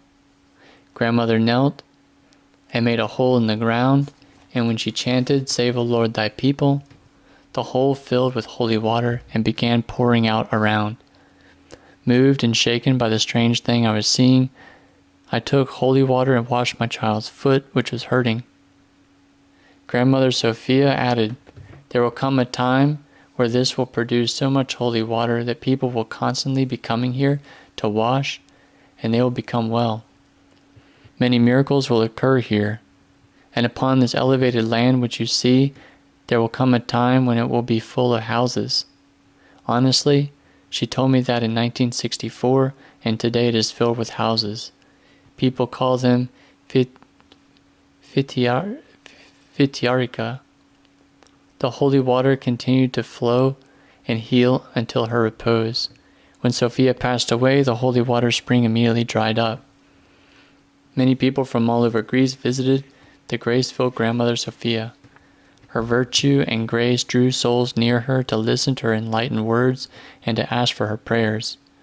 Not only lay people, but even familiar priests from Berea came to visit her, such as Father Gregory Sophos, Father Basil Bakstevanis, Father Constantine, Father Sosipater, Father Petulius, and a young priest who now is a monk on the Holy Mountain. She often went to the church at the metropolis and revered a certain Father Paul from Trebizond. He became a widower while young and had 4 children. Father Paul was pious and respectable. One day when she was speaking with her son, Grandmother Sophia said, "Well, my child, I am leaving. This time you will not be able to stop my journey. At the beginning of the week, I'm leaving." He didn't understand and asked where she would go. She explained to him again, "This time you cannot stop my journey, as you did when you gave me a 3-year extension." At that time she had gotten ill from ileum, a gastrointestinal disease. Her son had taken her to the hospital, where they did an operation, and she lived for another 3 years. Her son related, "On the day when she reposed, I was working at the construction site, and my sister went to see her. She called me also, and I went quickly. As soon as she saw me, she nodded her head and said, 'I'm leaving,' and she died. She reposed on the eve of the feast of the Elevation of the Precious Cross on September 13th, 1983. Even after her repose, people continued going to her little cell, her double cell, to pray and to ask for her blessing for their many problems. May Elder Sophia's memory be eternal. Amen. 14. Tatiani Savvidu. The ever-memorable Tatiani Savvidu was born in the year 1905 in Kars of Asia Minor. Her family had many children and was faithful and pious according to the Church's traditions. Due to the Russo-Turkish War, they were forced to take refuge in the Ukraine. It was there that Tatiani finished elementary school and learned Russian flawlessly. However, after the communists prevailed, her family moved to Greece in the year 1922. Tatiani was then around 17 years old. The first place they stopped was Makronisos, where they were kept in quarantine. There her parents and her siblings died. She ended up in Ptolemeda, along with the 2 older siblings who survived after 2 months of traveling through various parts of Greece. She was married to Heracles Savvides, and afterwards they settled permanently in Berea. They had 10 children, 5 of whom survived. In Berea, she was associated with Christian brotherhoods and with a spiritual father. She tried to put into action whatever she heard in sermons or read in books. On the surface, Tatiani did not create much of an impression. She was of moderate height with a thin, weak face and a spider-like body, thin and gangly. Her hands were like 2 thin pieces of wood. When she lifted them for prayer, that is how they appeared. However, in this skeleton-thin body was hidden a soul full of the flame of the Holy Spirit. She was full of faith and love towards God. She would often say, "I love God." She always urged those around her with this line of hymnography: "Children, love God and do not exchange anything for His love." She was overjoyed when her family followed her in the spiritual life and when she would see her children get to the church building early for services.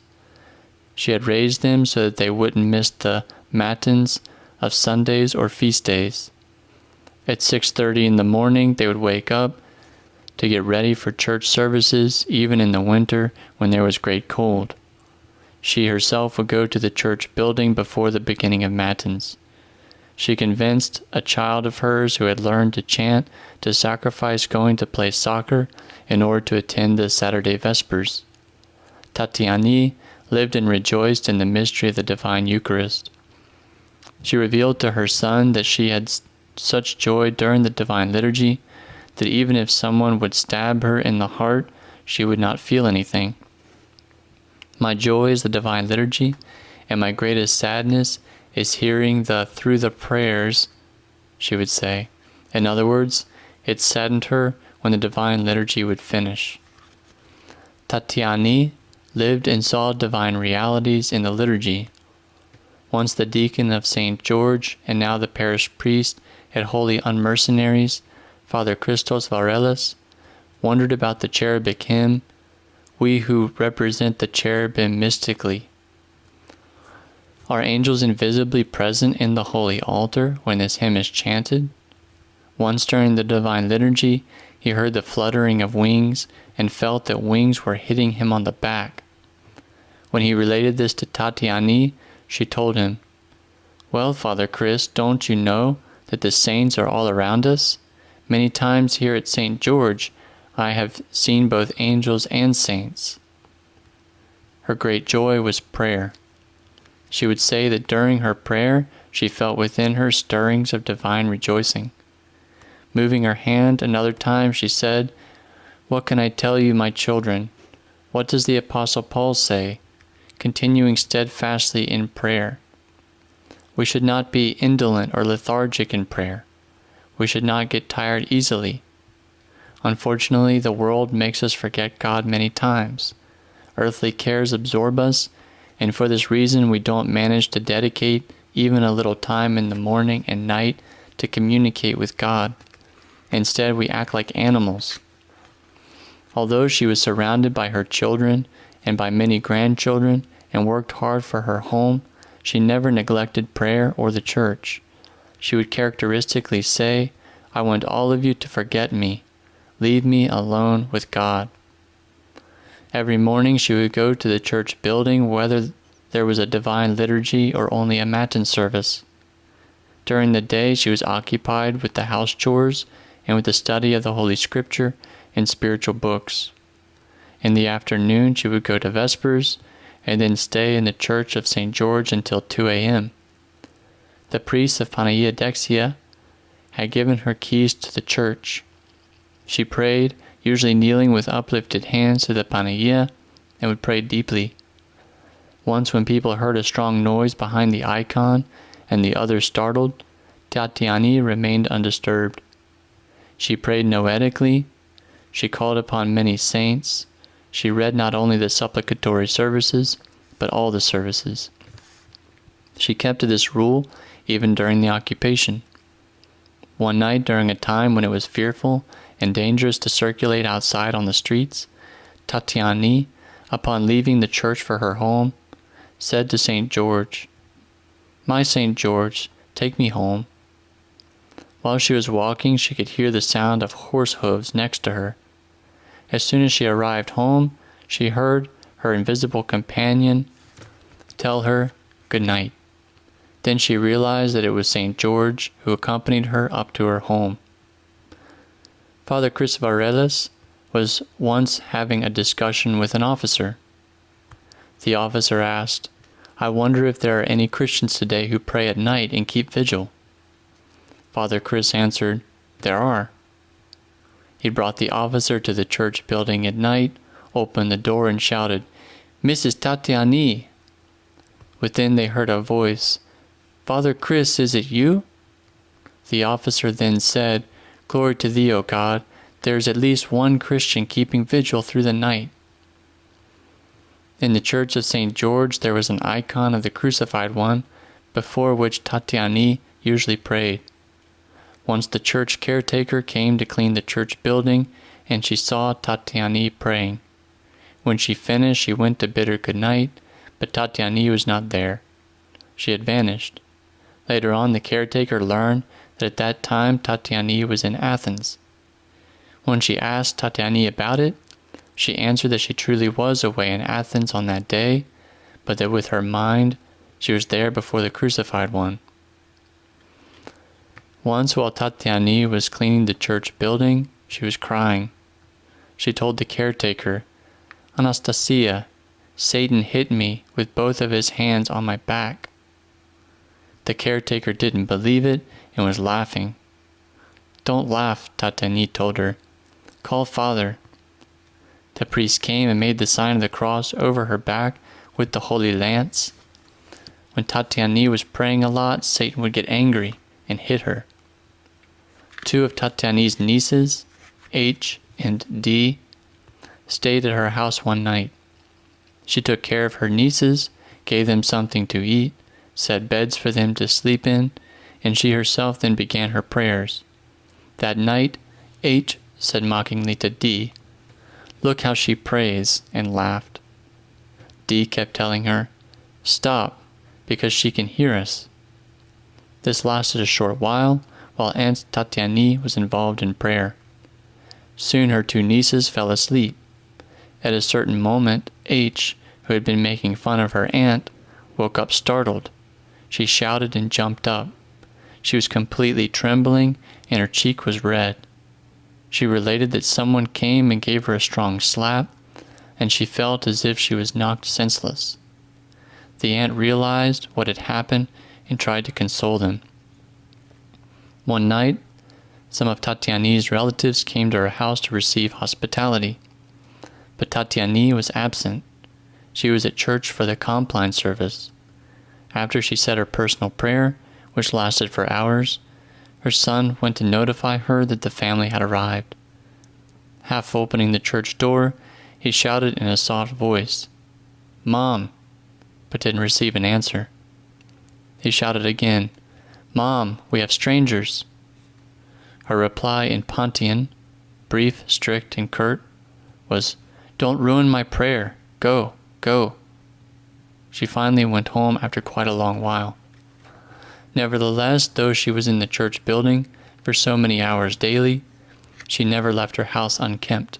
She always kept it clean and tidy.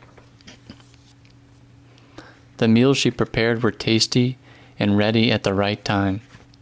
She knew Pontian cuisine well. On the Sundays of Great Lent, to reward and console her children for their observance of the fast, she would cook them very tasty cuttlefish. She cared diligently for the cleanliness of the Church of St. George, of the parish chapels, and also for other churches of Berea. Not only did she herself toil for the beauty of the houses of God, but she also dedicated the retirement she would receive from the OGA, which is the Greek Organization of Farmers' Insurance, for this effort. Every week she would also prepare prosphora for St. George and for other churches. As if she were a great schema nun, Tatiani, even though she had many children, read every day and knew many things by heart: prayers, hymns, canons, the salutations, the service of divine communion, chants, supplicatory services, the high priestly prayer of Jesus with its theological commentary, and other chapters of the Holy Scripture. Father George Ziris, who for 20 years was parish priest at the Church of St. George and knew Tatiani well, testifies, Aunt Tatiani was not just a regular attendee of services, but when I would go for the service in the morning, I would find her already there. She had keys to the church and would go before me. She would open the church building and read prayers. What she read, I don't know. She prayed on her own. I would start with "Blessed," and when the liturgy would finish, she would receive her andideron. Then while the rest of us were leaving, she continued. Many times she helped the young priests with the rubrics. She knew everything by heart. If they would make a mistake, she would correct them. She would not omit anything. In her fasts, she was strict. Monday, Wednesday, and Friday, she would not eat even oil. Tatiani had a clear mind, a strong memory, and strong endurance so that she could study many hours without getting tired. She easily memorized the things she would read. She had the rare gift of remembering books that she read or sermons she heard, even 50 years later. She remembered Russian very well and would also read the Gospel in Russian. She would say, 1 week's stay in Moscow would be enough for me to remember everything. More than anything else, she diligently studied, memorized, and delved deeply into Holy Scripture. Even though she had very little formal education, through her individual study she was edified theologically and could dialogue with learned people and theologians. From studying her New Testament so much, it had become worn and tattered. She was distinguished by her courage and boldness in confessing the name of our Lord Jesus Christ. In the area where she lived, there were many atheists and enemies of the church. Tatiani would talk with them and tell them to repent. The results, of course, were impressive. By doing this, she led many to the mystery of confession. Everyone accepted her as a true disciple of Christ. From early in her life and almost until the day of her repose, she directed 2 very large groups of women. All the members of the groups loved her and took refuge in her in their every difficulty, for consolation, counsel, and help. She secretly did many acts of mercy and helped whoever had need. For example, she knew a widow who lived in a little room. Her child was sick. The doctor who examined him said that he was suffering from anemia and recommended clean air, rest, and especially good food. Tatiani learned of it, and not being able to offer anything else, took her satchel, and despite it being winter, went out into the field to gather a few dandelions, which sprouted on the areas where the sun would hit. She took them to the widow and mother of the sick child for her to cook them, because Tatiani heard that they are very strengthening. She was a good mother and mother-in-law. She did not have problems with her daughters-in-law. They loved each other. She helped them in their jobs and counseled them. Have children so that illnesses don't catch you. She had a total of 22 grandchildren. She regularly visited the monasteries of the area. On one of her visits to Pania Dobra, she was in danger of being attacked by a wild wolf dog. She made the sign of the cross and said a brief prayer. The dog, all on his own, fell on the stones, was wounded, and disappeared. Tatiani's inn was peaceful. She handed over her spirit to the Lord while praying on December 17, 1987, and was buried the next day with the participation of a multitude of people. Everyone had good words to say about Tatiani. A fanatic communist, moved by her end, said at the time of her funeral, "If only we could all go like that." Others after the funeral took the flowers that adorned her precious relic in order to have as a blessing. Towards the end of her life, she had said to one of her children, "Whatever I asked from God, He has given it to me." And He certainly did not deprive her of His heavenly kingdom. From there, even now, she continues praying for the whole world. May her memory be eternal. Amen. 15. The Untonsured Monk Demetrios the Hut Dweller by Constantine Soteru from Kouramades, Kerkyra. Dmitri was born on November 14, 1903, in the village of Kouramades on the island of Kerkyra. He was baptized on February 14, 1904, in the church of St. John the Hut Dweller by the village priest, Father Constantine, who had a reputation of a saint. He was the second child of the family of Spiros Graminu, known as Gardelis, and of Maria Vergi. His grandmother, his father's mother, was named Lucia or Lucetta, as they also called her, and she was the granddaughter of Father Nicola Koskinas. Demetri's family was among the most well-off in the village. They had homes, olive trees, vineyards, fields, animals, and olive presses. His father was an important person in the village, while his grandfather was its president for many years. They had a large estate and employed many workers, both men and women. Demetri, as the oldest of the male children, undertook the responsibility of working and overseeing all this estate. His family was strictly patriarchal. According to family customs of the time, children had to show blind obedience to their parents throughout their life, especially to the father, whom at that time they called Effenti. Demetri had other interests, however. From the time he was a young child, he sat at his grandmother Lucetta's feet, who, as the granddaughter of a priest, had knowledge and experiences of the Orthodox faith. She imparted these virtues to her young grandson with simplicity and humility, and Demetri literally sucked up all this spiritual milk which was offered him. He was comforted by not only the blessing of her words and counsels, but also by her behavior, which was full of love. At times, the elderly Lucetta was so fragrant that some neighborhood women, observing the phenomenon, since they were ignorant of such experiences, said mockingly, "Lucetta is making oil again. Come, let's gather her oil."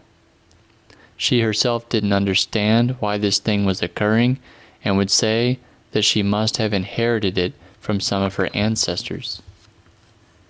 When Demetri learned his letters, the only thing that pleased him was to read religious books, as it also pleased him to be near the priest, to serve under him in all the ecclesiastical services, and to be in the altar as an altar server. His dream when he would grow up was to also become a priest and to serve Christ. However, he wanted to serve Christ not in the world, but by becoming a monk, by dedicating himself and entering some monastery. His relatives, of course, didn't want to even hear of this. In their minds, they needed him to marry so that he could administer their large estate, even if he would become a priest. What mattered was that he stayed at home. How could he stay, however, when his young heart was inflamed by love for Christ, a love which pushed him to leave? But where could he go? He didn't have money to leave Kerkyra. He would never get a blessing from his parents for such an attempt. Even if he went to some monastery in Kerkyra, his father would certainly bring him back. He had to be obedient until he became an adult and was enlisted in the army. Then he would see what could happen. Furthermore, Demetri had the support and guidance of his holy grandmother, his godly, wise, and grace-filled spiritual father, the parish priest of the village, Father Constantis. His prayer and attendance at the church services were his refuge and hope. The time came for his military service. He was 22 years old. It was the first time he would leave home, and the first time he would take money in his hands, the cash which his father had given him for the sailing trip.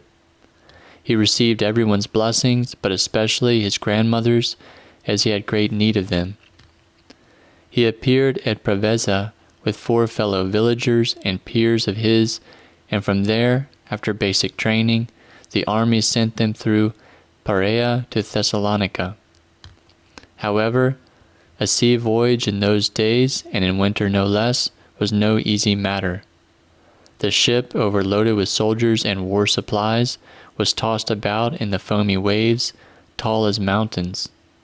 Demetri, who had squeezed himself somewhere at the middle of the deck, was not afraid, though everyone else was panic-stricken.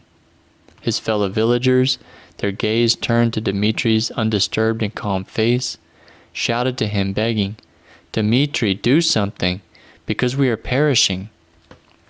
They sensed that Demetri, as a man of God, could communicate with the Lord through his pure prayer and could help them escape this nightmare. Though they mocked him back at the village and made fun of him for occupying himself with monastic things, they were now begging him for help. Yet Demetri didn't remember any of their taunts. He was pained, seeing their agony and fear, and tearfully offered his fiery prayer from his heart. My God, I don't care about myself, you know it, and if I drown, I will come close to you more quickly. However, all of these my brothers are scared. Many have families too. As you are great in power, O God, help us. My Panagia, have compassion on us. My Saint Demetrios, grant us to arrive at your city safe and sound, and to come to thank you in your church.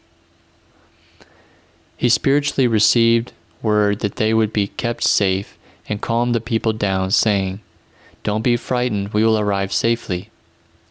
The villagers calmed down and believed, all while the other soldiers asked, What is he saying? Doesn't he see? Every moment we're on the verge of drowning. Even the sailors despair and think we're lost.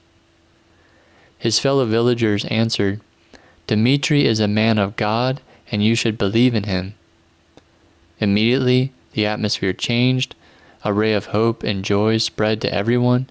The sailors took courage and made the sign of the cross together with the captain. With the dawn of the 6th day, the fair weather returned and the sea calmed down. When they arrived at Thessalonica, most of the people from the ship went to the church of St. Demetrios as soon as they could to offer a supplicatory service and thank him for helping to save them. Demetri was surprised by the beauty and majesty of the basilica, but was even more surprised by the intense and heavenly fragrance which he smelled. What can I tell you, he said. The entire church was fragrant. I thought I was in paradise. After his military duty, he returned home with the hope of getting a blessing from his father to settle in a monastery. Yet he had to accept his father's refusal. His father justified his decision, saying that Demetri's sisters had to marry first, and afterwards he would reconsider the matter. Now, along with his other responsibilities, Demetri was entrusted with the feeding and care of the cows, which his father had bought and settled in a large estate they had, not far from the village, in the place called Cuna.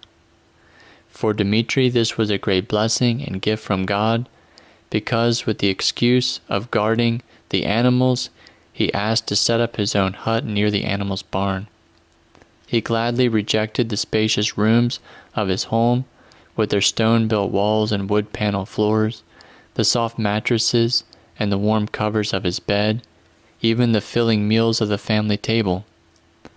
Instead of these, he preferred a narrow hut, about 5 square meters in all, with reed walls and metal sheets for a roof. He nailed 3 wooden boards together for a bed, covered with one of his grandmother's old worn blankets in the winter, and a simple mat in the summer. He covered himself with an old military blanket. He used a stone as a pillow and hid it beneath the bed so no one would see.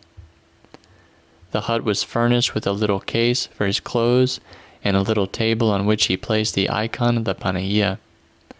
He also used it when he was reading or writing. Demetri also had a simple wooden chair, a few shelves for books, a few paper icons hung on the walls, a vigil lamp that he always kept lit, hung before the icon of the Panagia, a censer, a candle stand, and a little jug for water.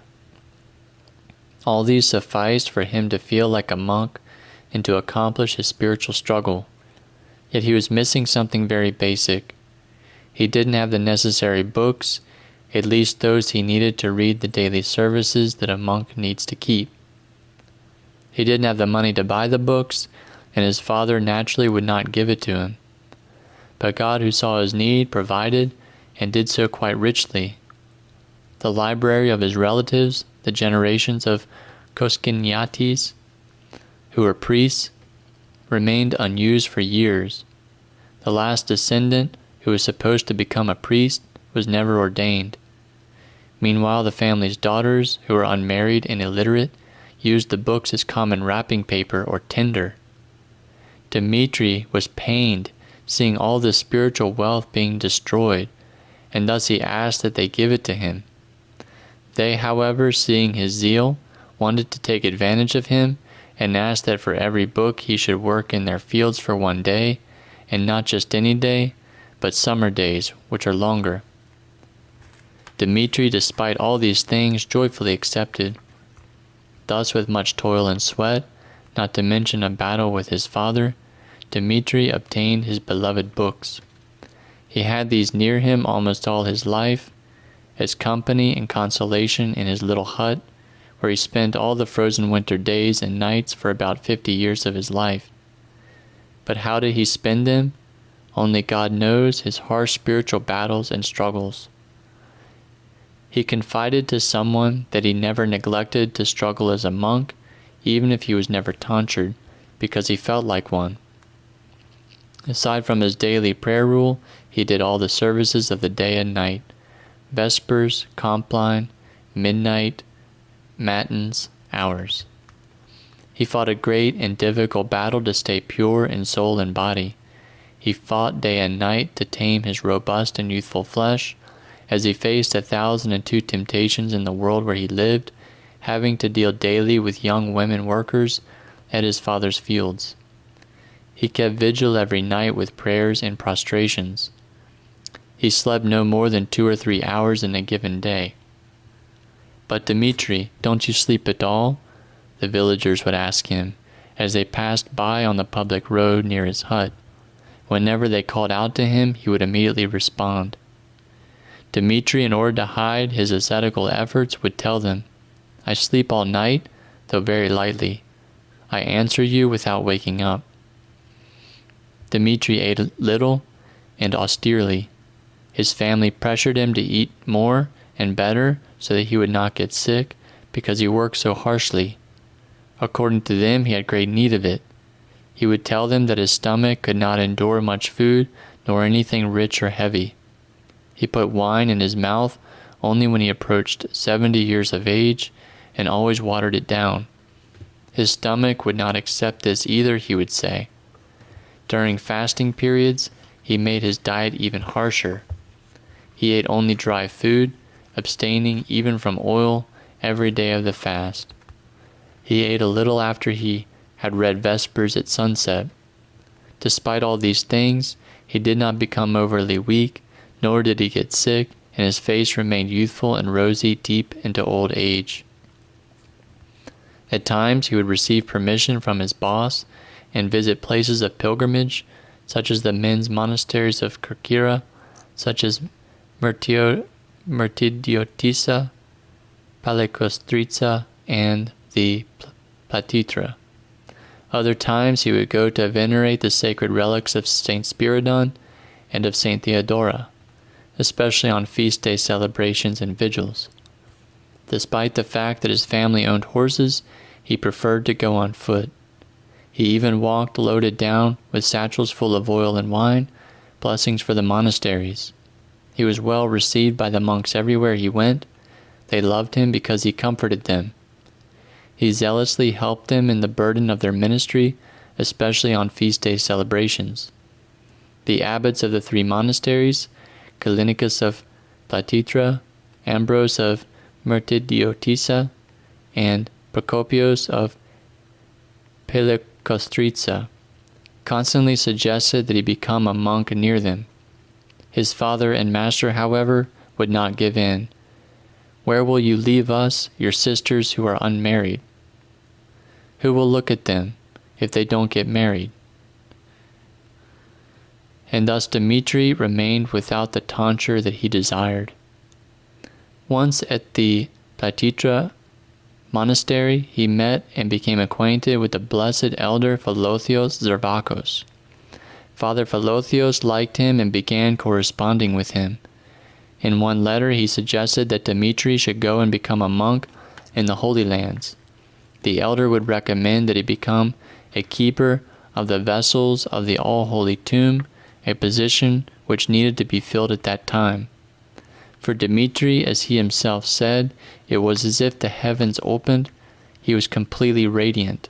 He did not expect such an honor and joy that he could serve at the life-giving tomb of his beloved Christ. He rejoiced so greatly that he was practically flying.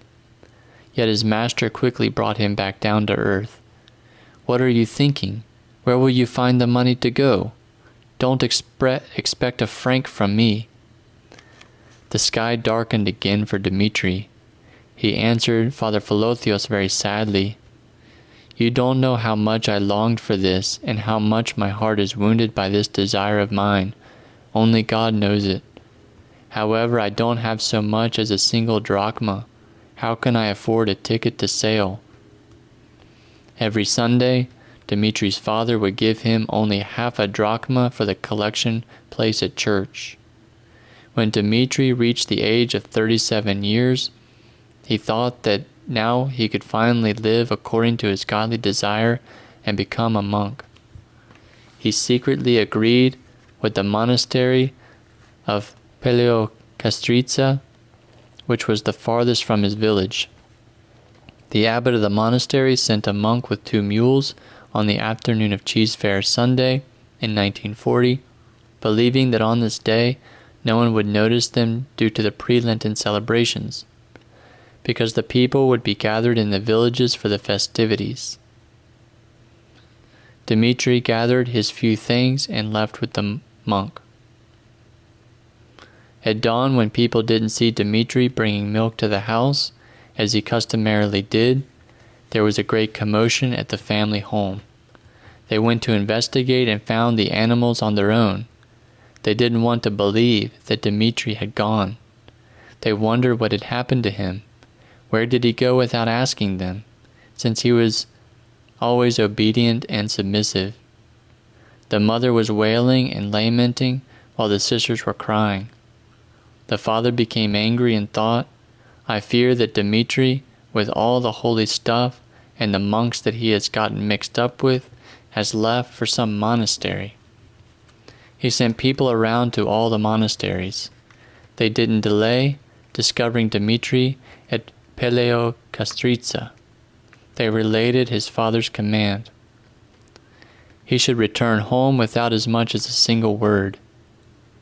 Dmitri, however, was not convinced to follow them by neither the promises nor the threats that they offered him. They returned to his father and told him, "Your son is stubborn and wants to stay at the monastery forever."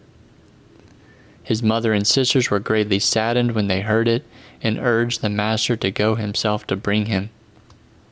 "Why should I go?" he would say. "He should come himself and fall on his knees and beg my forgiveness.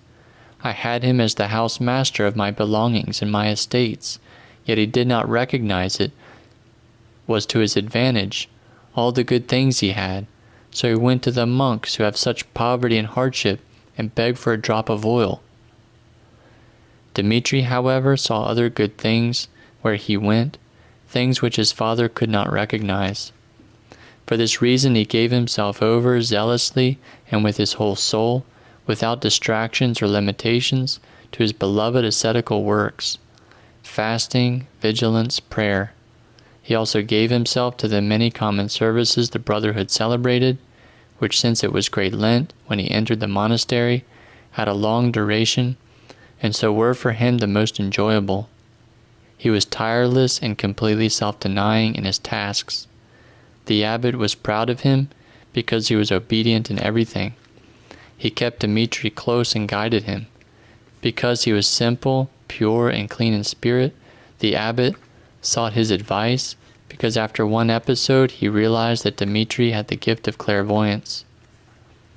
The monastery had some new novices who were usually tonsured as monks in the order that they arrived. The abbot had decided to tonsure someone, and Dmitri got upset. He took courage and secretly warned the abbot not to do this, because he would create a scandal to the monastery and toss aside the cassock a few days after the tonsure.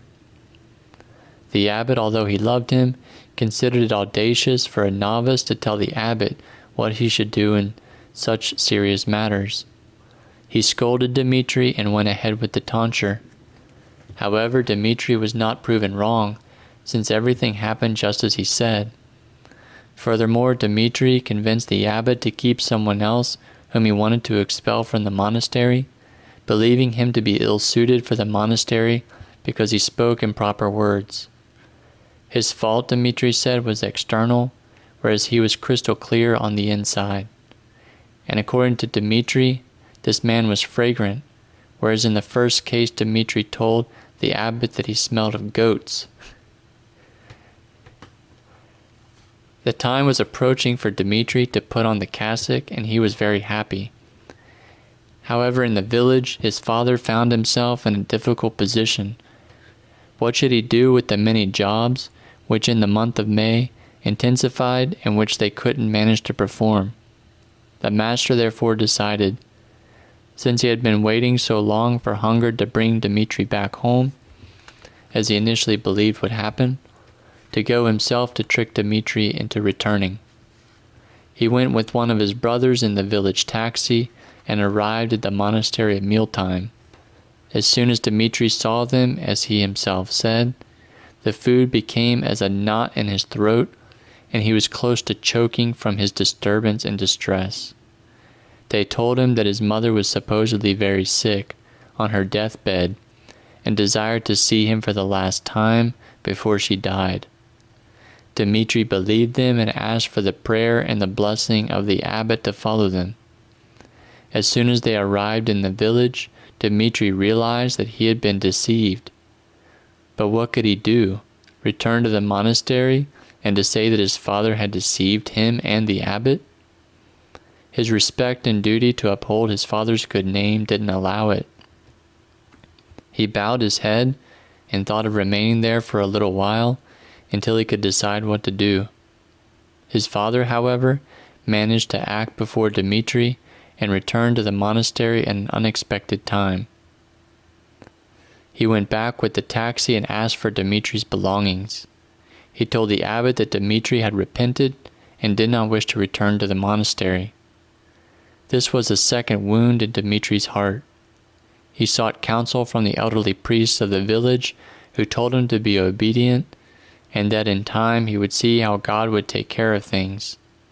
Thus he again closed himself up in his hut and resumed his spiritual struggles alone, with fortitude and self-denial. When they passed away, Demetri's parents left with him the command to remain in the village to protect one of his sisters who had remained unmarried and was sickly. But Demetri's zeal, despite being 57 years old when his father reposed, was youthful. He abandoned the village and his sister, and though Elder Ambrose had reposed in the meantime, Demetri went and settled in the monastery of Merciful, despite his father's command. There Demetri gave himself over to both greater spiritual works and heavy manual labor, because the monastery had been, after the abbot's repose, very neglected. Yet the monk who succeeded the former abbot, despite being in the monastery for many years, was not interested in the good of the monastery and occupied himself more with secular matters. Unfortunately, however, the intense ascetical work and the heavy manual labors to which Demetri gave himself over without measure resulted in his health being seriously shaken, and he fell seriously ill. By command of the local doctor, he had to be transferred back to his family home in the village so the necessary therapeutic treatments could take place.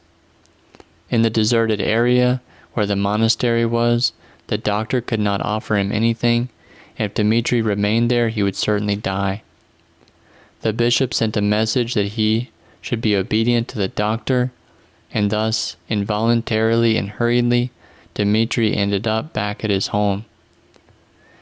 His illness lasted a long time, and he took more than 2 months to recover.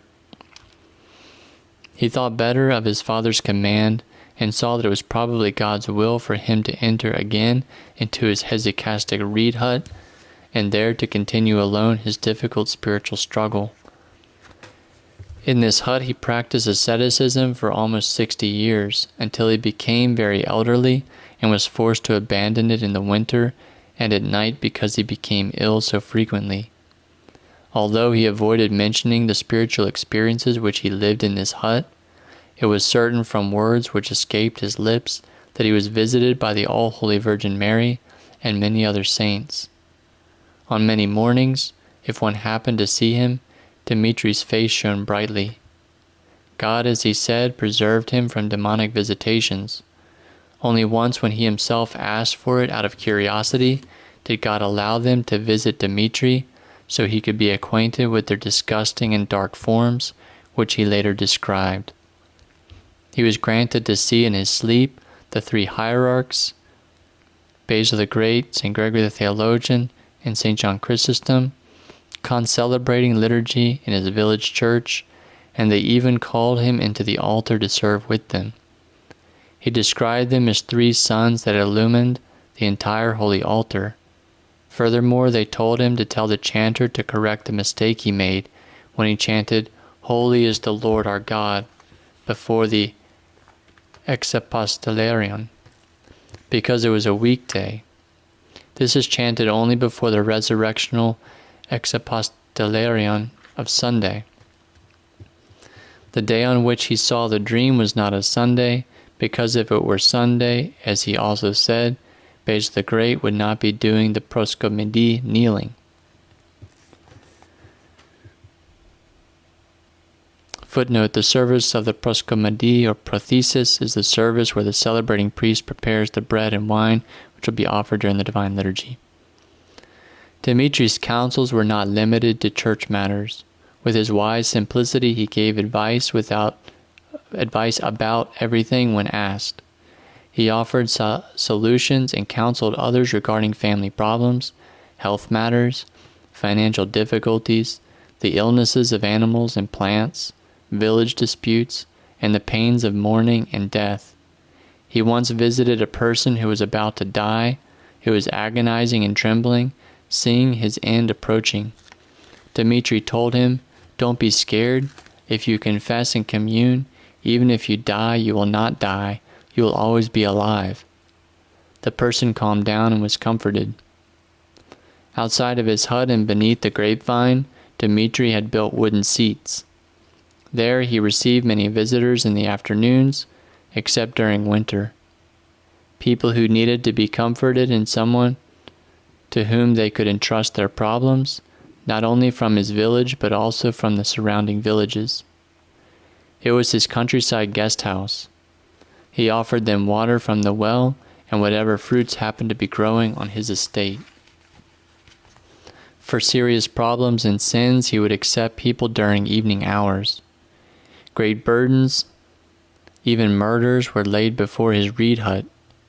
There people received courage, and with the trust his person inspired in them, they would end up at the spiritual Father, whom he would indicate to them to receive remission of sins and to commune of the Immaculate Mysteries and to be saved.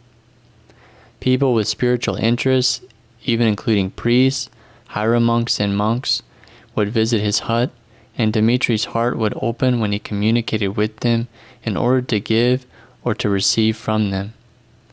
Once in the winter time, the abbot of the Presvytera monastery, who loved Demetri, passed by his hut, and Demetri suggested that he sleep in his hut. Father Kallinikos considered it a blessing and joyfully accepted. Demetri retired to another hut where he kept the animals. Around dawn, when Demetri went to wake him up, he found the abbot standing, trembling, almost completely blue, not having slept at all from the excessive cold. Demetri was forced to take him to the village and light a fire for him to recover before the abbot went to serve in the neighboring village as he had intended. The good, kind abbot paid for this night with 3 months' stay in the hospital. He even had to go up to Athens to get well. Demetri was a person with great physical endurance and much love.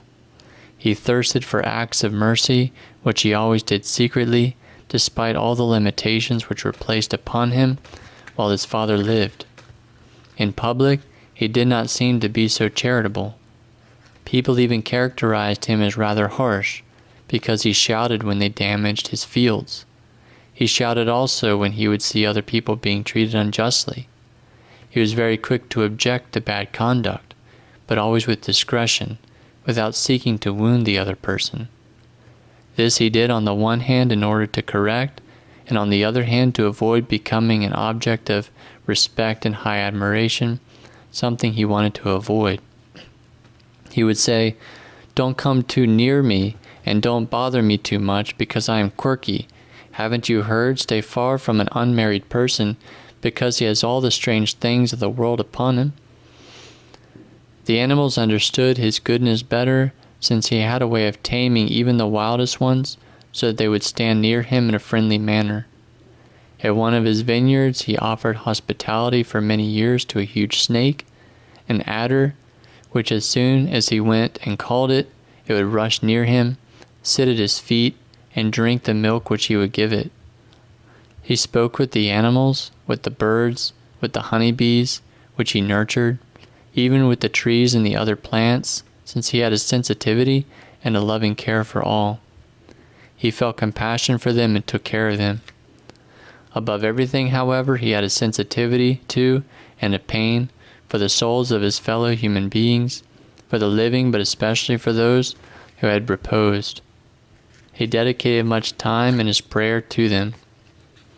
Most people around him, however, did not understand his disposition and were bothered if he occasionally tried, with much discretion, to advise them or to lovingly censure them. When he spoke with young people, he always noted the value of purity and of spiritual cleanliness, so that they would not defile their precious and immortal souls. If someone had a good disposition, he would give him patristic books or lives of saints to read. In his time, most spiritual fathers were very strict on moral matters and dealt harshly in confession with those who had strayed. Dmitri, although very pure himself, was empathetic. He consoled people with simplicity and gave them courage so that they would not hesitate to tell their sins to the confessors and thus not be deprived of the cup of life. For the last 15 or so years of his life, Dmitri no longer lived in his beloved hut. He kept it, however, as a place of prayer and noontime rest in the summer months. At night, in the days of winter, he was forced to remain at his family home in the village, both because his age made it necessary, but also in order to care for his unwed sister, the kind and good Aphrodite, who was elderly and sickly. Not that the village had very many comforts, since with tradition as his excuse, Dmitri tried to avoid whatever comforts new technology provided. At home, aside from the few dim lamps, there were no other electrical appliances. They cooked as in the old days with a wood-burning stove in the corner. They placed seats, made from logs, in front of the stove, and would sit there in the winter to keep warm. There they would eat, and there Dmitri would read religious books out loud so that his sister could hear. The floor was earthen, and the ceiling was completely blackened from the smoke, as were the pots and clay vessels in which they cooked. At night, Dmitri would retire to an empty and dark room in the attic. He never opened the windows, which was not heated. There he would read the services and say his prayers. He would sleep very little, and his dreams had heavenly visions. Once he saw Father Kalinikas serving in the heavenly altar wearing sacred vestments, which glittered brilliantly. In the dream he embraced Dmitri with fatherly love. In the last year of his life, he had become very weak, and since he was tortured by pains all over his body, he would take painkillers when forced. He could see very little and hear faintly. He could get up from bed with much effort and walk if he was supported. His sister had reposed in the meantime, and a niece of his cared for him with her husband. Dmitri named them heirs of his estate. He would ask for, and they would bring him, and later on every Sunday. He would eat a little bit and drink a little holy water every morning. He would speak little and only about spiritual matters. He was very interested in learning about monasteries and monks, especially of the Holy Mountain. He would ask for the names of monks to add to his prayer, even if they were unknown to him. He would say, I who am standing here don't have anything else to do other than to be praying and thinking about my trip." Upon his invitation, the priest would go to commune Demetri. During his last days, however, despite the fact that he persistently sent messages, the priest neglected to visit, because he reasoned that he would have the opportunity to go when he planned to serve the liturgy at a church near Demetri's house. Furthermore, he did not believe that the elderly man had reached his end. In the end, he did not manage to arrive in time, since 2 days before the liturgy, Demetri received an urgent invitation to leave. Midnight was approaching, and his niece's husband, after having taken care of him for the night, was getting ready to leave, without suspecting that it was Demetri's last night.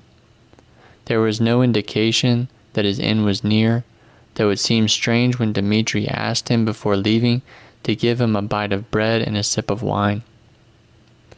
The next day, December 29, 1995, when they went to his home, they found the elder had departed for the heavens. However, how did they find him? He was kneeling on the ground, his hands placed on the middle of the bed and his head resting on his hands. It was very obvious that he left during a time of prayer. The Lord selected this moment to bring Demetri near him. During the funeral, his face was calm and rosy, even joyous. He did not at all look like he was 92 years old. As Demetri wished, the abbot of Platira Monastery, Father Methodios, presided at his funeral, and an old gospel book had been placed in his hands. The gospel had always been his permanent companion. Demetri, in this earthly life, did not marry, nor did he have children or estates.